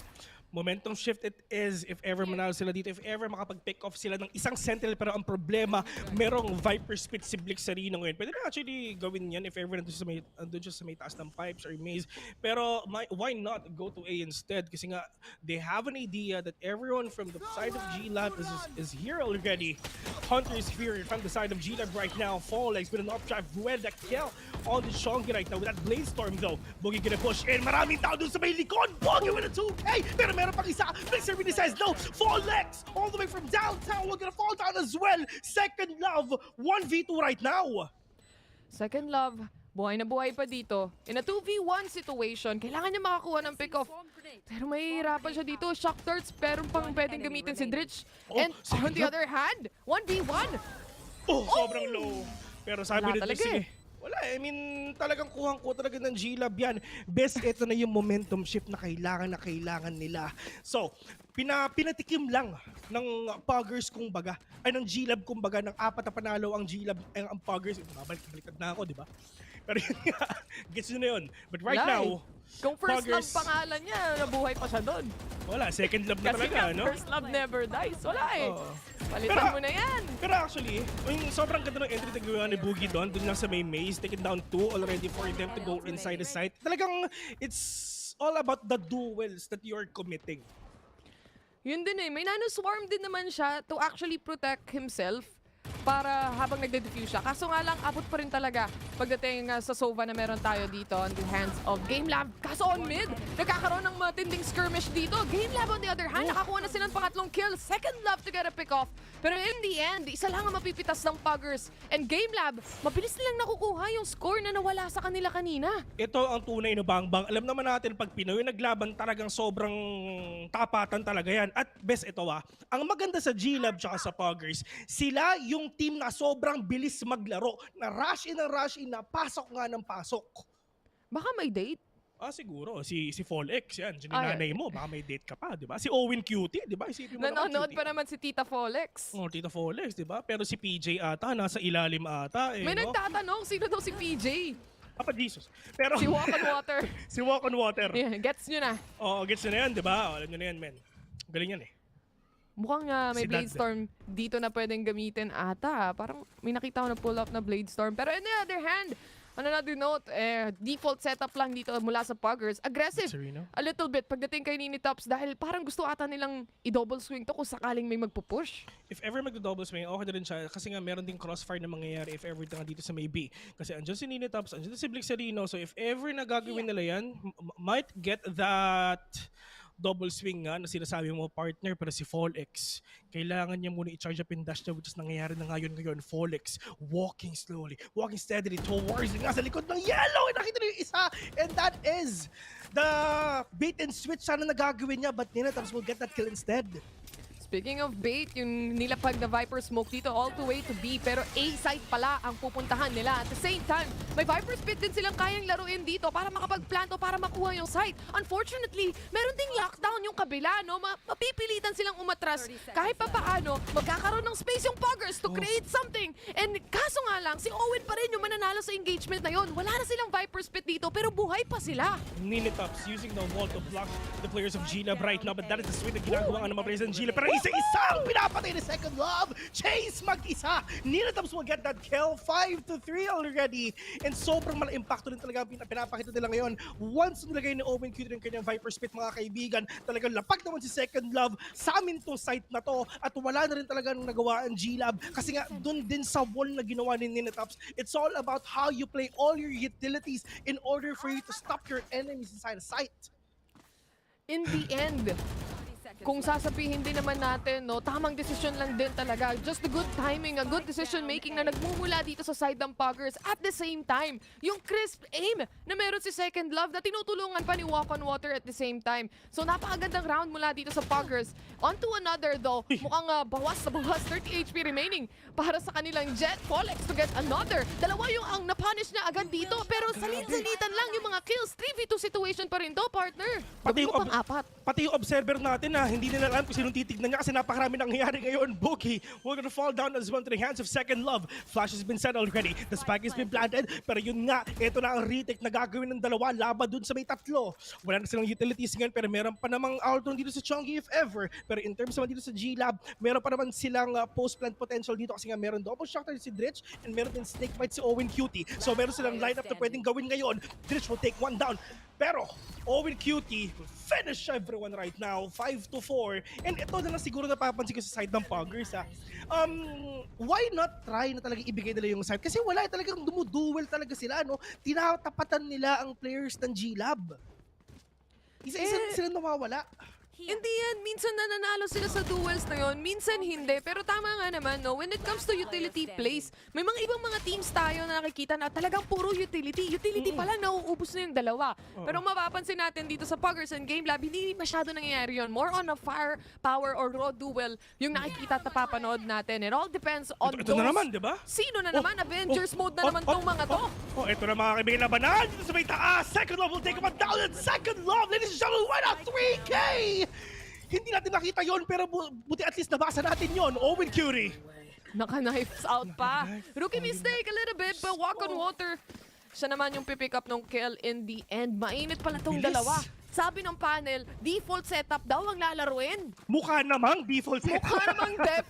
Mukha namang default, pero mukhang mabilis na default ata yung gusto talaga nilang gawin dito. Ito yan, best. Siyempre, pag thunders ka na, andun ka sa safe side. Pero pag atabs ka, talagang mapusok ka. Laban lang. Men, dito sa Puggers, alam mo ba, pinakamatanda sa kanila, 21 years old. Legit? Legit yun, nakausap ko kanina eh. Tapos ang pinakabata sa kanila, 17. O diba, talagang mapusok talaga yan. Mapusok talaga yung mga damdamin. At saka pag bata ka, bes, mabilis yung daliri mo, mabilis yung kamay mo, di ba? Yung reflexes. Oo. Di ba? Basta pag Mabilis Pinoy na- ka. Tapos Pinoy ka pa. Wala na talaga, bes. Double trouble na lang talaga. Alam mo naman, mabibilis. Ang mga daliri ng Pinoy. Pero eto na naman, panibagong round para sa atin. Malapit na tayo matapos sa first half. Tuloy-tuloy na lang yan, mga kaibigan, Gising na para si game Ray number Ray. 2 na. Sabi niya, just walk, ayop.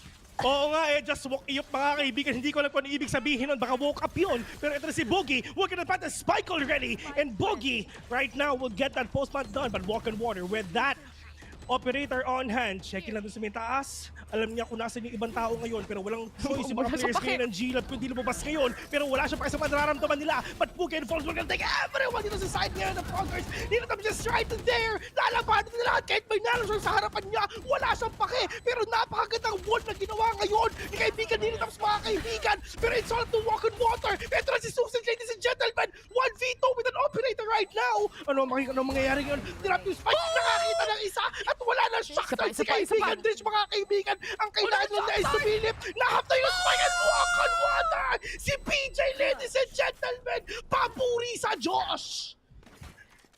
Naghanap tayo ng milagro, nagawa niya. What a play! Naubos na silang lahat doon. Naubos na lahat ng players dito sa loob na mismo ng site. At the same time, yung Puggers, wala silang ginawa kung hindi mag-defuse, bes. Defuse. Pero at the same time, kung hindi nila na-half yun, matatalo sila. Mensa, tandaan nyo, Sunday ngayon, kaya malakas si Sausage ngayon. May Walk on Sunday water. May Sunday buff kasi lahat pumupunta sa bahay niya. Bakit lang lahat? Gusto ng bardagulan. Ituloy na lang yan para mabilis matapos tong series na to. Sunday nga pala. Hoy! Sinilit na naman. Pag sinabi ng kaibigan mong may op, syempre sisilip ka. Oo, di ba? Parang hindi ka Ninitops? maniniwala. Ninitops! Nakaligtas pa siya doon. Siyempre, andiyan si PJ. Talagang got you. Ang gacho talaga. Got you, nak. Tatlo sa mga players ng Game.Lab ang gusto, umaamba pagdating sa B-side. May mga traps naman pagdating sa Killjoy din naman, no? And second love so far. Dalawa silang nagtutulungan dito. Dalawang Sentinel onto yellow. Kailangan nilang i-clear with a flash settling in. Makikita na yung tatlo pero swing kung swing para sa kanila. Game.Lab to take on the kills here. Dalawa na lang natitira. Nakita si Chongi, mga kaibigan, anong gagawin mo? Isang letra na lang, Pideya talaga ang mapupunta sa'yo. But Boogie will fall. Big Sereno will fall 7-5. Best first half na yon. Ganun lang kabilis. Isang pikit lang tapos na. Pwede bilis, bang diba? uminom ng tubig? Oo. Diyos ko. Pwede bang bigyan nyo kami ng pagkakataon magkwentuhan? Ngayon lang kami nag-Casneville eh. Oo nga, isang linggo ako nagpahinga. Ang tagal nun! Yung ibibigay nyo sa aming game ganito, Pero okay lang naman, para mabilis ulit. See you next week ulit. Alam mo yun, wala namang problema sa amin yun eh. that's 1 minute, see you. Oo, see you. Ikaw pala si Nash Daily. At shoutout nga pala kay kapatid Nash na Nash. Agos. Oo, men. Yan, shoutout nga pala sa'yo. Nawawalang ano kapatid ni Villion. which is talagang real talk na nakakalaro ko talaga siya sa larong Valorant. Ba? Sabihin yung pilingero lang kasi si Vil. Totoo yun ha. Totoo yun ha. Totoo yan. Real Oh. lang. Si Dritz Tinatabak. umaamba Uy! pa! Pero siya pa rin na mahuhuli. Kinalaban si PJ pero siya pa rin na mananaig. Sunday ngayon, sir. 4v4 situation. Eco Pistol. Para sa ating lahat ng mga players. Pero mukhang B-side.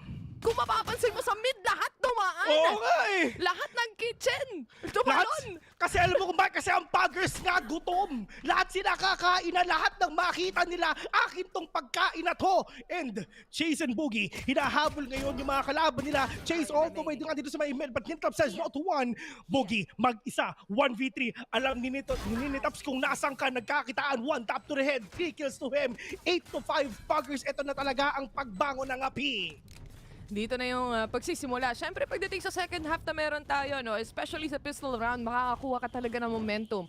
Lalo na, hindi naman ganun din kalayo yung score nila. This gives them an advantage na kaya nilang makuha yung susunod na rounds din natin o yung kanilang susunod na buy dito. But on the other hand, nakaligtas pa si Walk on Water pagdating sa mid. Hindi din tumama rin talaga. And such a wide open angle to take mula dun sa Sova or kay Chongi to actually peek on mid boiler.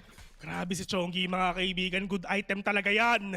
Kung makakapatay ka ng marami, syempre. Di ba? Vandal, di ba? Pag marami ka napatay, good item. Pero Walk on Water, naghahanap siya na pwede mapatay dito, ladies and gentlemen. Sino talaga mahahatulan niya? Masyado kang makasalanang kapatid. Matulog ka muna. Second love. Yung turret niya dito, offline. Kumbaga, pero mukhang nagkasalisihan pa sila pagdating sa Long B, no? Not quite sure kung magkakakitaan sila doon, pero magkakarinigan naman sila na may kumuha ng orb natin. Walk on Water to get a kill already. Nasa loob na sila actually ng B-side dito. Completely taking it. Eco-round naman daw pagdating sa Game.Lab, pero nakakakuha pa sila ng mga importanteng kills. 2v2 right now. Fallis is now super low. Hinahabol, nagkakahabulan nga dun sa may likod. Blixerino, no squad! Sino nandun? Fallis yung right click onto that classic. Ninitapos mag-isa. Dalawang kalaban niya. 1v1 right now and Falix! All gonna fall down kasi Falix ka nga. 9-5 already. And GLAB kailangan yung bumawi ngayon. Puggers, man, sobrang tindi nito. Hindi ko ina-expect na ganito yung laban na makikita ko. Ako din eh. And dun pagdating sa round ngayon, no, kahit na nanalo sila, medyo masakit din pagdating sa economy actually. Game.Lab was able to pick up on the kills na importante para sa kanila. Kahit pa paano, may dagdag na pera, may dagdag na kills mula sa kanila. At the same time, may damage pa pagdating sa economy. Kaya naman pagdating sa round na to, isa lang din talaga, mapupunta pa kay PJ yung Vandal na yan. Oo, no? Baka magalit sa Walk on Water, ba't hindi natin sinasabi yung pangalan niya? Okay na yun, isa. Mas mabilis kasi sabihin yung Oo, PJ. diba? O gusto matawagin ka naming wow. Si Wow! Diba? O, to si Wow, pwede. Ito na si pwede. Wow. Dritch with the 1 for an eye, pinatay si Wow. May tatlo sa yellow. Gumagapang si Owen Cutie. Owen Cutie. Naghahanap siya na pwede makuha dito. Op. Nagbamatinan din siya. Nag-iingay yung mga players dun sa may snowman eh. Para makakuha ng space si Owen Cutie dito kumbaga. Pero si Chongi, medyo di ata goods ngayon kasi low on HP siya. Ay, 24 HP remaining para sa kanila. And like I said, no, isa lang naman yung Vandal na meron sa kamay nila kanina pa. Kaya naman, as much as they can, play for default, play for picks ang ganap pagdating sa team natin ngayon dito sa Puggers. Apat pa mula sa Game.Lab ang kailangan nilang pitasin dito. And kung mapapansin mo, triple stack na to sa B.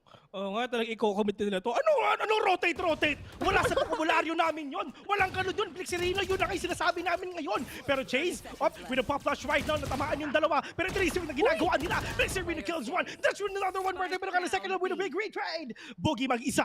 1v2 right now. Meron pa naman siyang heal ngayon. Pero ang problema dalawa pa, kalaban niya. That's as well. 1v1 with a great one. Blixerino versus Boogie. Sino ang mananalo dito? 12 seconds remaining. Nagpa-plant ng spike si Blix. Si Silip. Nagkasilip! Sa iba sumilip si Blixerino. Sobrang sayang. Diyos ko po. Kakaiba sumilip. Diyos ko Lord. Boogie pa rin naman nanalo pagdating sa duel na yon. In the end, wala siyang info eh. Ang tagal tumahimik. And at the same time, wala siyang palag. Nagpa-plant siya ng spike. Wala siyang choice. Kailangan niya i-plant yon as the time is running out. 14 seconds din eh. Tsaka at least alam ni Panalo Boogie na... sila sa round na yun kahit pa paano ha. Yeah. Kasi... Eco yun. Nakapag-plant pa sila. Good eco. Yan ang sinabi ni coach. Sinasabi ng casters. Yeah, good eco. Yeah, nice round pa rin. Yeah. Patapos na ba tong game na to? Parang ang bilis ah. Tuloy nilang yan guys. Uy, 6-9 pala yung score. Nice. Salamat, nag-time out sila. Kasi inom muna ako ng tubig, ha? Medyo nagulat ako, eh. Yun na din yung plano ko, eh. Sabay pa ata tayo, wala magsasalita. Pero sige, akong bahala para sa'yo, no? Wait lang guys, inom kami ng tubig, ha? 5 seconds. Inom muna kami ng 1, 2, 3, 4, 5. Pero kung isipin natin dito, Game.Lab. Isa sa mga problema nga nila, no? Na-overwhelm din sila eh. Pagdating doon sa mga push na pinapakita ni Puggers, dahil nga hindi mo rin mababasa eh. Ito yung mga play na papasok tayo, kung ano yung magiging mangyayari, magre-react na lang tayo. Pero patuloy lang na nananalo yung Puggers. Parang ganun lang. Play for retake, yan sana ang iniisip ng GLAB. Pero ito rin kasi if ever syempre nasa comp games tayo, kung sobrang aggressive nung kalaban natin, why not tapatan natin sila? If you wanna go with some head-on-hand collision, We can actually do that. Yun ang ginagawa ngayon ng GLAB. Okay, kung mala-impacto yung galawan ng Puggers ngayon, tinatapatan lang din nila. Kasi there's this time na magkakamali din ng Puggers, of course. And talagang medyo mahirap i-commit yun kasi 50-50 yun. What if manalo ang Puggers dun sa duel na yun? What if GLAB? Hindi mo rin talaga masusure kasi nga sobrang bilis ng galawan nila. Pero mukhang narinig ata nila tayo, bes. Tama na muna tayong mag-push kasi nakainom na tayo eh. Kaya kalma lang din muna sila. Oh, relax lang muna. They're taking it really slow. At the same time, para sa Puggers, gaya ng sabi mo, no, isang pagkakamali can turn things around. And para sa Game.Lab, kailangan lang nila i-polish yung defense na meron sila dito pagdating sa mga susunod na rounds na meron tayo. Just get that equilibrium pagdating din sa economy na meron sila dito. Walk on water, lumalakad pagdating sa may nest, sinusubukan niyang tignan or silipin syempre yung mga angle na kailangan niyang kuhanin dito. As soon as the retake or recon settles in, papasok na rin sila. Oh, nga, pero ang ganda ng recon, ladies and gentlemen, kitang-kita ng mga players ng Puggers ngayon. Asan ba yung mga kalaban niya? Fallis, andun lang sa gate, nakapatay ng isa. Pero eto na yung trade na ginagawa nila. Pero eto na nga, talagang Fallis hindi nagpapatinag sa kanilang lahat. Lahat ng makita niya, typats talaga. And Owen Cutie will get that trade of hindi man lang talaga na-plant ng mga players ng Puggers yung spike na yun nga dito nga sa A. Kasi nga sobrang ganda ng hold ng ginawa ni Folex dito. At the same time, in the end, nilaro niya yung bagong karagdagan pagdating sa map na to, which is yung wall lang naman nung Sage. Diba? So, you can just see yung mga ganitong mga decision, yung mga micro-decision nila, not to overextend, not to overpeak, and just polish pagdating doon sa mga raw duels. Kasi yun naman yung hinahanap ng Puggers, paulit-ulit doon sa mga rounds na nakikita natin kanina. Ulit-ulit lang, of course. Pero mapupunta naman talaga ngayon sa Puggers yung problema na walang pera at merong pera at wala. Pero at least, okay lang naman yan. Kasi sa Puggers and GLAB, na kahit naka-eco sila, nananalo pa rin sila. Ilang beses natin yan nakita dito sa game na to. And Owen Cutie will take one down. Walk on water, hindi na alam na meron palang tao doon sa may taas ng screens. Rich! Meron siya makukuha dito sa shock threat ngayon. Yung isa ni-revive na rin talaga. Daming utility. Is the retake na gagawin ngayon ng GLAB if ever. May lockdown pa silang kailangan antayin bago sila makapasok, pero the time is ticking definitely pagdating sa side ng Game.Lab Alpha. Nagtapon sila dito ng mga recon at the same time ng mga flash as Folex is trying to go in. Meron siyang mga Blade Storm na hawak-hawak dito.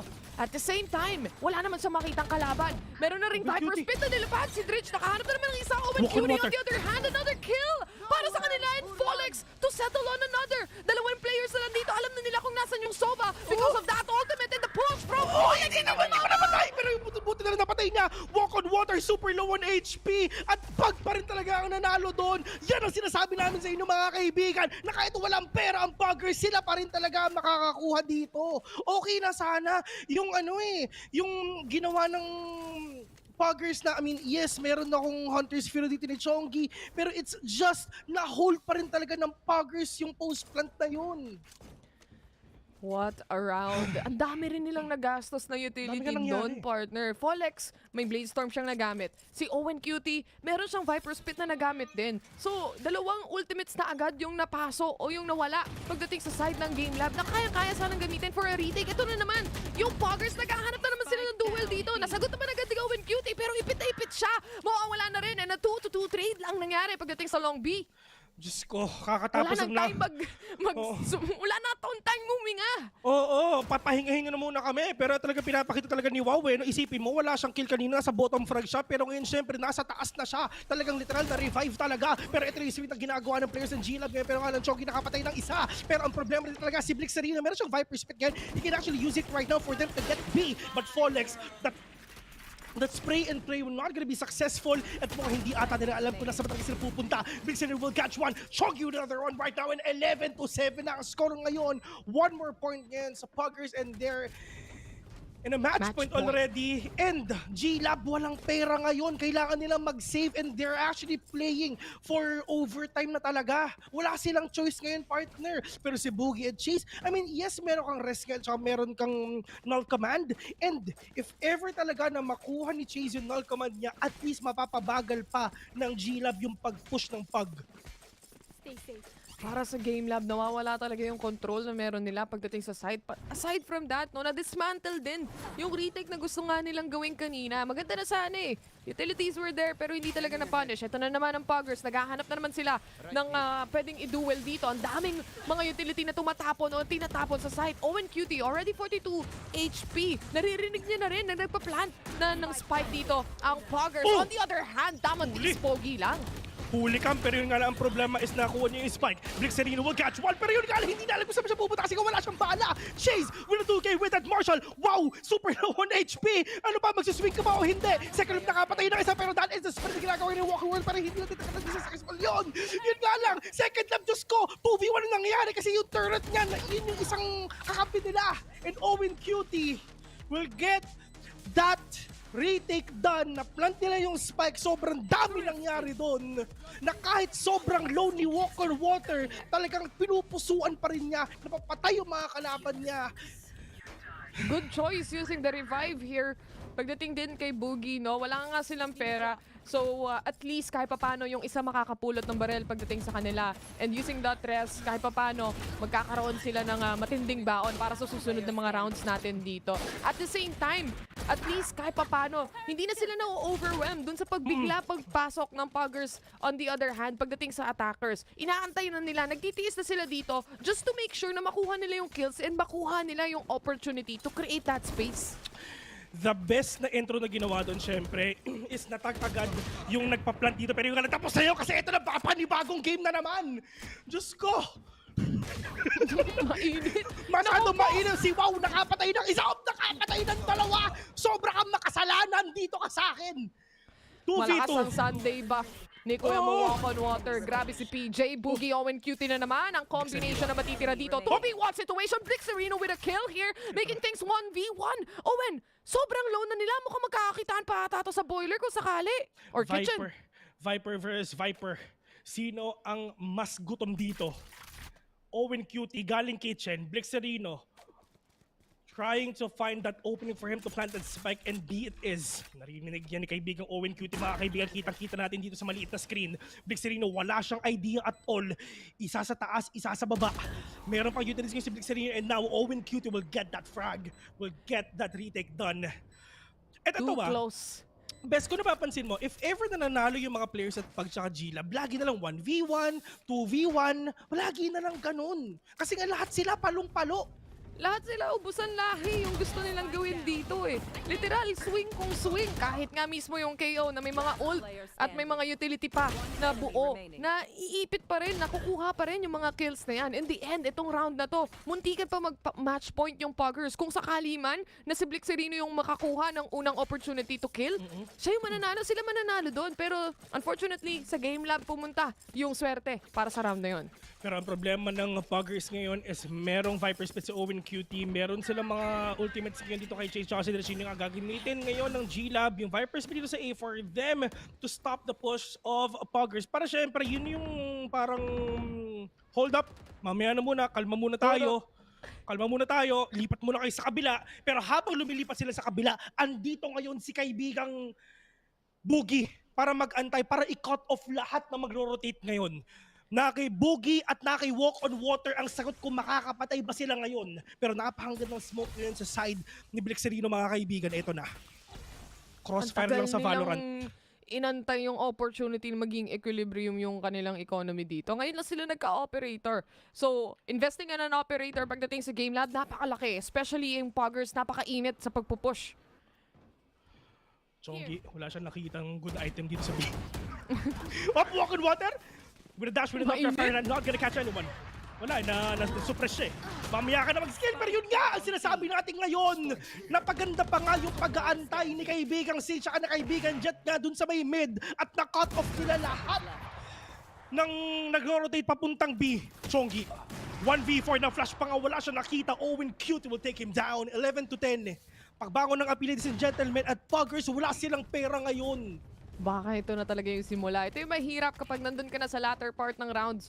Tsaka pa nagkakagulo-gulo yung economy mo. Lalo na kung nagsasalitan lang kayo ng mga rounds na nakukuha. At lalo na kung ubusan lahi yung mga rounds na nakikita natin. Yung mga 1v1s na natitira pagdating sa mga dulo ng rounds natin. On to another though, may kalabangan nga yung Game.Lab dito. At the same time, walang pera tong Puggers. May operator pa rin sila. So, alam naman natin, no, kapag yung mga experienced players, alam na nila kung paano i-pick yung operator na yan. So, tignan natin kung kaya rin nilang gawin to pagdating sa side ng Puggers.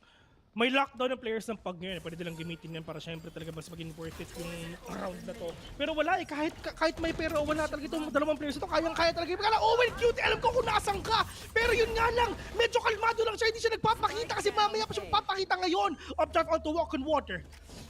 At least Na-shutdown napatin din agad si Owen. Ang bilis. Sobrang sayang sana si Owen Cutie kasi ang ganda ng ginawa niya. Feeling ko sana tumingin na lang siya eh.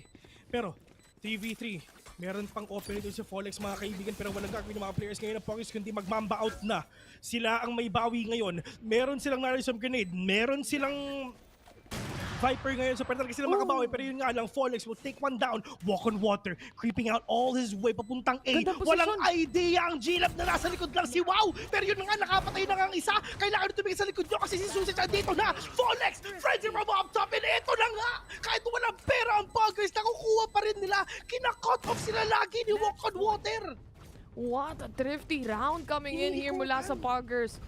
Ganito ka-importante yung mid-control, no? Lalo na kapag nakuha mo. Especially, tatlo sa mga players ng Game.Lab, masyado nang nakafocus o naka-hyper-focus doon sa mga players na nasa A-main din. Hindi na nila napansin pagdating sa mid, na nandun na pala. Nakaikot na si Walk on Water. Wala namang nagbabantay ng flank din dito. At the same time, may disadvantage na kung tutuusin para sa Game.Lab dahil nga din, may operator sila eh. You don't have that firepower na kaya mong i-push out ito mga enemies mo. Pero nakita natin nakapag-clutch na ang isang operator kanina.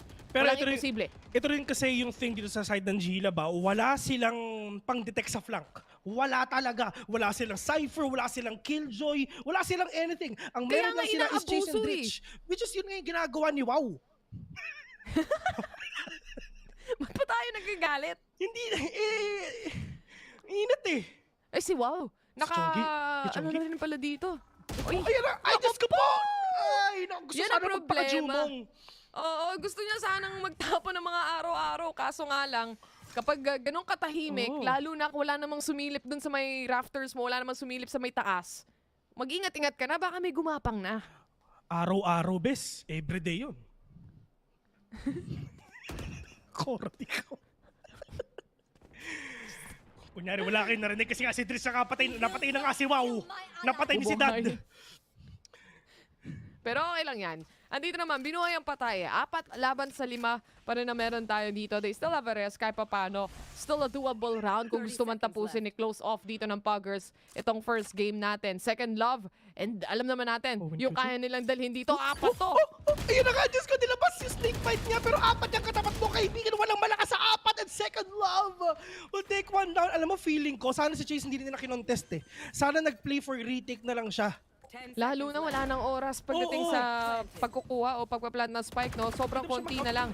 Pero anyway, a retake bound to happen. Dritch already getting a tag here pero si Ninitops pa rin naman nanalo. Meron din silang sariling rest nila na magagamit dito. 4v2 situation. My God! Battle Sage kung Battle Sage finishing the round with a 4K and winning the series or rather winning game number 1 para sa side ng Puggers. What a game! Pinakita lang ni Ninitops si Sage. I am not just a healer. Yan ang sinasabi niya. At kitang-kita mo naman yung electric pa ni Chongi. Dalawa yung ulo, ladies and gentlemen. Malamig dyan! Malamig dyan, men! Pero ito na nga, di ba, best? Talagang sobrang malaking impacto. At ito yung momentum na kailangan ng Puggers in order for them to close this series with a 1-0 nga. Which is, talagang wala silang choice eh. Andun na sila sa panahon na kailangan na nilang manalo. Kasi nga 0-2 sila. Kung baga, yun yung parang patikim lang yun eh. And right now, at least nilalabas nila yung 100% potential nila. Tinapatan nila ang GLAB, sobrang mala-impactong bakbakan. Wala kaming time para magkwentuhan, para mag-joke kasi nga lahat talaga sobrang Talagang bakbakan talaga eh. Kumbaga parang pinagsama-sama mo yung lahat ng Filipino action superstar eh. Oo, nandun si FPJ, nandun si Lito Lapid, lahat sila nagsusuntukan, lahat na pwede mo maisip, nandun na lahat, no? Babarilan Pero kung tutuusin, pagdating dito sa match na to, I really would say na yung ganong certain aggression din naman pagdating sa mga teams, lalo na sa mga inexperienced teams rather, mas maganda para sa kanila eh. Hindi na nila kailangan mag-isip masyado, mag-overthink compared doon sa mga slow plays na mapapaisip ka, mafa-flank na ba ako? Ano na ba yung mangyayari? And wala nga kasing anti-flank kumbaga, no? But looking at stats right now, of course, a very close fight, a very intense fight, I would say. Hindi ko na-expect na ganito kainit maglaban tong dalawang teams. Ituloy nyo lang yan, guys. Tuloy nyo lang yan. Tuloy nyo lang yan pagdating ng Don't be second shy. game. Sige lang, kung ganyan kayo maglaro, hindi namin kayo pinipigilan. Which is, tandaan nyo lahat ng mga bagong players dito, lahat ng mga bagong teams dito, sila yung future ng PH Valorant, ladies and gentlemen. Kasi yung mga Thunders, andyan na yan eh. Iba nasa bansa na nga, di ba? OFW na sila. Pero ito na ngayon, yung mga bagong bagong face of the Valorant scene Ito ng na yung Pilipinas. future. Ito na yung future. The future Grabe. seems so bright and seems so chaotic. Okay. Pagdating sa mga takes, Diyos ko. Chaotic. Kung ano na lang talaga. Pero ito, Nakakatakot in the end, Puggers, sila pa rin talaga mananaig. And at the same time, kung tutuusin pinag-uusapan natin bago magsimula tong match na to, Game.Lab Alpha, nasa isang matinding winning streak sila ngayon. Kaso nga lang, dito sa pinili nilang mapa, dito pa sa Icebox na sila ang pumili, dito sila natalo. Yeah. Which is, itong Icebox din naman talaga sobrang napaka-common talaga yan sa lahat ng teams, di ba? Kumbaga parang matik na yan. Kung Icebox, madali na lang yan. Ang dami ng maraming malakas na teams dyan eh. So talagang ginawa ng Puggers dito is parang they just literally played their game. Wala silang ginawang any sobrang tawag doon, para slow push nga. It's just nilabas lang nila kung ano yung makakaya nila. Basically, bardagulan. Wala nang bardagulan. paligoy-ligoy pa. Bardagulan sa side kong bardagulan. Pero in the end, yung mga nag-shine ng mga players talaga dito pagdating sa raw aim power or aim duel, syempre sina Folex, sina Walk on Water. Andiyan din si Nini Tops on the other hand. Na yung mga Battle Sage, mga ganyang aim na meron tayo. Hindi mo pwedeng i-discredit yung mga ganyan kahit anong agent ilagay mo. Yeah. At saka ito, sa mga players ngayon ng Puggers, talagang lahat talaga may ambag. Lahat talaga sila, kung napapansin mo, yung mga kills nila is talagang pantay-pantay lang talaga. Pero, kung sino ba yung nag-shine? Syempre, from Puggers, andito si Ninitops, delivering the win with GLAB Unlimited. Isipin mo, ending the game number 1 with the 4K with the Sage. That is huge. Huge potential sa lahat ng players. Tama. Exactly. And like you mentioned, ito na rin naman yung future of Valorant din talaga. Mga bagong mukhang makikita natin. And so far, it looks very promising pagdating dito sa first game na meron tayo. Mainit agad yung pinakita nila dito. And a big, of course, kudos pagdating dito kay Nini Tops na talagang angle isolation is the key pagdating sa kanya. And he was able to take down some of the important or I would say impactful kills of the entire round or entire series na meron din tayo dito. So, mainit ang game number 1. Excited na ako for game number 2. Puggers ang pumili nun. So, any last words, partner? Well, para sa akin, syempre talagang in terms naman sa Asian composition, talagang nung alam na ng Puggers sila yung defending okay, i-double sentinel na natin to. Pahirapan natin makapasok ang Game.Lab para syempre konti na lang yung gagawin nating adjustment pagdating ng second half, which is nangyari yan. Nakita natin yan. Despite of them na walang economy, walang naka-Vandal, walang naka-Phantom, sila pa rin talaga nananalo sa mga eco rounds. Pero yun nga, game number 2, malapit na. And kami ay mag-break muna, ladies and gentlemen. And, cast for the day, my name is Phil. Alongside with me is Eliza Taylor or Taylor. Grabe naman full name. Later on.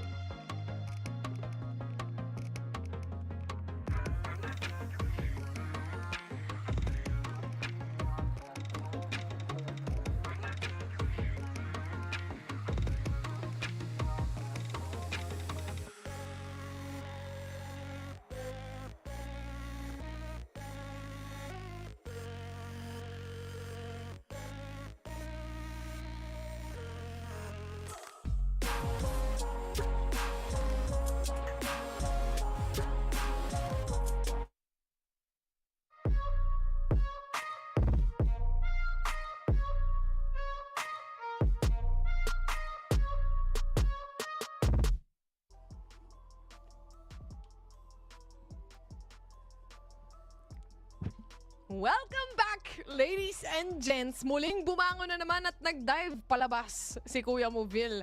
Pagdating dito sa ating second series, mainit-init pa. Tavil nga pala, Vitay, lahat na pwede nyo itawag the mods ang magkakas para sa ating huling series. Para sa araw na ito, maaga pa. Huling series na to ah. Alas 4 na. And potentially, maging huling game na if nanalo ang mga Puggers, di ba? Eh kaso bes, yung comment section ngayon, #Game.Lab reverse sweep daw. Makikita natin yan, syempre. Di ba? Makikita natin yan if ever talaga makakabawi ito ang Game.Lab. Kasi nga, nandito na si Tita Folex, di ba? Talagang papakainin talaga yung mga anak niya para syempre talagang sobrang... Jollibee na naman for today diba? With Grab only. 9 pesos lang. Tama, on your first month. So, huwag kayo mag-alala, mag-subscribe na kayo sa GLAB only. 9 pesos lang yan para sa inyong first month. And syempre, enjoy nyo na yung mga free deliveries na meron tayo dito. Pero ito ha, second game na mention natin kanina, baka sa mga kaka-tune in lang, ang susunod na mapa is Haven. Ang pumili is Puggers. Mapa ng Pinoy, ladies and gentlemen. Pero ito I mean, dito natin makikita, yes, sobrang laki ng mapa. And if ever ba na makakapag... sa sobrang aggressive ulit ng mga players natin, ganun ba ulit yung makikita natin? Are they gonna be really that aggressive? Or siguro pupunta naman sila dito ngayon sa phase na kalma lang talaga or anything like that? Nakadepende pa rin talaga sa kanila sa mga plays nila. Kung saan sila komportable, yun yung gagawin nila. Ganun lang yan, man. If ever they're really that comfortable dun sa aggressive plays, hindi gawin nila. If ever hindi, safe lang. It's really up to you guys kung ano ba talaga ang pipiliin yung play. Pero at least talagang pinapakita ng Puggers na despite of them being 0-2 sa ating leaderboard, is hindi sila magpapatalo. Hindi sila gagawa ng anything para maging 0-3 yun. They're gonna do everything, their best in order for them to get at least 1 point dito sa ating leaderboard para syempre makapasok sila sa mga susunod na linggo sa playoffs best. Kasi excited ako kung sino bang mapupunta sa playoffs eh. In the end, hindi pa naman tapos ang lahat eh. Hindi pa huli ang lahat, kumbaga. Ang Game.Lab Alpha ngayon, nasa taas din ng leaderboards natin. Even if they lose, pagdating dito sa series na ito, hindi siya masyado malaking affected or hindi gaano ka-affected, no? Pero pagdating sa Puggers na naghahabol sa mga points, especially dun sa mga baba ng leaderboards natin, napakalaking factor ng mga ganitong crucial na mga games. Lalo na, yung mga nakakalaban mo pang mga team is hindi pa yung talagang mga top tier teams pagdating sa Pilipinas, no? Hindi ka pa umaabot dun eh. eh. So might as well gather enough points pagdating pa lang dito sa mga subtle o yung mga games na meron tayo dun sa mga inexperienced pa so far. Pero so far, kahit inexperienced ng mga players natin pagdating sa VCTPH in general, pero pagdating naman sa loob mismo ng game, makikita mo na napakalaki ng potential. Yeah, I mean, hindi naman sila mapupunta dito kung talagang hindi sila worth it, 'di ba? Lahat nung nandito ngayon sa VCT, lahat sila worth it. Lahat sila worthy, kumbaga. At dito nga sa Game.Lab Alpha, dito natin makikita yung talagang win streak na pinapakita nila. Pagdating dun pa lang sa open qualifiers, mga kaibigan, tinuloy-tuloy nila yun hanggang dito ngayon sa mismong regular season na ng VCT. Pero ang tanong, matatapos na ba yung win streak na yan? Tatapusin na ba ng Puggers yan? Kasi nga, of course, dito sa Haven, I mean, dito ba sa tatanungin kita, if ever Haven, ano yung pipiliin mo? Attacker, defender? I would say magsistick na muna ako pagdating sa side ng defender. Defender Sa una, side. rack up the points. Para sa akin lang naman kasi nga, obviously, nasa attacker side, knowing na tatlong mga sites yung kailangan natin pagplanta ng spike and kailangan mas iwas or mas hiwa-hiwalay, kumbaga, yung 5 players na meron tayo compared sa mga 2 sites na mga mapa, no? So, I would rather be first on that defense and really see kung ano nga ba yung magiging attacking potential ng kabilang team and at the same time, gather all the points na kaya mo until mag-swap out pagdating sa attacker. Which is yun na rin talaga yung ginagawa ng mga teams ngayon for sure. If ever naman kasi bago mag-start yung game, nagpipick sila kung defender ba sila or attacker side. So if ever defender side ka, syempre, yung composition mo, dapat talaga mas mahihirapan yung mga kalaban mo na makabawi talaga. Yun yung ginawa doon sa first game. Yun nga, naka-double sentinel sila. Isipin mo, naka-killjoy ka na, naka-siege ka pa. Talaga napakahirap talaga makapasok sa ganyang composition, men. And right now, for sure, mas nakadepende naman sila dun sa agent composition natin kung mag-killjoy ba sila or Cypher. Basta so may far, flank. pagdating naman sa mga teams, oo nga, importante of course yung traps yung mga flanks natin. Pero so far sa mga teams yung mga nagsashine all throughout, kahit yung mga last 2 years na meron tayo pagdating sa VCT, yung mga nagsashine talaga pagdating sa mga mapa na to, kagaya ng Haven, is yung mga teams na magaling mag-retake. Yung mga yung talagang may proper setups pagdating sa mga retake and yung mga utilities nila is well utilized talaga in making or creating those traps na minimension mo rin kanina. So napaka-importante nun. And knowing na kung ano ba yung makikita nating mga agents, isa rin yun sa magiging factor. Kaya silipin na natin yan pagdating dito sa agent selection natin. Second map, Haven, and we are seeing Game.Lab and of course, Puggers here on this map. In terms of utilities, mga kaibigan, nakikita ko yung Puggers no? Diyos ko, they have the Astra, you have that full map control na meron siya, and the flashes and the utilities na meron nga itong si SKYE at saka si Breach. So in terms naman sa utilities, napakatindi na meron ng Puggers. Pero dito naman ngayon sa attacking side na Game.Lab, talagang dun muna tayo sa medyo standard na pick, kumbaga. They have the Reyna, they have the Omen, they have the Jet, Sova, and Killjoy as well. So in terms naman sa attacking, at least they have that Jet and Reyna na talagang kayang-kaya talaga makapasok sa loob ng site. Clear ni Reyna, pasok si Folex, and if ever kung ano mangyari doon, syempre, it's really up to them. But right now, dito ngayon sa side ng Puggers, sobrang hirap makapasok na merong SKYE and Breach, men. Ang hirap niyan. Ang dami mong utilities na pwede mong pagkukunan. And knowing na may Astra pa kayo, as a defender, you have that smoke, you have the utilities, ang hirap din nun. Lalo na itong isang Astra is a global control type of agent. Yung mga pull niya na kaya rin talagang pigilan yung mga diffuses agad-agad ng ganun-ganun lang, no? So napakalaking factor din pagdating dito ng mga agents natin. And as you can see, a very typical choice o talagang napaka-favorite choice ngayon pagdating sa Sentinel is a Killjoy talaga. Lalo na yung buff na hindi na mapapatay yung kanyang ulti ng agad-agad or kahit using just a Breach aftershock. After that, talagang nakikita na natin, lalo na sa isang mapa kagaya ng Haven. Sipin mo yun, no? tatlong full na Hunter's Fury in order for you to take down that lockdown. I mean, that info alone, yung damage alone, talagang wala kailangan mag-antay ni Chase na mag-lockdown mo talaga si second level in order for him to use his ultimate, and kailangan talaga tumama yung buong tatlong Hunter's Fury doon. Pero ito na nga, Puggers being Puggers, mainit agad. Game 1 pa lang, round 1 pa lang, nasa may mid na talaga lahat sila. Round 1 pa lang kung tutuusin, no? Walang bumaril pagdating sa turret. Ninitops didn't want to show kung saan nga ba siya dito nagtatago. Pero, yung kaakibat naman nun is magiging 64 HP siya dahil nga dun sa turret. Ang laking damage nun, ha? Para sa pistol. Oo. Pero walk on water with a frenzy. Lumampas dun sa may garage, catching one already. That is huge. Tatlo na lang natitira ngayon sa side ng GLAB, mga kaibigan. Pero meron pa silang smoker ngayon. Ano ang gagawin? Owen Cutie tsaka si Chase. At isa kapatid si Owen Cutie. Meron pa silang smoke. At saka syempre, yung recon na meron ngayon si Chase in order for him to catch A. Pero ang problema, may turret doon, may breach pa. Recon has been set already. Chongi, andito lang sa Gedli. Owen Cutie mag-isa. He is half on HP. The spike is dropped and that is what ginagawa niya. Pero walk on water with a spray onto that frenzy. Ginawang regalo si Owen Cutie dito. Well, isang magandang regalo para sa team nila. 1-0.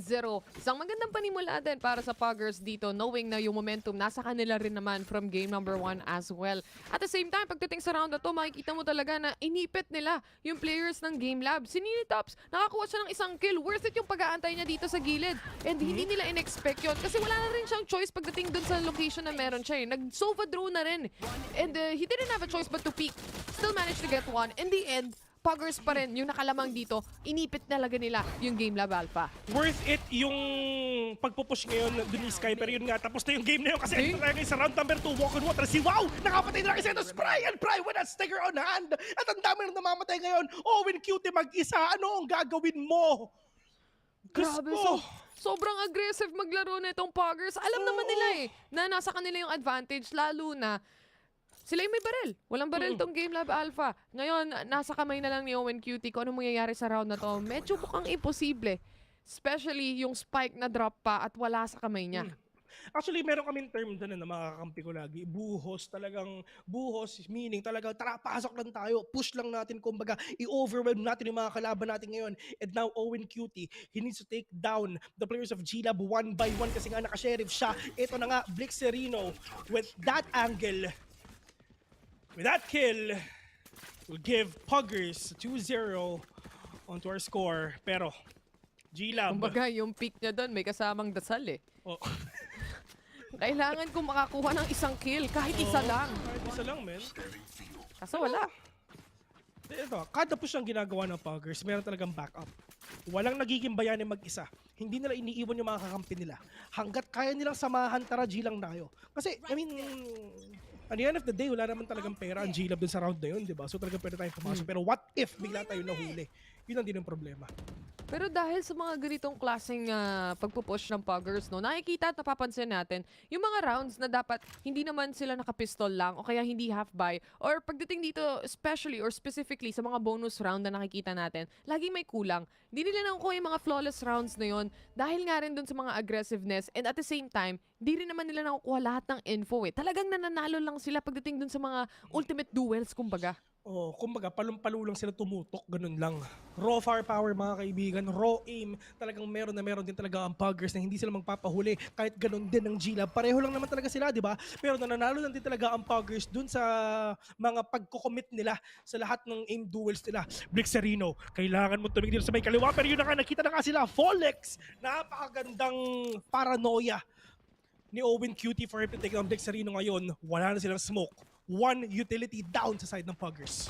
Good choice not to do a dry peek here, pero si Ninitops makakakuha pa rin, makakapunish pa rin. Alam natin kung gaano kasakit ang Stinger ngayon. 2v2 situation, dalawang may Vandal, dalawang pistol lang ang hawak-hawak dito ng Puggers. Pwede pa rin nila, kahit pa paano magandang pistol na to para sa kanila. On the other hand, nakakuha pa rin si Second Love. 1v1, parehas na killjoy. Oh no, at least a Breach. Nakakuha, I mean, si Second Love, meron siyang Vandal ngayon. If ever he's gonna go there in A, meron pa naman tayong alarm dito if ever doon lang sa may short, pero nga nagkita sila. And now Puggers still winning that buy round na ginawa talaga ng GLAB. Ginawang puno si kaibigang Dritch. 3-0, magandang panimula to sa Puggers. This is the map that they picked. So talagang if ever na ituloy nila itong ganitong klaseng performance, itong klaseng momentum, kabahan ang GLAB ngayon. Exactly. Ito nga yung comfort pick na meron tayo pagdating sa Puggers, no? And so far, this defense is working out great pagdating sa team na to. And at the same time, kahit na kulang-kulang or broken yung kanilang bonus round dito, nakuha pa rin, na-convert na naman nila. Ganon din ata yung nangyari kanina sa game number 1 eh. Yeah, ganun pa rin sila na kahit wala silang pera, sila pa rin talaga yung nananalo. I mean, yun na nga yung problema, yun na nga yung, hindi naman problema, pero yun yung maganda sa dalawang team na to, na kahit sino dito mag-eco, sila talaga yung mananalo talaga. So, hindi porket walang pera yung kalaban mo, hindi ka pa rin dapat magpataas ng kumpiyansa. Huwag ka maging overconfident, kumbaga, walk on water, get into verticality. Pero yun nga, wala siya mapapatay ngayon dun sa may grass. Pero at least, they're just really trying to wrap around these players and din talaga from Garage to see na walang naghinga dito sa A. Pero yun nga, walk on water. Wall bang onto Polex right now. Blixen with a swing will catch two. Ang ganda ng info na meron ang Puggers. Alarm bot is the key. Yan lang ang meron sila dito. At tamang antay lang kung sino man yung papasok sa loob ng site. Completely na-dismantle nila dito ang Game.Lab Alpha. At kung tutuusin, no, medyo questionable yung pag-peek o yung pagpasok ni Owen Cutie sa A site mismo. Mag-isa lang siya doon. Pagdating sa sewers, sinilip niya yung right side. Unfortunately, wala eh. Sobrang open peek lang. Sobrang checking corners lang talaga. Kaso solo flight lang siya. Wala na silang smoke to go in on the site after nun. And in the end, wala rin silang barel. Nahuli lang din sila ng Puggers. Mapapa-timeout na lang din talaga sila and they actually need this right now. Ito rin kasi yung mahirap dito sa side ng GLAB, di ba? They have that paranoia which is napakamahal niyan, men. 400 lang din yan. And lalo na kay Boogie as well with the Lear na pwedeng madinay ang Lear kung babarilin mo. Pero dito nga sa side ng Puggers, they have that flash. Dito ni Ninitops and yung kay Chongi, which is napakahirap din talagang iwasan yan. Yun yung wala sa GLAB. Yung utility na meron ang Puggers.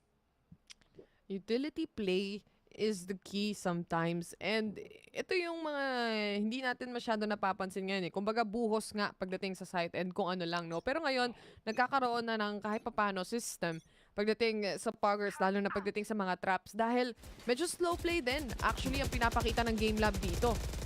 Akala ko, tapos Akala akala ko ko game laban na. na. Ako rin eh. Paparilan na sila. Oo nga, ako rin eh. Kinabahan ako eh.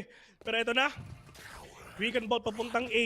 Ito yung maganda. If ever mag-push man ang GLAB dito, ang gagawin lang ni Ninitops, syempre, mag-ano lang siya, magpa-blind lang siya. Meron pa siyang aw-aw dito, pwede nang gamitin yan. Pero kailan ba na gagamitin yan? Pero yung nga, that is the Astra! Astra Star. Pero Pinilit niya. pinilit pa rin ni Ninitops. Nakuha niya na yung info pero pinilit niya pa rin talagang i-peak. Ang kaso nga lang, wala naman siyang ka-trade-off doon. Fortunate events and baka ito na yung isa sa mga mistakes na inaabangan ng Game.Lab Alpha. They go in, kaso si Polex hindi pa rin tumama yung shots niya. Boogie on the other hand, to the rescue pagdating sa round na ito. 4v3 situation, makakapag-plan sila ng spike. They have complete space. Pero tatlong players pa rin to na kaya makapag-retake. Merong aftershock si Chongi ngayon. So if ever talaga meron dito si Gedli, pwede talagang maalisin yan. Chase, super low on HP. Wicked ball has been set as well. Pero meron pa siya makikita mukhang wala. Boogie. Ito na, yung Empress. Trying to stop the possible push of Pug right now. Chongi, yun na nga, na-wallbang pa yung isa. Boogie with the Empress will catch one. Chase, nandun lang sa may monster. Nakakapatay pa ng isa. Chongi mag-isa.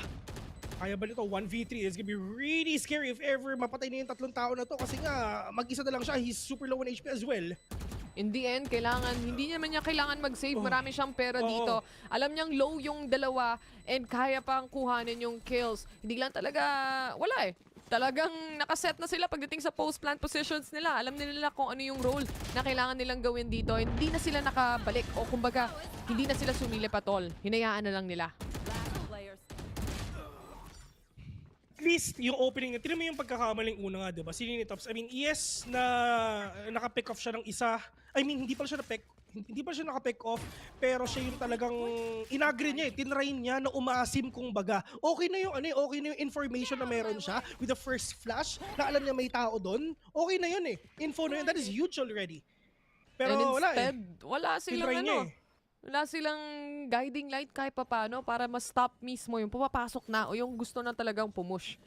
Well, gaya na sabi ko, yun yung mga mistakes na inaantay ni Game.Lab na gusto nilang makapitalize and nakapitalize nila definitely on that round.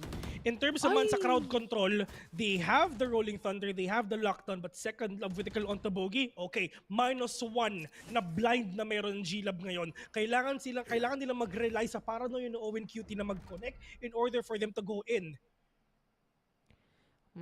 Dritch, Talagang patience is key para sa Game.Lab. Naghahanap pa rin sila ng pwedeng mapitas dito.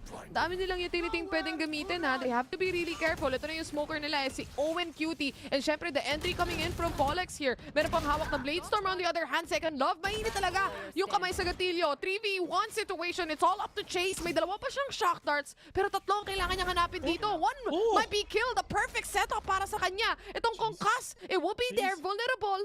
30 seconds left. Oh no, mahirap to. Meron tao dun sa may B, mga kaibigan. Pero ito na nga yung pagpigil ni Chase. Diyos ko, hindi nakakabol. Walk on water, let's see! Pero yung kala ko puntik na. Pero up jab with a blazer right now and walk on water. We'll get that kill on the Chase. Okay, sana yung plano ng Puggers na meron tao dun sa may garage, okay? Magpapatay ka muna, then bigla mag-swing out si Walk on Water. Pero hindi na nahabol. Pero that is the position na ginawa ngayon ni Walk on Water, trying to force out his blazer for him to take down one. Well, it's fine. Kasi a win is a win. A score is a score. So, okay sana. Mainit talaga yung mga players ng Puggers pagdating sa aim nila ngayong araw na to. Lahat ng shots na gusto nilang patamaan, tumatama so far. Pero muntika na nga yung round na yun ulit, no, para sa kanila. If you think about it, it was almost as if maka-clutch na nga ni Chase. Pero in the end, worth it naman yung paglabas nung Bladestorm na yan. Lalo na sila naman yung may advantage dito na malaki. Gusto ko sana pag-usapan pa yung nangyari dun sa last game Pero laban na naman sila. Laban na naman tayo Meron pa akong gusto sabihin. Pero yung walk on water, wow! Full X, masyado kang makasalanan mga kaibigan. Ayun na naman, si Nini Tops. Mainit na naman siya. Repositioning. Makakita mo siya ng isa. Nasa CC kaibigan pero wala naman tao dyan. Walk on water, patience is the key. Mag-aantayin lang sila pero in terms naman sa information, dito pa si Chase. Meron siyang recon bolt ngayon. Maling movement like kay Owen Cutie, may paglalagyan to.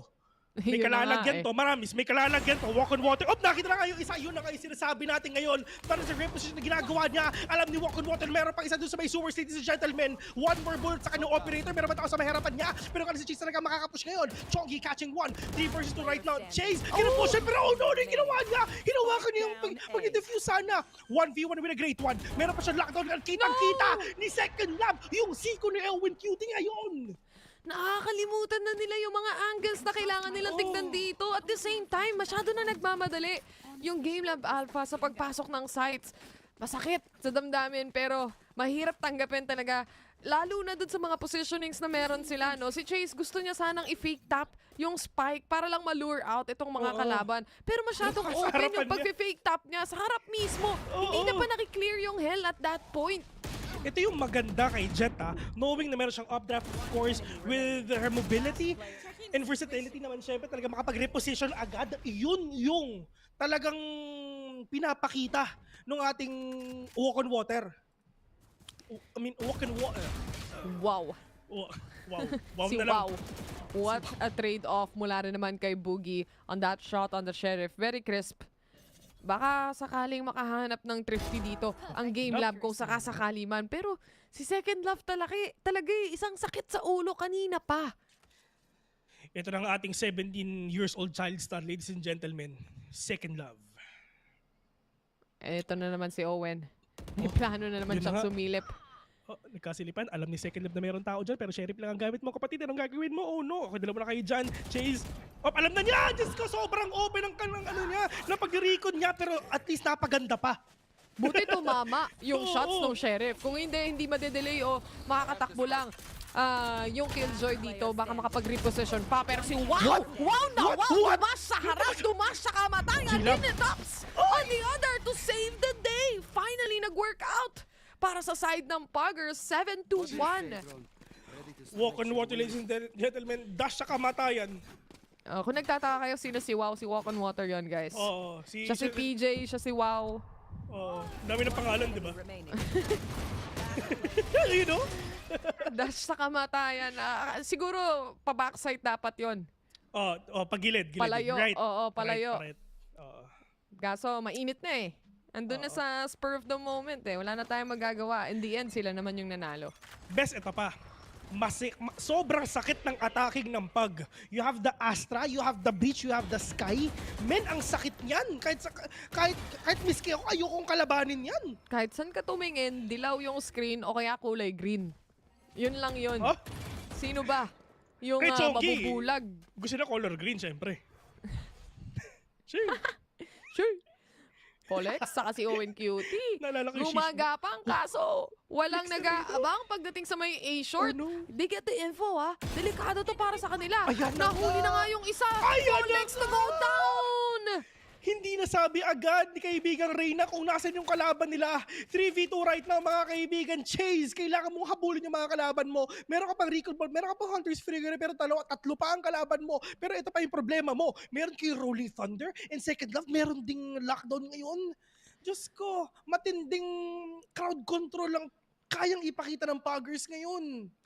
Baka sakaling magamit nila yung ult for that post plant. Pero isang ang problema nila dito, kailangan muna nila mag-plant. Si Second Love, ang ganda ng angle niya dito. Nakita niya na yung dulo ng baril. Feeling niya may susunod pa dyan. And he is definitely right. That's gonna be Chase going down in the hands yet again of Puggers here. Galing. Yun ang hirap pag walang utility play na nangyayari. Yun ang hirap pag kulang kayo sa flash. Ang hirap makapasok lalo na't Haven to. Kailangan na kailangan talaga ng flash dito. Which is yan ang kailangan ng GLAB in order for them to get inside the site. Which is yan din ang meron ng Puggers in order for you na huwag makapasok sa site. Utility play kung baga. Na-util sila bro. Sheesh! Wala na naman silang pera dito. Pagdating sa susunod na round natin, round number 10, they have to find something to work around here dahil yung aggression na naman ng Puggers dito, nakikita na naman natin. Alam nila na nasa kanila yung advantage, kaya naman isa-isa nilang kinukuha, pinipitas itong mga players. Si Owen Cutie na nasa aiming na naman, masaspatan ni Nini Tops. Kanina pa siya namamatay doon, kanina pa. Nag-alt-tab lang ako, yung pala 4v1 na, napakabilis na pa. Ano ba naman to? Boogie 68 HP, nakakita ng dalawa, pero yung Second Love will get that kill again. Isipin mo, Bes, dito sa side ngayon ng Puggers, lahat sila may highlight play, lahat sila may ambag. Grabe yung ambag na nangyayari dito, men. Kung maghahanap ka ng ka-jamming, dapat Puggers ang kasama mo, men. Madaming ambag eh. Oo. Tsaka kung tutuusin kung sinilip natin yung mga matches na nilaro nila dati, Game.Lab Alpha, nanalo sila sa Abaddon Abyss. Natalo yung Puggers sa Abaddon Abyss, best. So ito yung mga teams na biglang one day, biglang nagsashine na lang talaga. May mga araw talaga na ganun eh. Kumbaga, lalo na alam mo pa kung sino susunod mong makakalaban. Oo, nasa schedule in. Yun nga lang, walk on water mga kaibigan, nakapagdas na siya. Pero let's see if ever kagamitin mo na. Walk on water will catch one. Kinumit pa na talaga yun. Pero si Brixerino will gonna fall down to the hands of Chase. Pero umalis kayo dyan. Rolling Thunder is on its way. Meron pang lockdown ngayon sa Second Love mga kaibigan. Pero medyo problema ata. Kasi win-wall ba ngayon si Owen Cutie. Pero ano yung ginawa mo, kapatid? Alam mo na merong tao sa harapan mo pero pinusuan mo pa rin. Second Love catching one. Boogie with that swing. Will get that trade-off. Will dismiss out. Second Love 1v2. And finally Chase. Chasing their dreams to get that win. 9-2. Finally, nahanap din nila yung duel na gusto nilang ipanalo. Muntikan pa nga doon si Boogie. Pagka-dismiss niya, open na open yung space. Fortunately enough, hindi sila sinilip doon, no? Pero kung tutuusin, may trailblazer na sa likod ni Owen Cutie doon. Oo. Hinahabol na siya eh. So, lumabas na siya, kaya na no choice na si Owen Cutie just to push out. Unfortunately enough for him, hindi talaga hindi pumapabor yung panahon sa kanya simula kanina pa. Pakiramdam ko, kailangan munang manurbo ni Turboman para mabawi sila Yun nito talaga no? Pero yung yun, power Diyos ko. Walk on water, medyo masakit ata. Pero at least mas masakit yun sa mga players ngayon ng GLAB kasi wala na naman si kaibigan Chase. Nako, lang info para sa side ng Game.Lab and yun na nga, isa sa mga info na kailangan nila i-clear out itong mga corners. Pero sila ang nililinis dito. The clean up crew, ladies and gentlemen. 2-10 talaga malala. Scene of the crime. Operatives, Diyos ko, malasoko ang galawan ng Puggers. Malasoko. Miss ko nang panoorin yun. May soko pa ba? Oo, si kaibigang Gus. Si kaibigang Gus, no? Si kaibigang Gus sa balgas. Oo. Wala silang idea. Kasi Nini Taps sa likod nila. Isa silang nagpakita kay Nini Taps. Diyos ko, napawata-taps na lang din sila pagkatapos eh. Mamapachocolate ka na lang talaga. Wala ka na magagawa eh. Mainit yung mga aim ng mga players ng Puggers ngayon. Sana everyday. Oh, man, ang bilis natapos. Hindi mas mabilis tayo matatapos ngayon sa araw na to. See you next week, guys. That's 1 minute. See you tomorrow. Hindi Diyos ko, pa. maaga 210 makaka-uwi to. si Commander. Kung sa English broadcast may 9-3 curse, dito may 210 curse. Oo. Hindi nila, sa English broadcast wala silang alam sa 210. Dito lang yun. Naon si Owen Cutie na naman.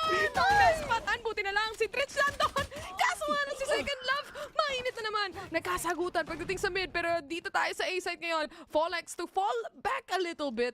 Alam niya na hindi pa naman nagpa-plant ng spike. Di nila kailangan maging magpakita o kaya ibigay yung kahit anong positioning nila.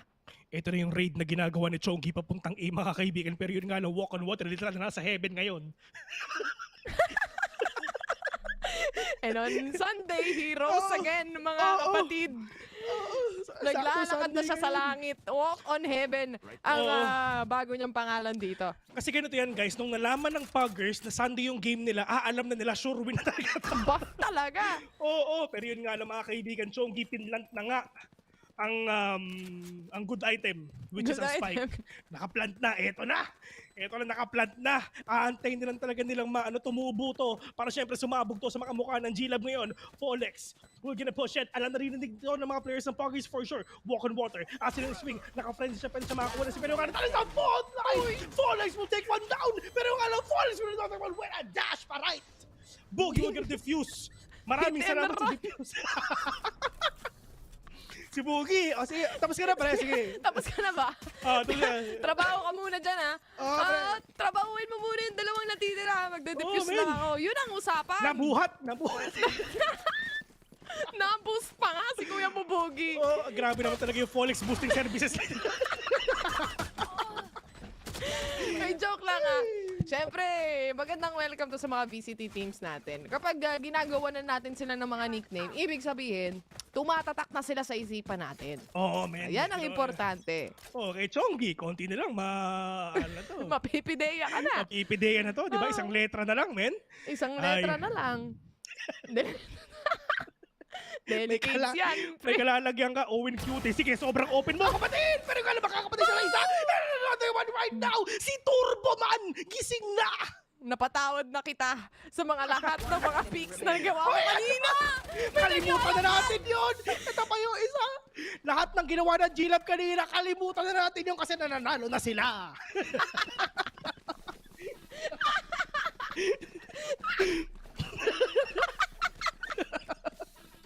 Sorry, guys. Sorry, amin. Wala eh. Hindi namin mapigilan eh. Ganda talaga. Siyempre, what we see is what we say, di ba? Ganun Tama. lang yun, Eh, nakita namin eh. di ba? Nakapatay sa Fallex. Anong gusto mong anuhin namin? Yung kabila? Yan pa rin si Fallex. Si Owen Cutie. Si Owen Cutie nag-aim labs eh. Oo. May gumagapang pang isa. Mukhang maganda yung skin. Eto na, Owen Cutie! Hinadukin nyo napakadaming players na to. Pero nga lang, Boogie nasa Gedli. Pero yung mga players ngayon pag nasa loob na. Pero si Walk on Water nasa loob ng Echoes ngayon. Dapat si Chongi yun. Walk on Water will catch 2. Please do another one right now. Walk on Water literal na 2 HP. Na kahit wala na akong buhay. Jumping Spider pero nga lang din siya kapatay ng isa.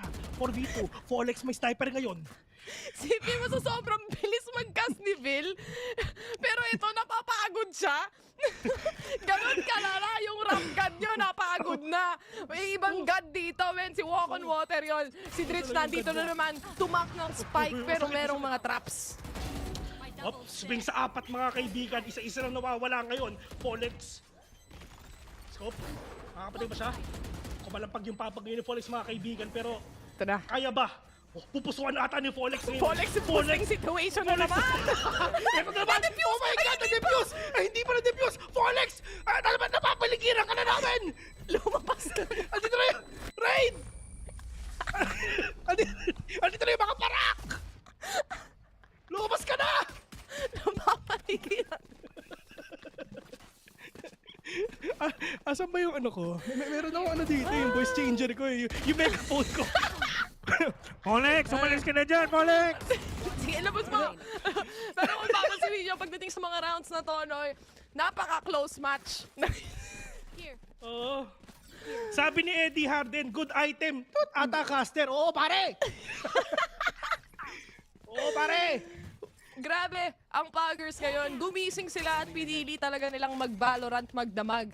Diyos ko, Lahat na ng pwede mong makitang entry, ginawa na nila dito. Si Second Love na naman ang nangunguna, ang leader ng grupo. Diyos ko, Wala lahat eh. ng masilip nila patay eh. Oh man, talagang Puggers talagang woke up and tawag doon, chose violin.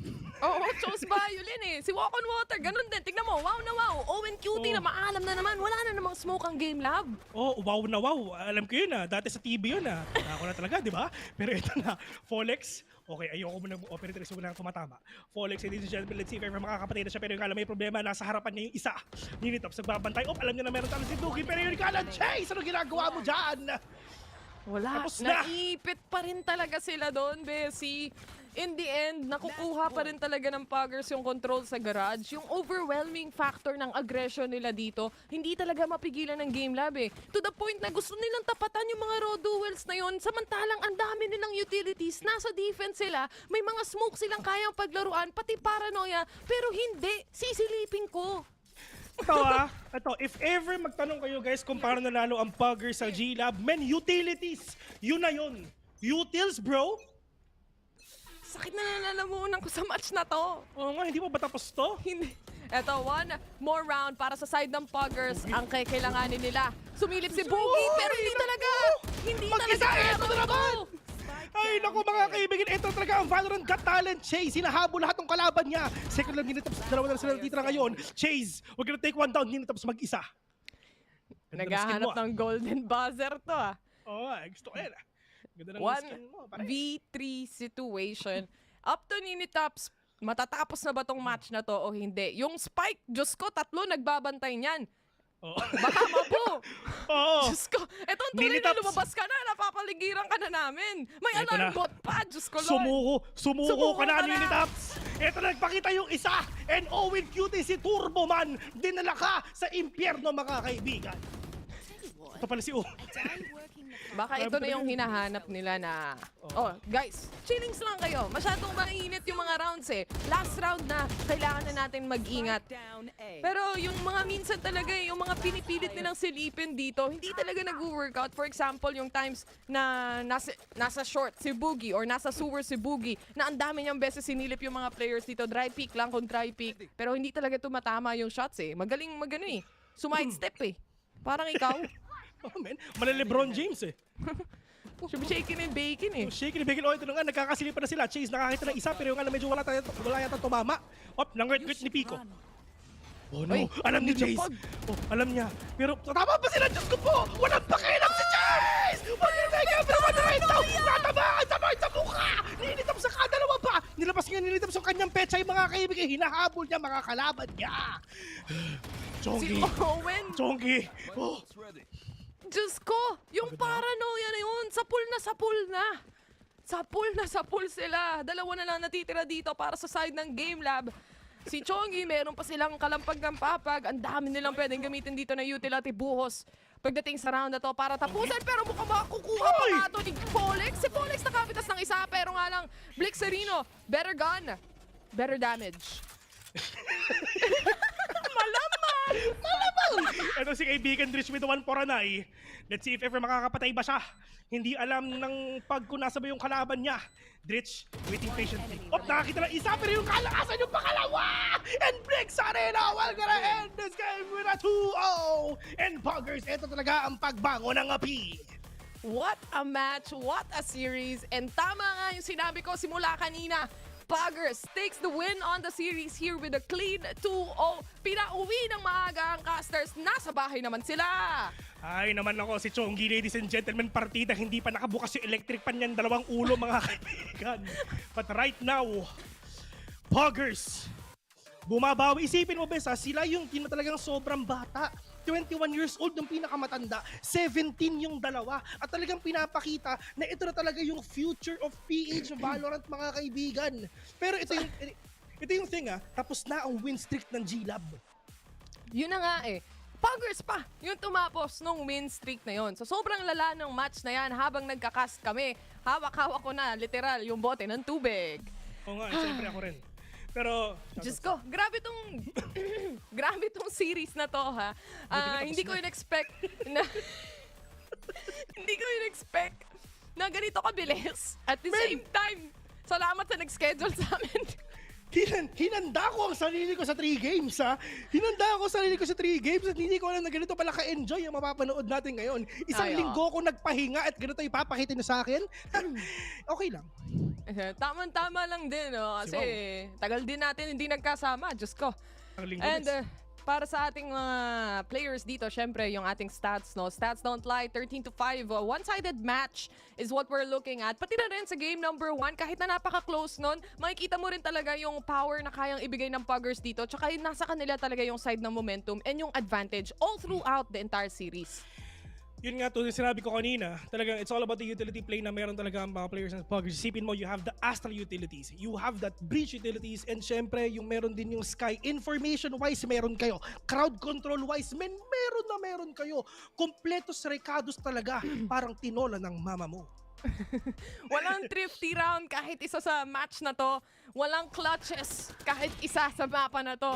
At lahat talaga na makikita natin, duel kung duel, press W kung press W, palibhasa, lahat ata sila dito may date pagkatapos. Oh, man. Tsaka, Folex, humanda ka sa mama mo. Oo, papagalitan tayo ni Tita Folex para dito, no? Pero wala ganun talaga, bes. Yung linis, o hindi naman actually sobrang linis ng mga match natin or yung rounds natin, pero mainit talaga yung kamay ng mga players ng Puggers, lalo na si Second Love, Nini Tops, tsaka, Diyos ko, si Wow! Si Wow! Si PJ! Si PJ, wala Sunday ngayon talaga. Sunday buff talaga, malala. Pero ito yung matindi si Owen Cutie, di ba? Si Turboman nagising agad. Pero natulog ata ulit.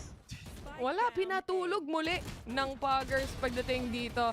What a series na dinala naman natin sa kanila. Enjoyable panoorin. At the same time, Puggers needed so bad a win pagdating dito sa ating VCTPH. Like I said, wala pa silang nakukuhang win pagdating dito sa ating regular season. Of course, delivering us the win with GLAB Unlimited is gonna be Blixerino mula sa Puggers na napakaganda din naman ng showing, lalo na nung game number 1. Oo nga, grabe talaga. Isipin mo, 2-0 everyday, di ba? Ito 2-0 today, lahat ng dalawang games, di ba? Swerte. Alam, ba't kaya? Pero Sino kaya yung wala? Oo nga, di ba?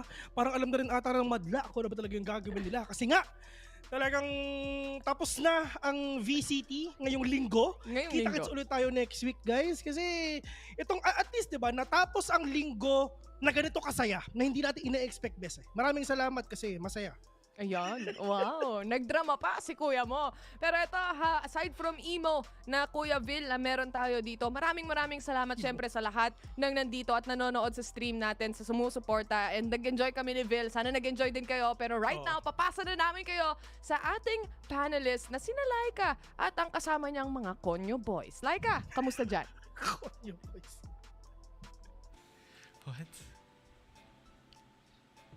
Thank you so much to all of the casters out there. Guys, tignan nyo naman may special guest tayo dito sa panel. Raph, pati mo ipakilala yung kasama mo dyan. She got a little scared, you know, so I'm kind of like babysitting her right now. Why don't you say hi to our second, special guest of the day?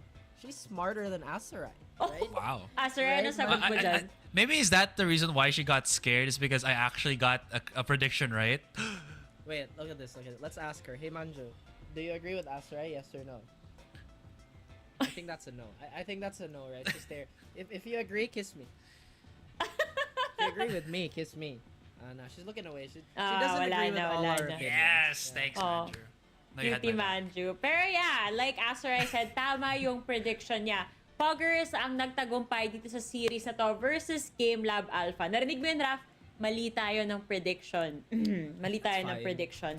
Pero yun nga, Asarai, what led to the victory over here? Kasi, secure na kasi simula pa lang nung panel segment natin kanina, sure ka na ito na yung oras na magsashine na yung Puggers sa wakas.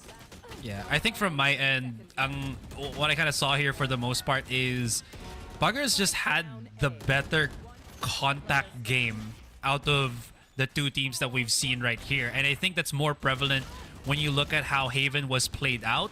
They went for the double breach, or the double initiated with the breach in the sky, knowing that it's all gonna be about how they are able to flush out corners and force out, firefights that will heavily go in their favor, and that works so well, especially nung sininitaps na yung nakaka-benefit dun sa kanong klase mga setups. He was just so on point. And even on Icebox, as you can see here in the first game, because he was getting so many kills, ang dami niya nakukuhang res that did allow at least, Puggers to just recuperate themselves, take a breath, re-engage the fight, and just rotate if they need to and keep forcing the fight if they need to. It was just working in the way of Puggers, again, because of how well they approached yung contact play. Well, you did mention a word that I have been, again, discussing while we were watching the game, right? The re-engage. I just feel like GLAB was very adamant on taking the space with a full head of steam that they kind of forgot to consider that they can rotate out. There were a lot of moments actually where they didn't have to reaggress on a lot of those hits, but they did win quite a few rounds with that super heavy dueling playstyle. And you know, sometimes it's okay to be wrong. That's how we grow. We kind of have to break down the muscle so it grows, right, Asarai? But again, moving forward with the point I'm trying to make here is that despite me picking against Puggers, I'm just very, very pleasantly surprised that they identified a weakness in the game of GLAB, right? And they're like, hey guys, you know, it might just be the slightest difference, but this is definitely the X factor into taking most of these maps. And again, very well deserved for the MVP here, Asarai. Yeah, I was just gonna say real quick. Sorry, you weren't. Yeah, sorry like about this. But I was about to mention nga si Walk on Water because on Haven, because of the setups na ginawa ng teammates niya from Puggers, how many times did you see yung impact play ng operator dito ni Walk on Water? It feels like Game.Lab were always hyped or palu sila na palagan ang operator ni Walk on Water, and they just couldn't really deal with it. He gets a kill, he backs away, he looks again, gets another kill, tapos the cycle continues and Puggers stand right on top. Puggers talaga yung nag-stand out dito sa specific series na to. And I would like to touch up on that kasi mention nyo kayo yung mga contact plays talaga yung pinaka naging determining factor kung saan papunta tong series na to.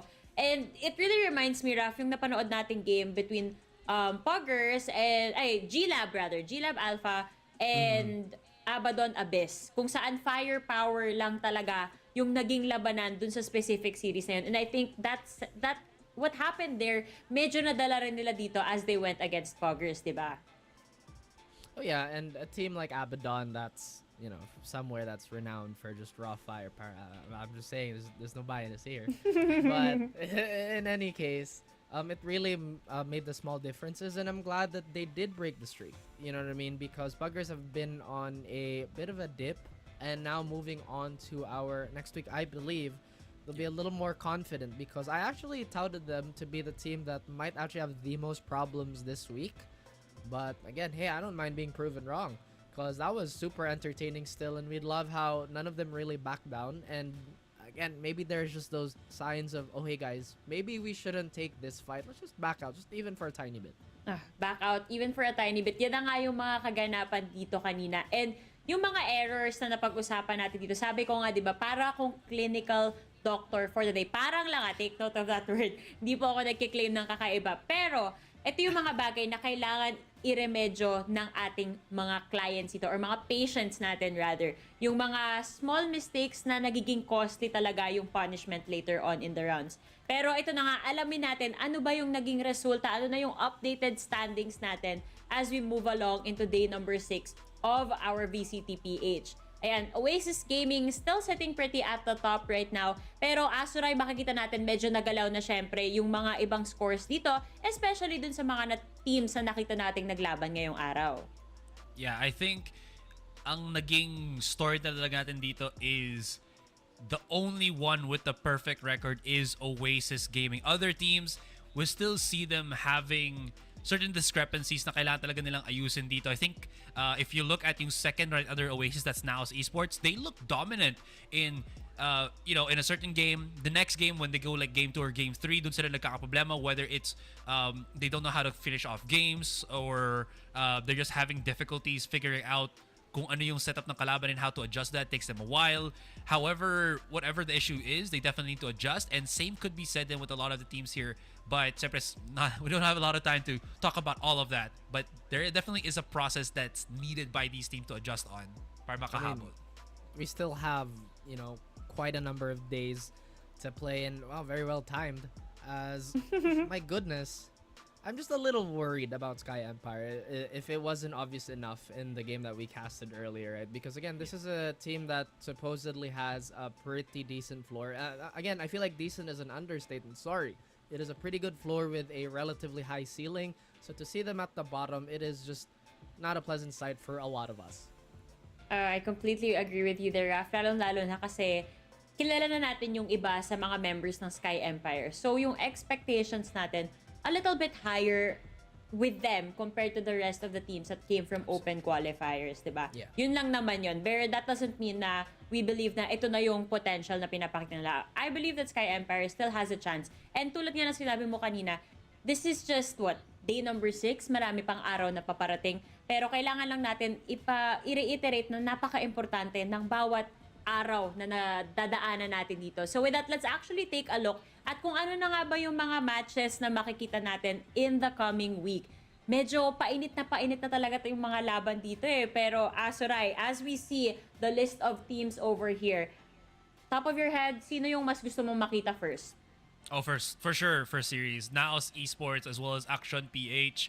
Ito ang talaga eh. Parang alam na natin na Action and NAOS both have certain discrepancies na kailangan nilang ayusin. For NAOS, it's being able to understand kung paano mag-clean up ng mga games dito para magkaroon sila ng photo finish. And for Action naman, it feels like they need something else other than I feel like Blurred to fall back on. Whether that's the correct way to look at things or not, that's just how I feel this series to go talaga. And over here at the game number 2 for the day, that's gonna be SR Nakage versus Game.Lab Alpha. Tingin mo ba, Raf, with what we just saw from GLAB, ano kaya yung ma-expect natin na kalalabasan na to, especially going up against a team like NCG na matagal na rin natin silang kilala at matagal na silang magkakasama? I feel like it's still the sense of urgency that we saw from our previous teams of today, because once again, the later we go into this league, this circuit, it becomes much more worrying when you start fumbling super late, right? And I feel like SR Nakage has had their, weaknesses in their armor or their playstyle being just a little bit more exposed. If you guys have noticed, they've been banning out Pearl much more often in comparison to the earlier weeks, which is kind of crazy to think about, considering that was supposedly their signature map, right? Meanwhile, GLAB, once again, it is going to be another week for them to evolve, maybe potentially add a little more, I would say, flavor to that entire recipe book that they have. Definitely. And ang masasabi ko dyan, with more of the days piling up, marami na ring information talaga lahat ng teams na involved dito. Pwede na talaga silang mag-VOD review. Halos lahat ng mapa na daanan na ng mga teams na to. So nasa sa kanila na lang, sa mga teams na lang, kung ano yung gagawin nila with the information that they have now. But again, guys, lahat ng na-witness natin today, hindi yan magiging posible if it weren't for the help of our sponsors. So maraming salamat sa Mineski Philippines as well as Riot Games for making VCTPH happen. And of course, can't forget our official sponsor, Grab Unlimited, guys. Celebrate great wins with great food and enjoy free delivery every day. Subscribe to Grab Unlimited now for only 9 pesos on your first month. Last but not the least, this tournament is officially sanctioned by the Games and Amusement Board, guys. So again, check every single thing that we mentioned, and it has been a really enjoyable week still, despite me dealing with Azuray again. Always with the Azuray bullying, it never stops. Pero yun nga, hopefully as we progress throughout this split, mas makarinig pa talaga tayo ng Tagalog from both of these boys. That's something that we should all look forward to as well, aside from the games that we've been witnessing. But once again, this has been Likeable with Azuray and of course Raf. And this has been your panel. We're signing off for the week. We'll see you guys next time on VALORANT Challengers Philippines.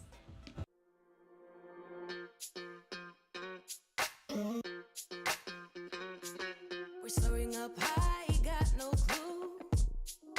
How do I know what I mean to you? Yeah. Say it out loud, spill the truth.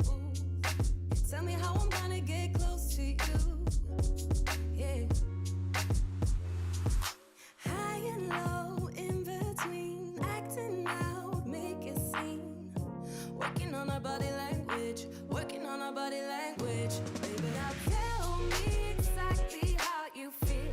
I'm just trying to keep it real. Let me love you on the inside. Love you.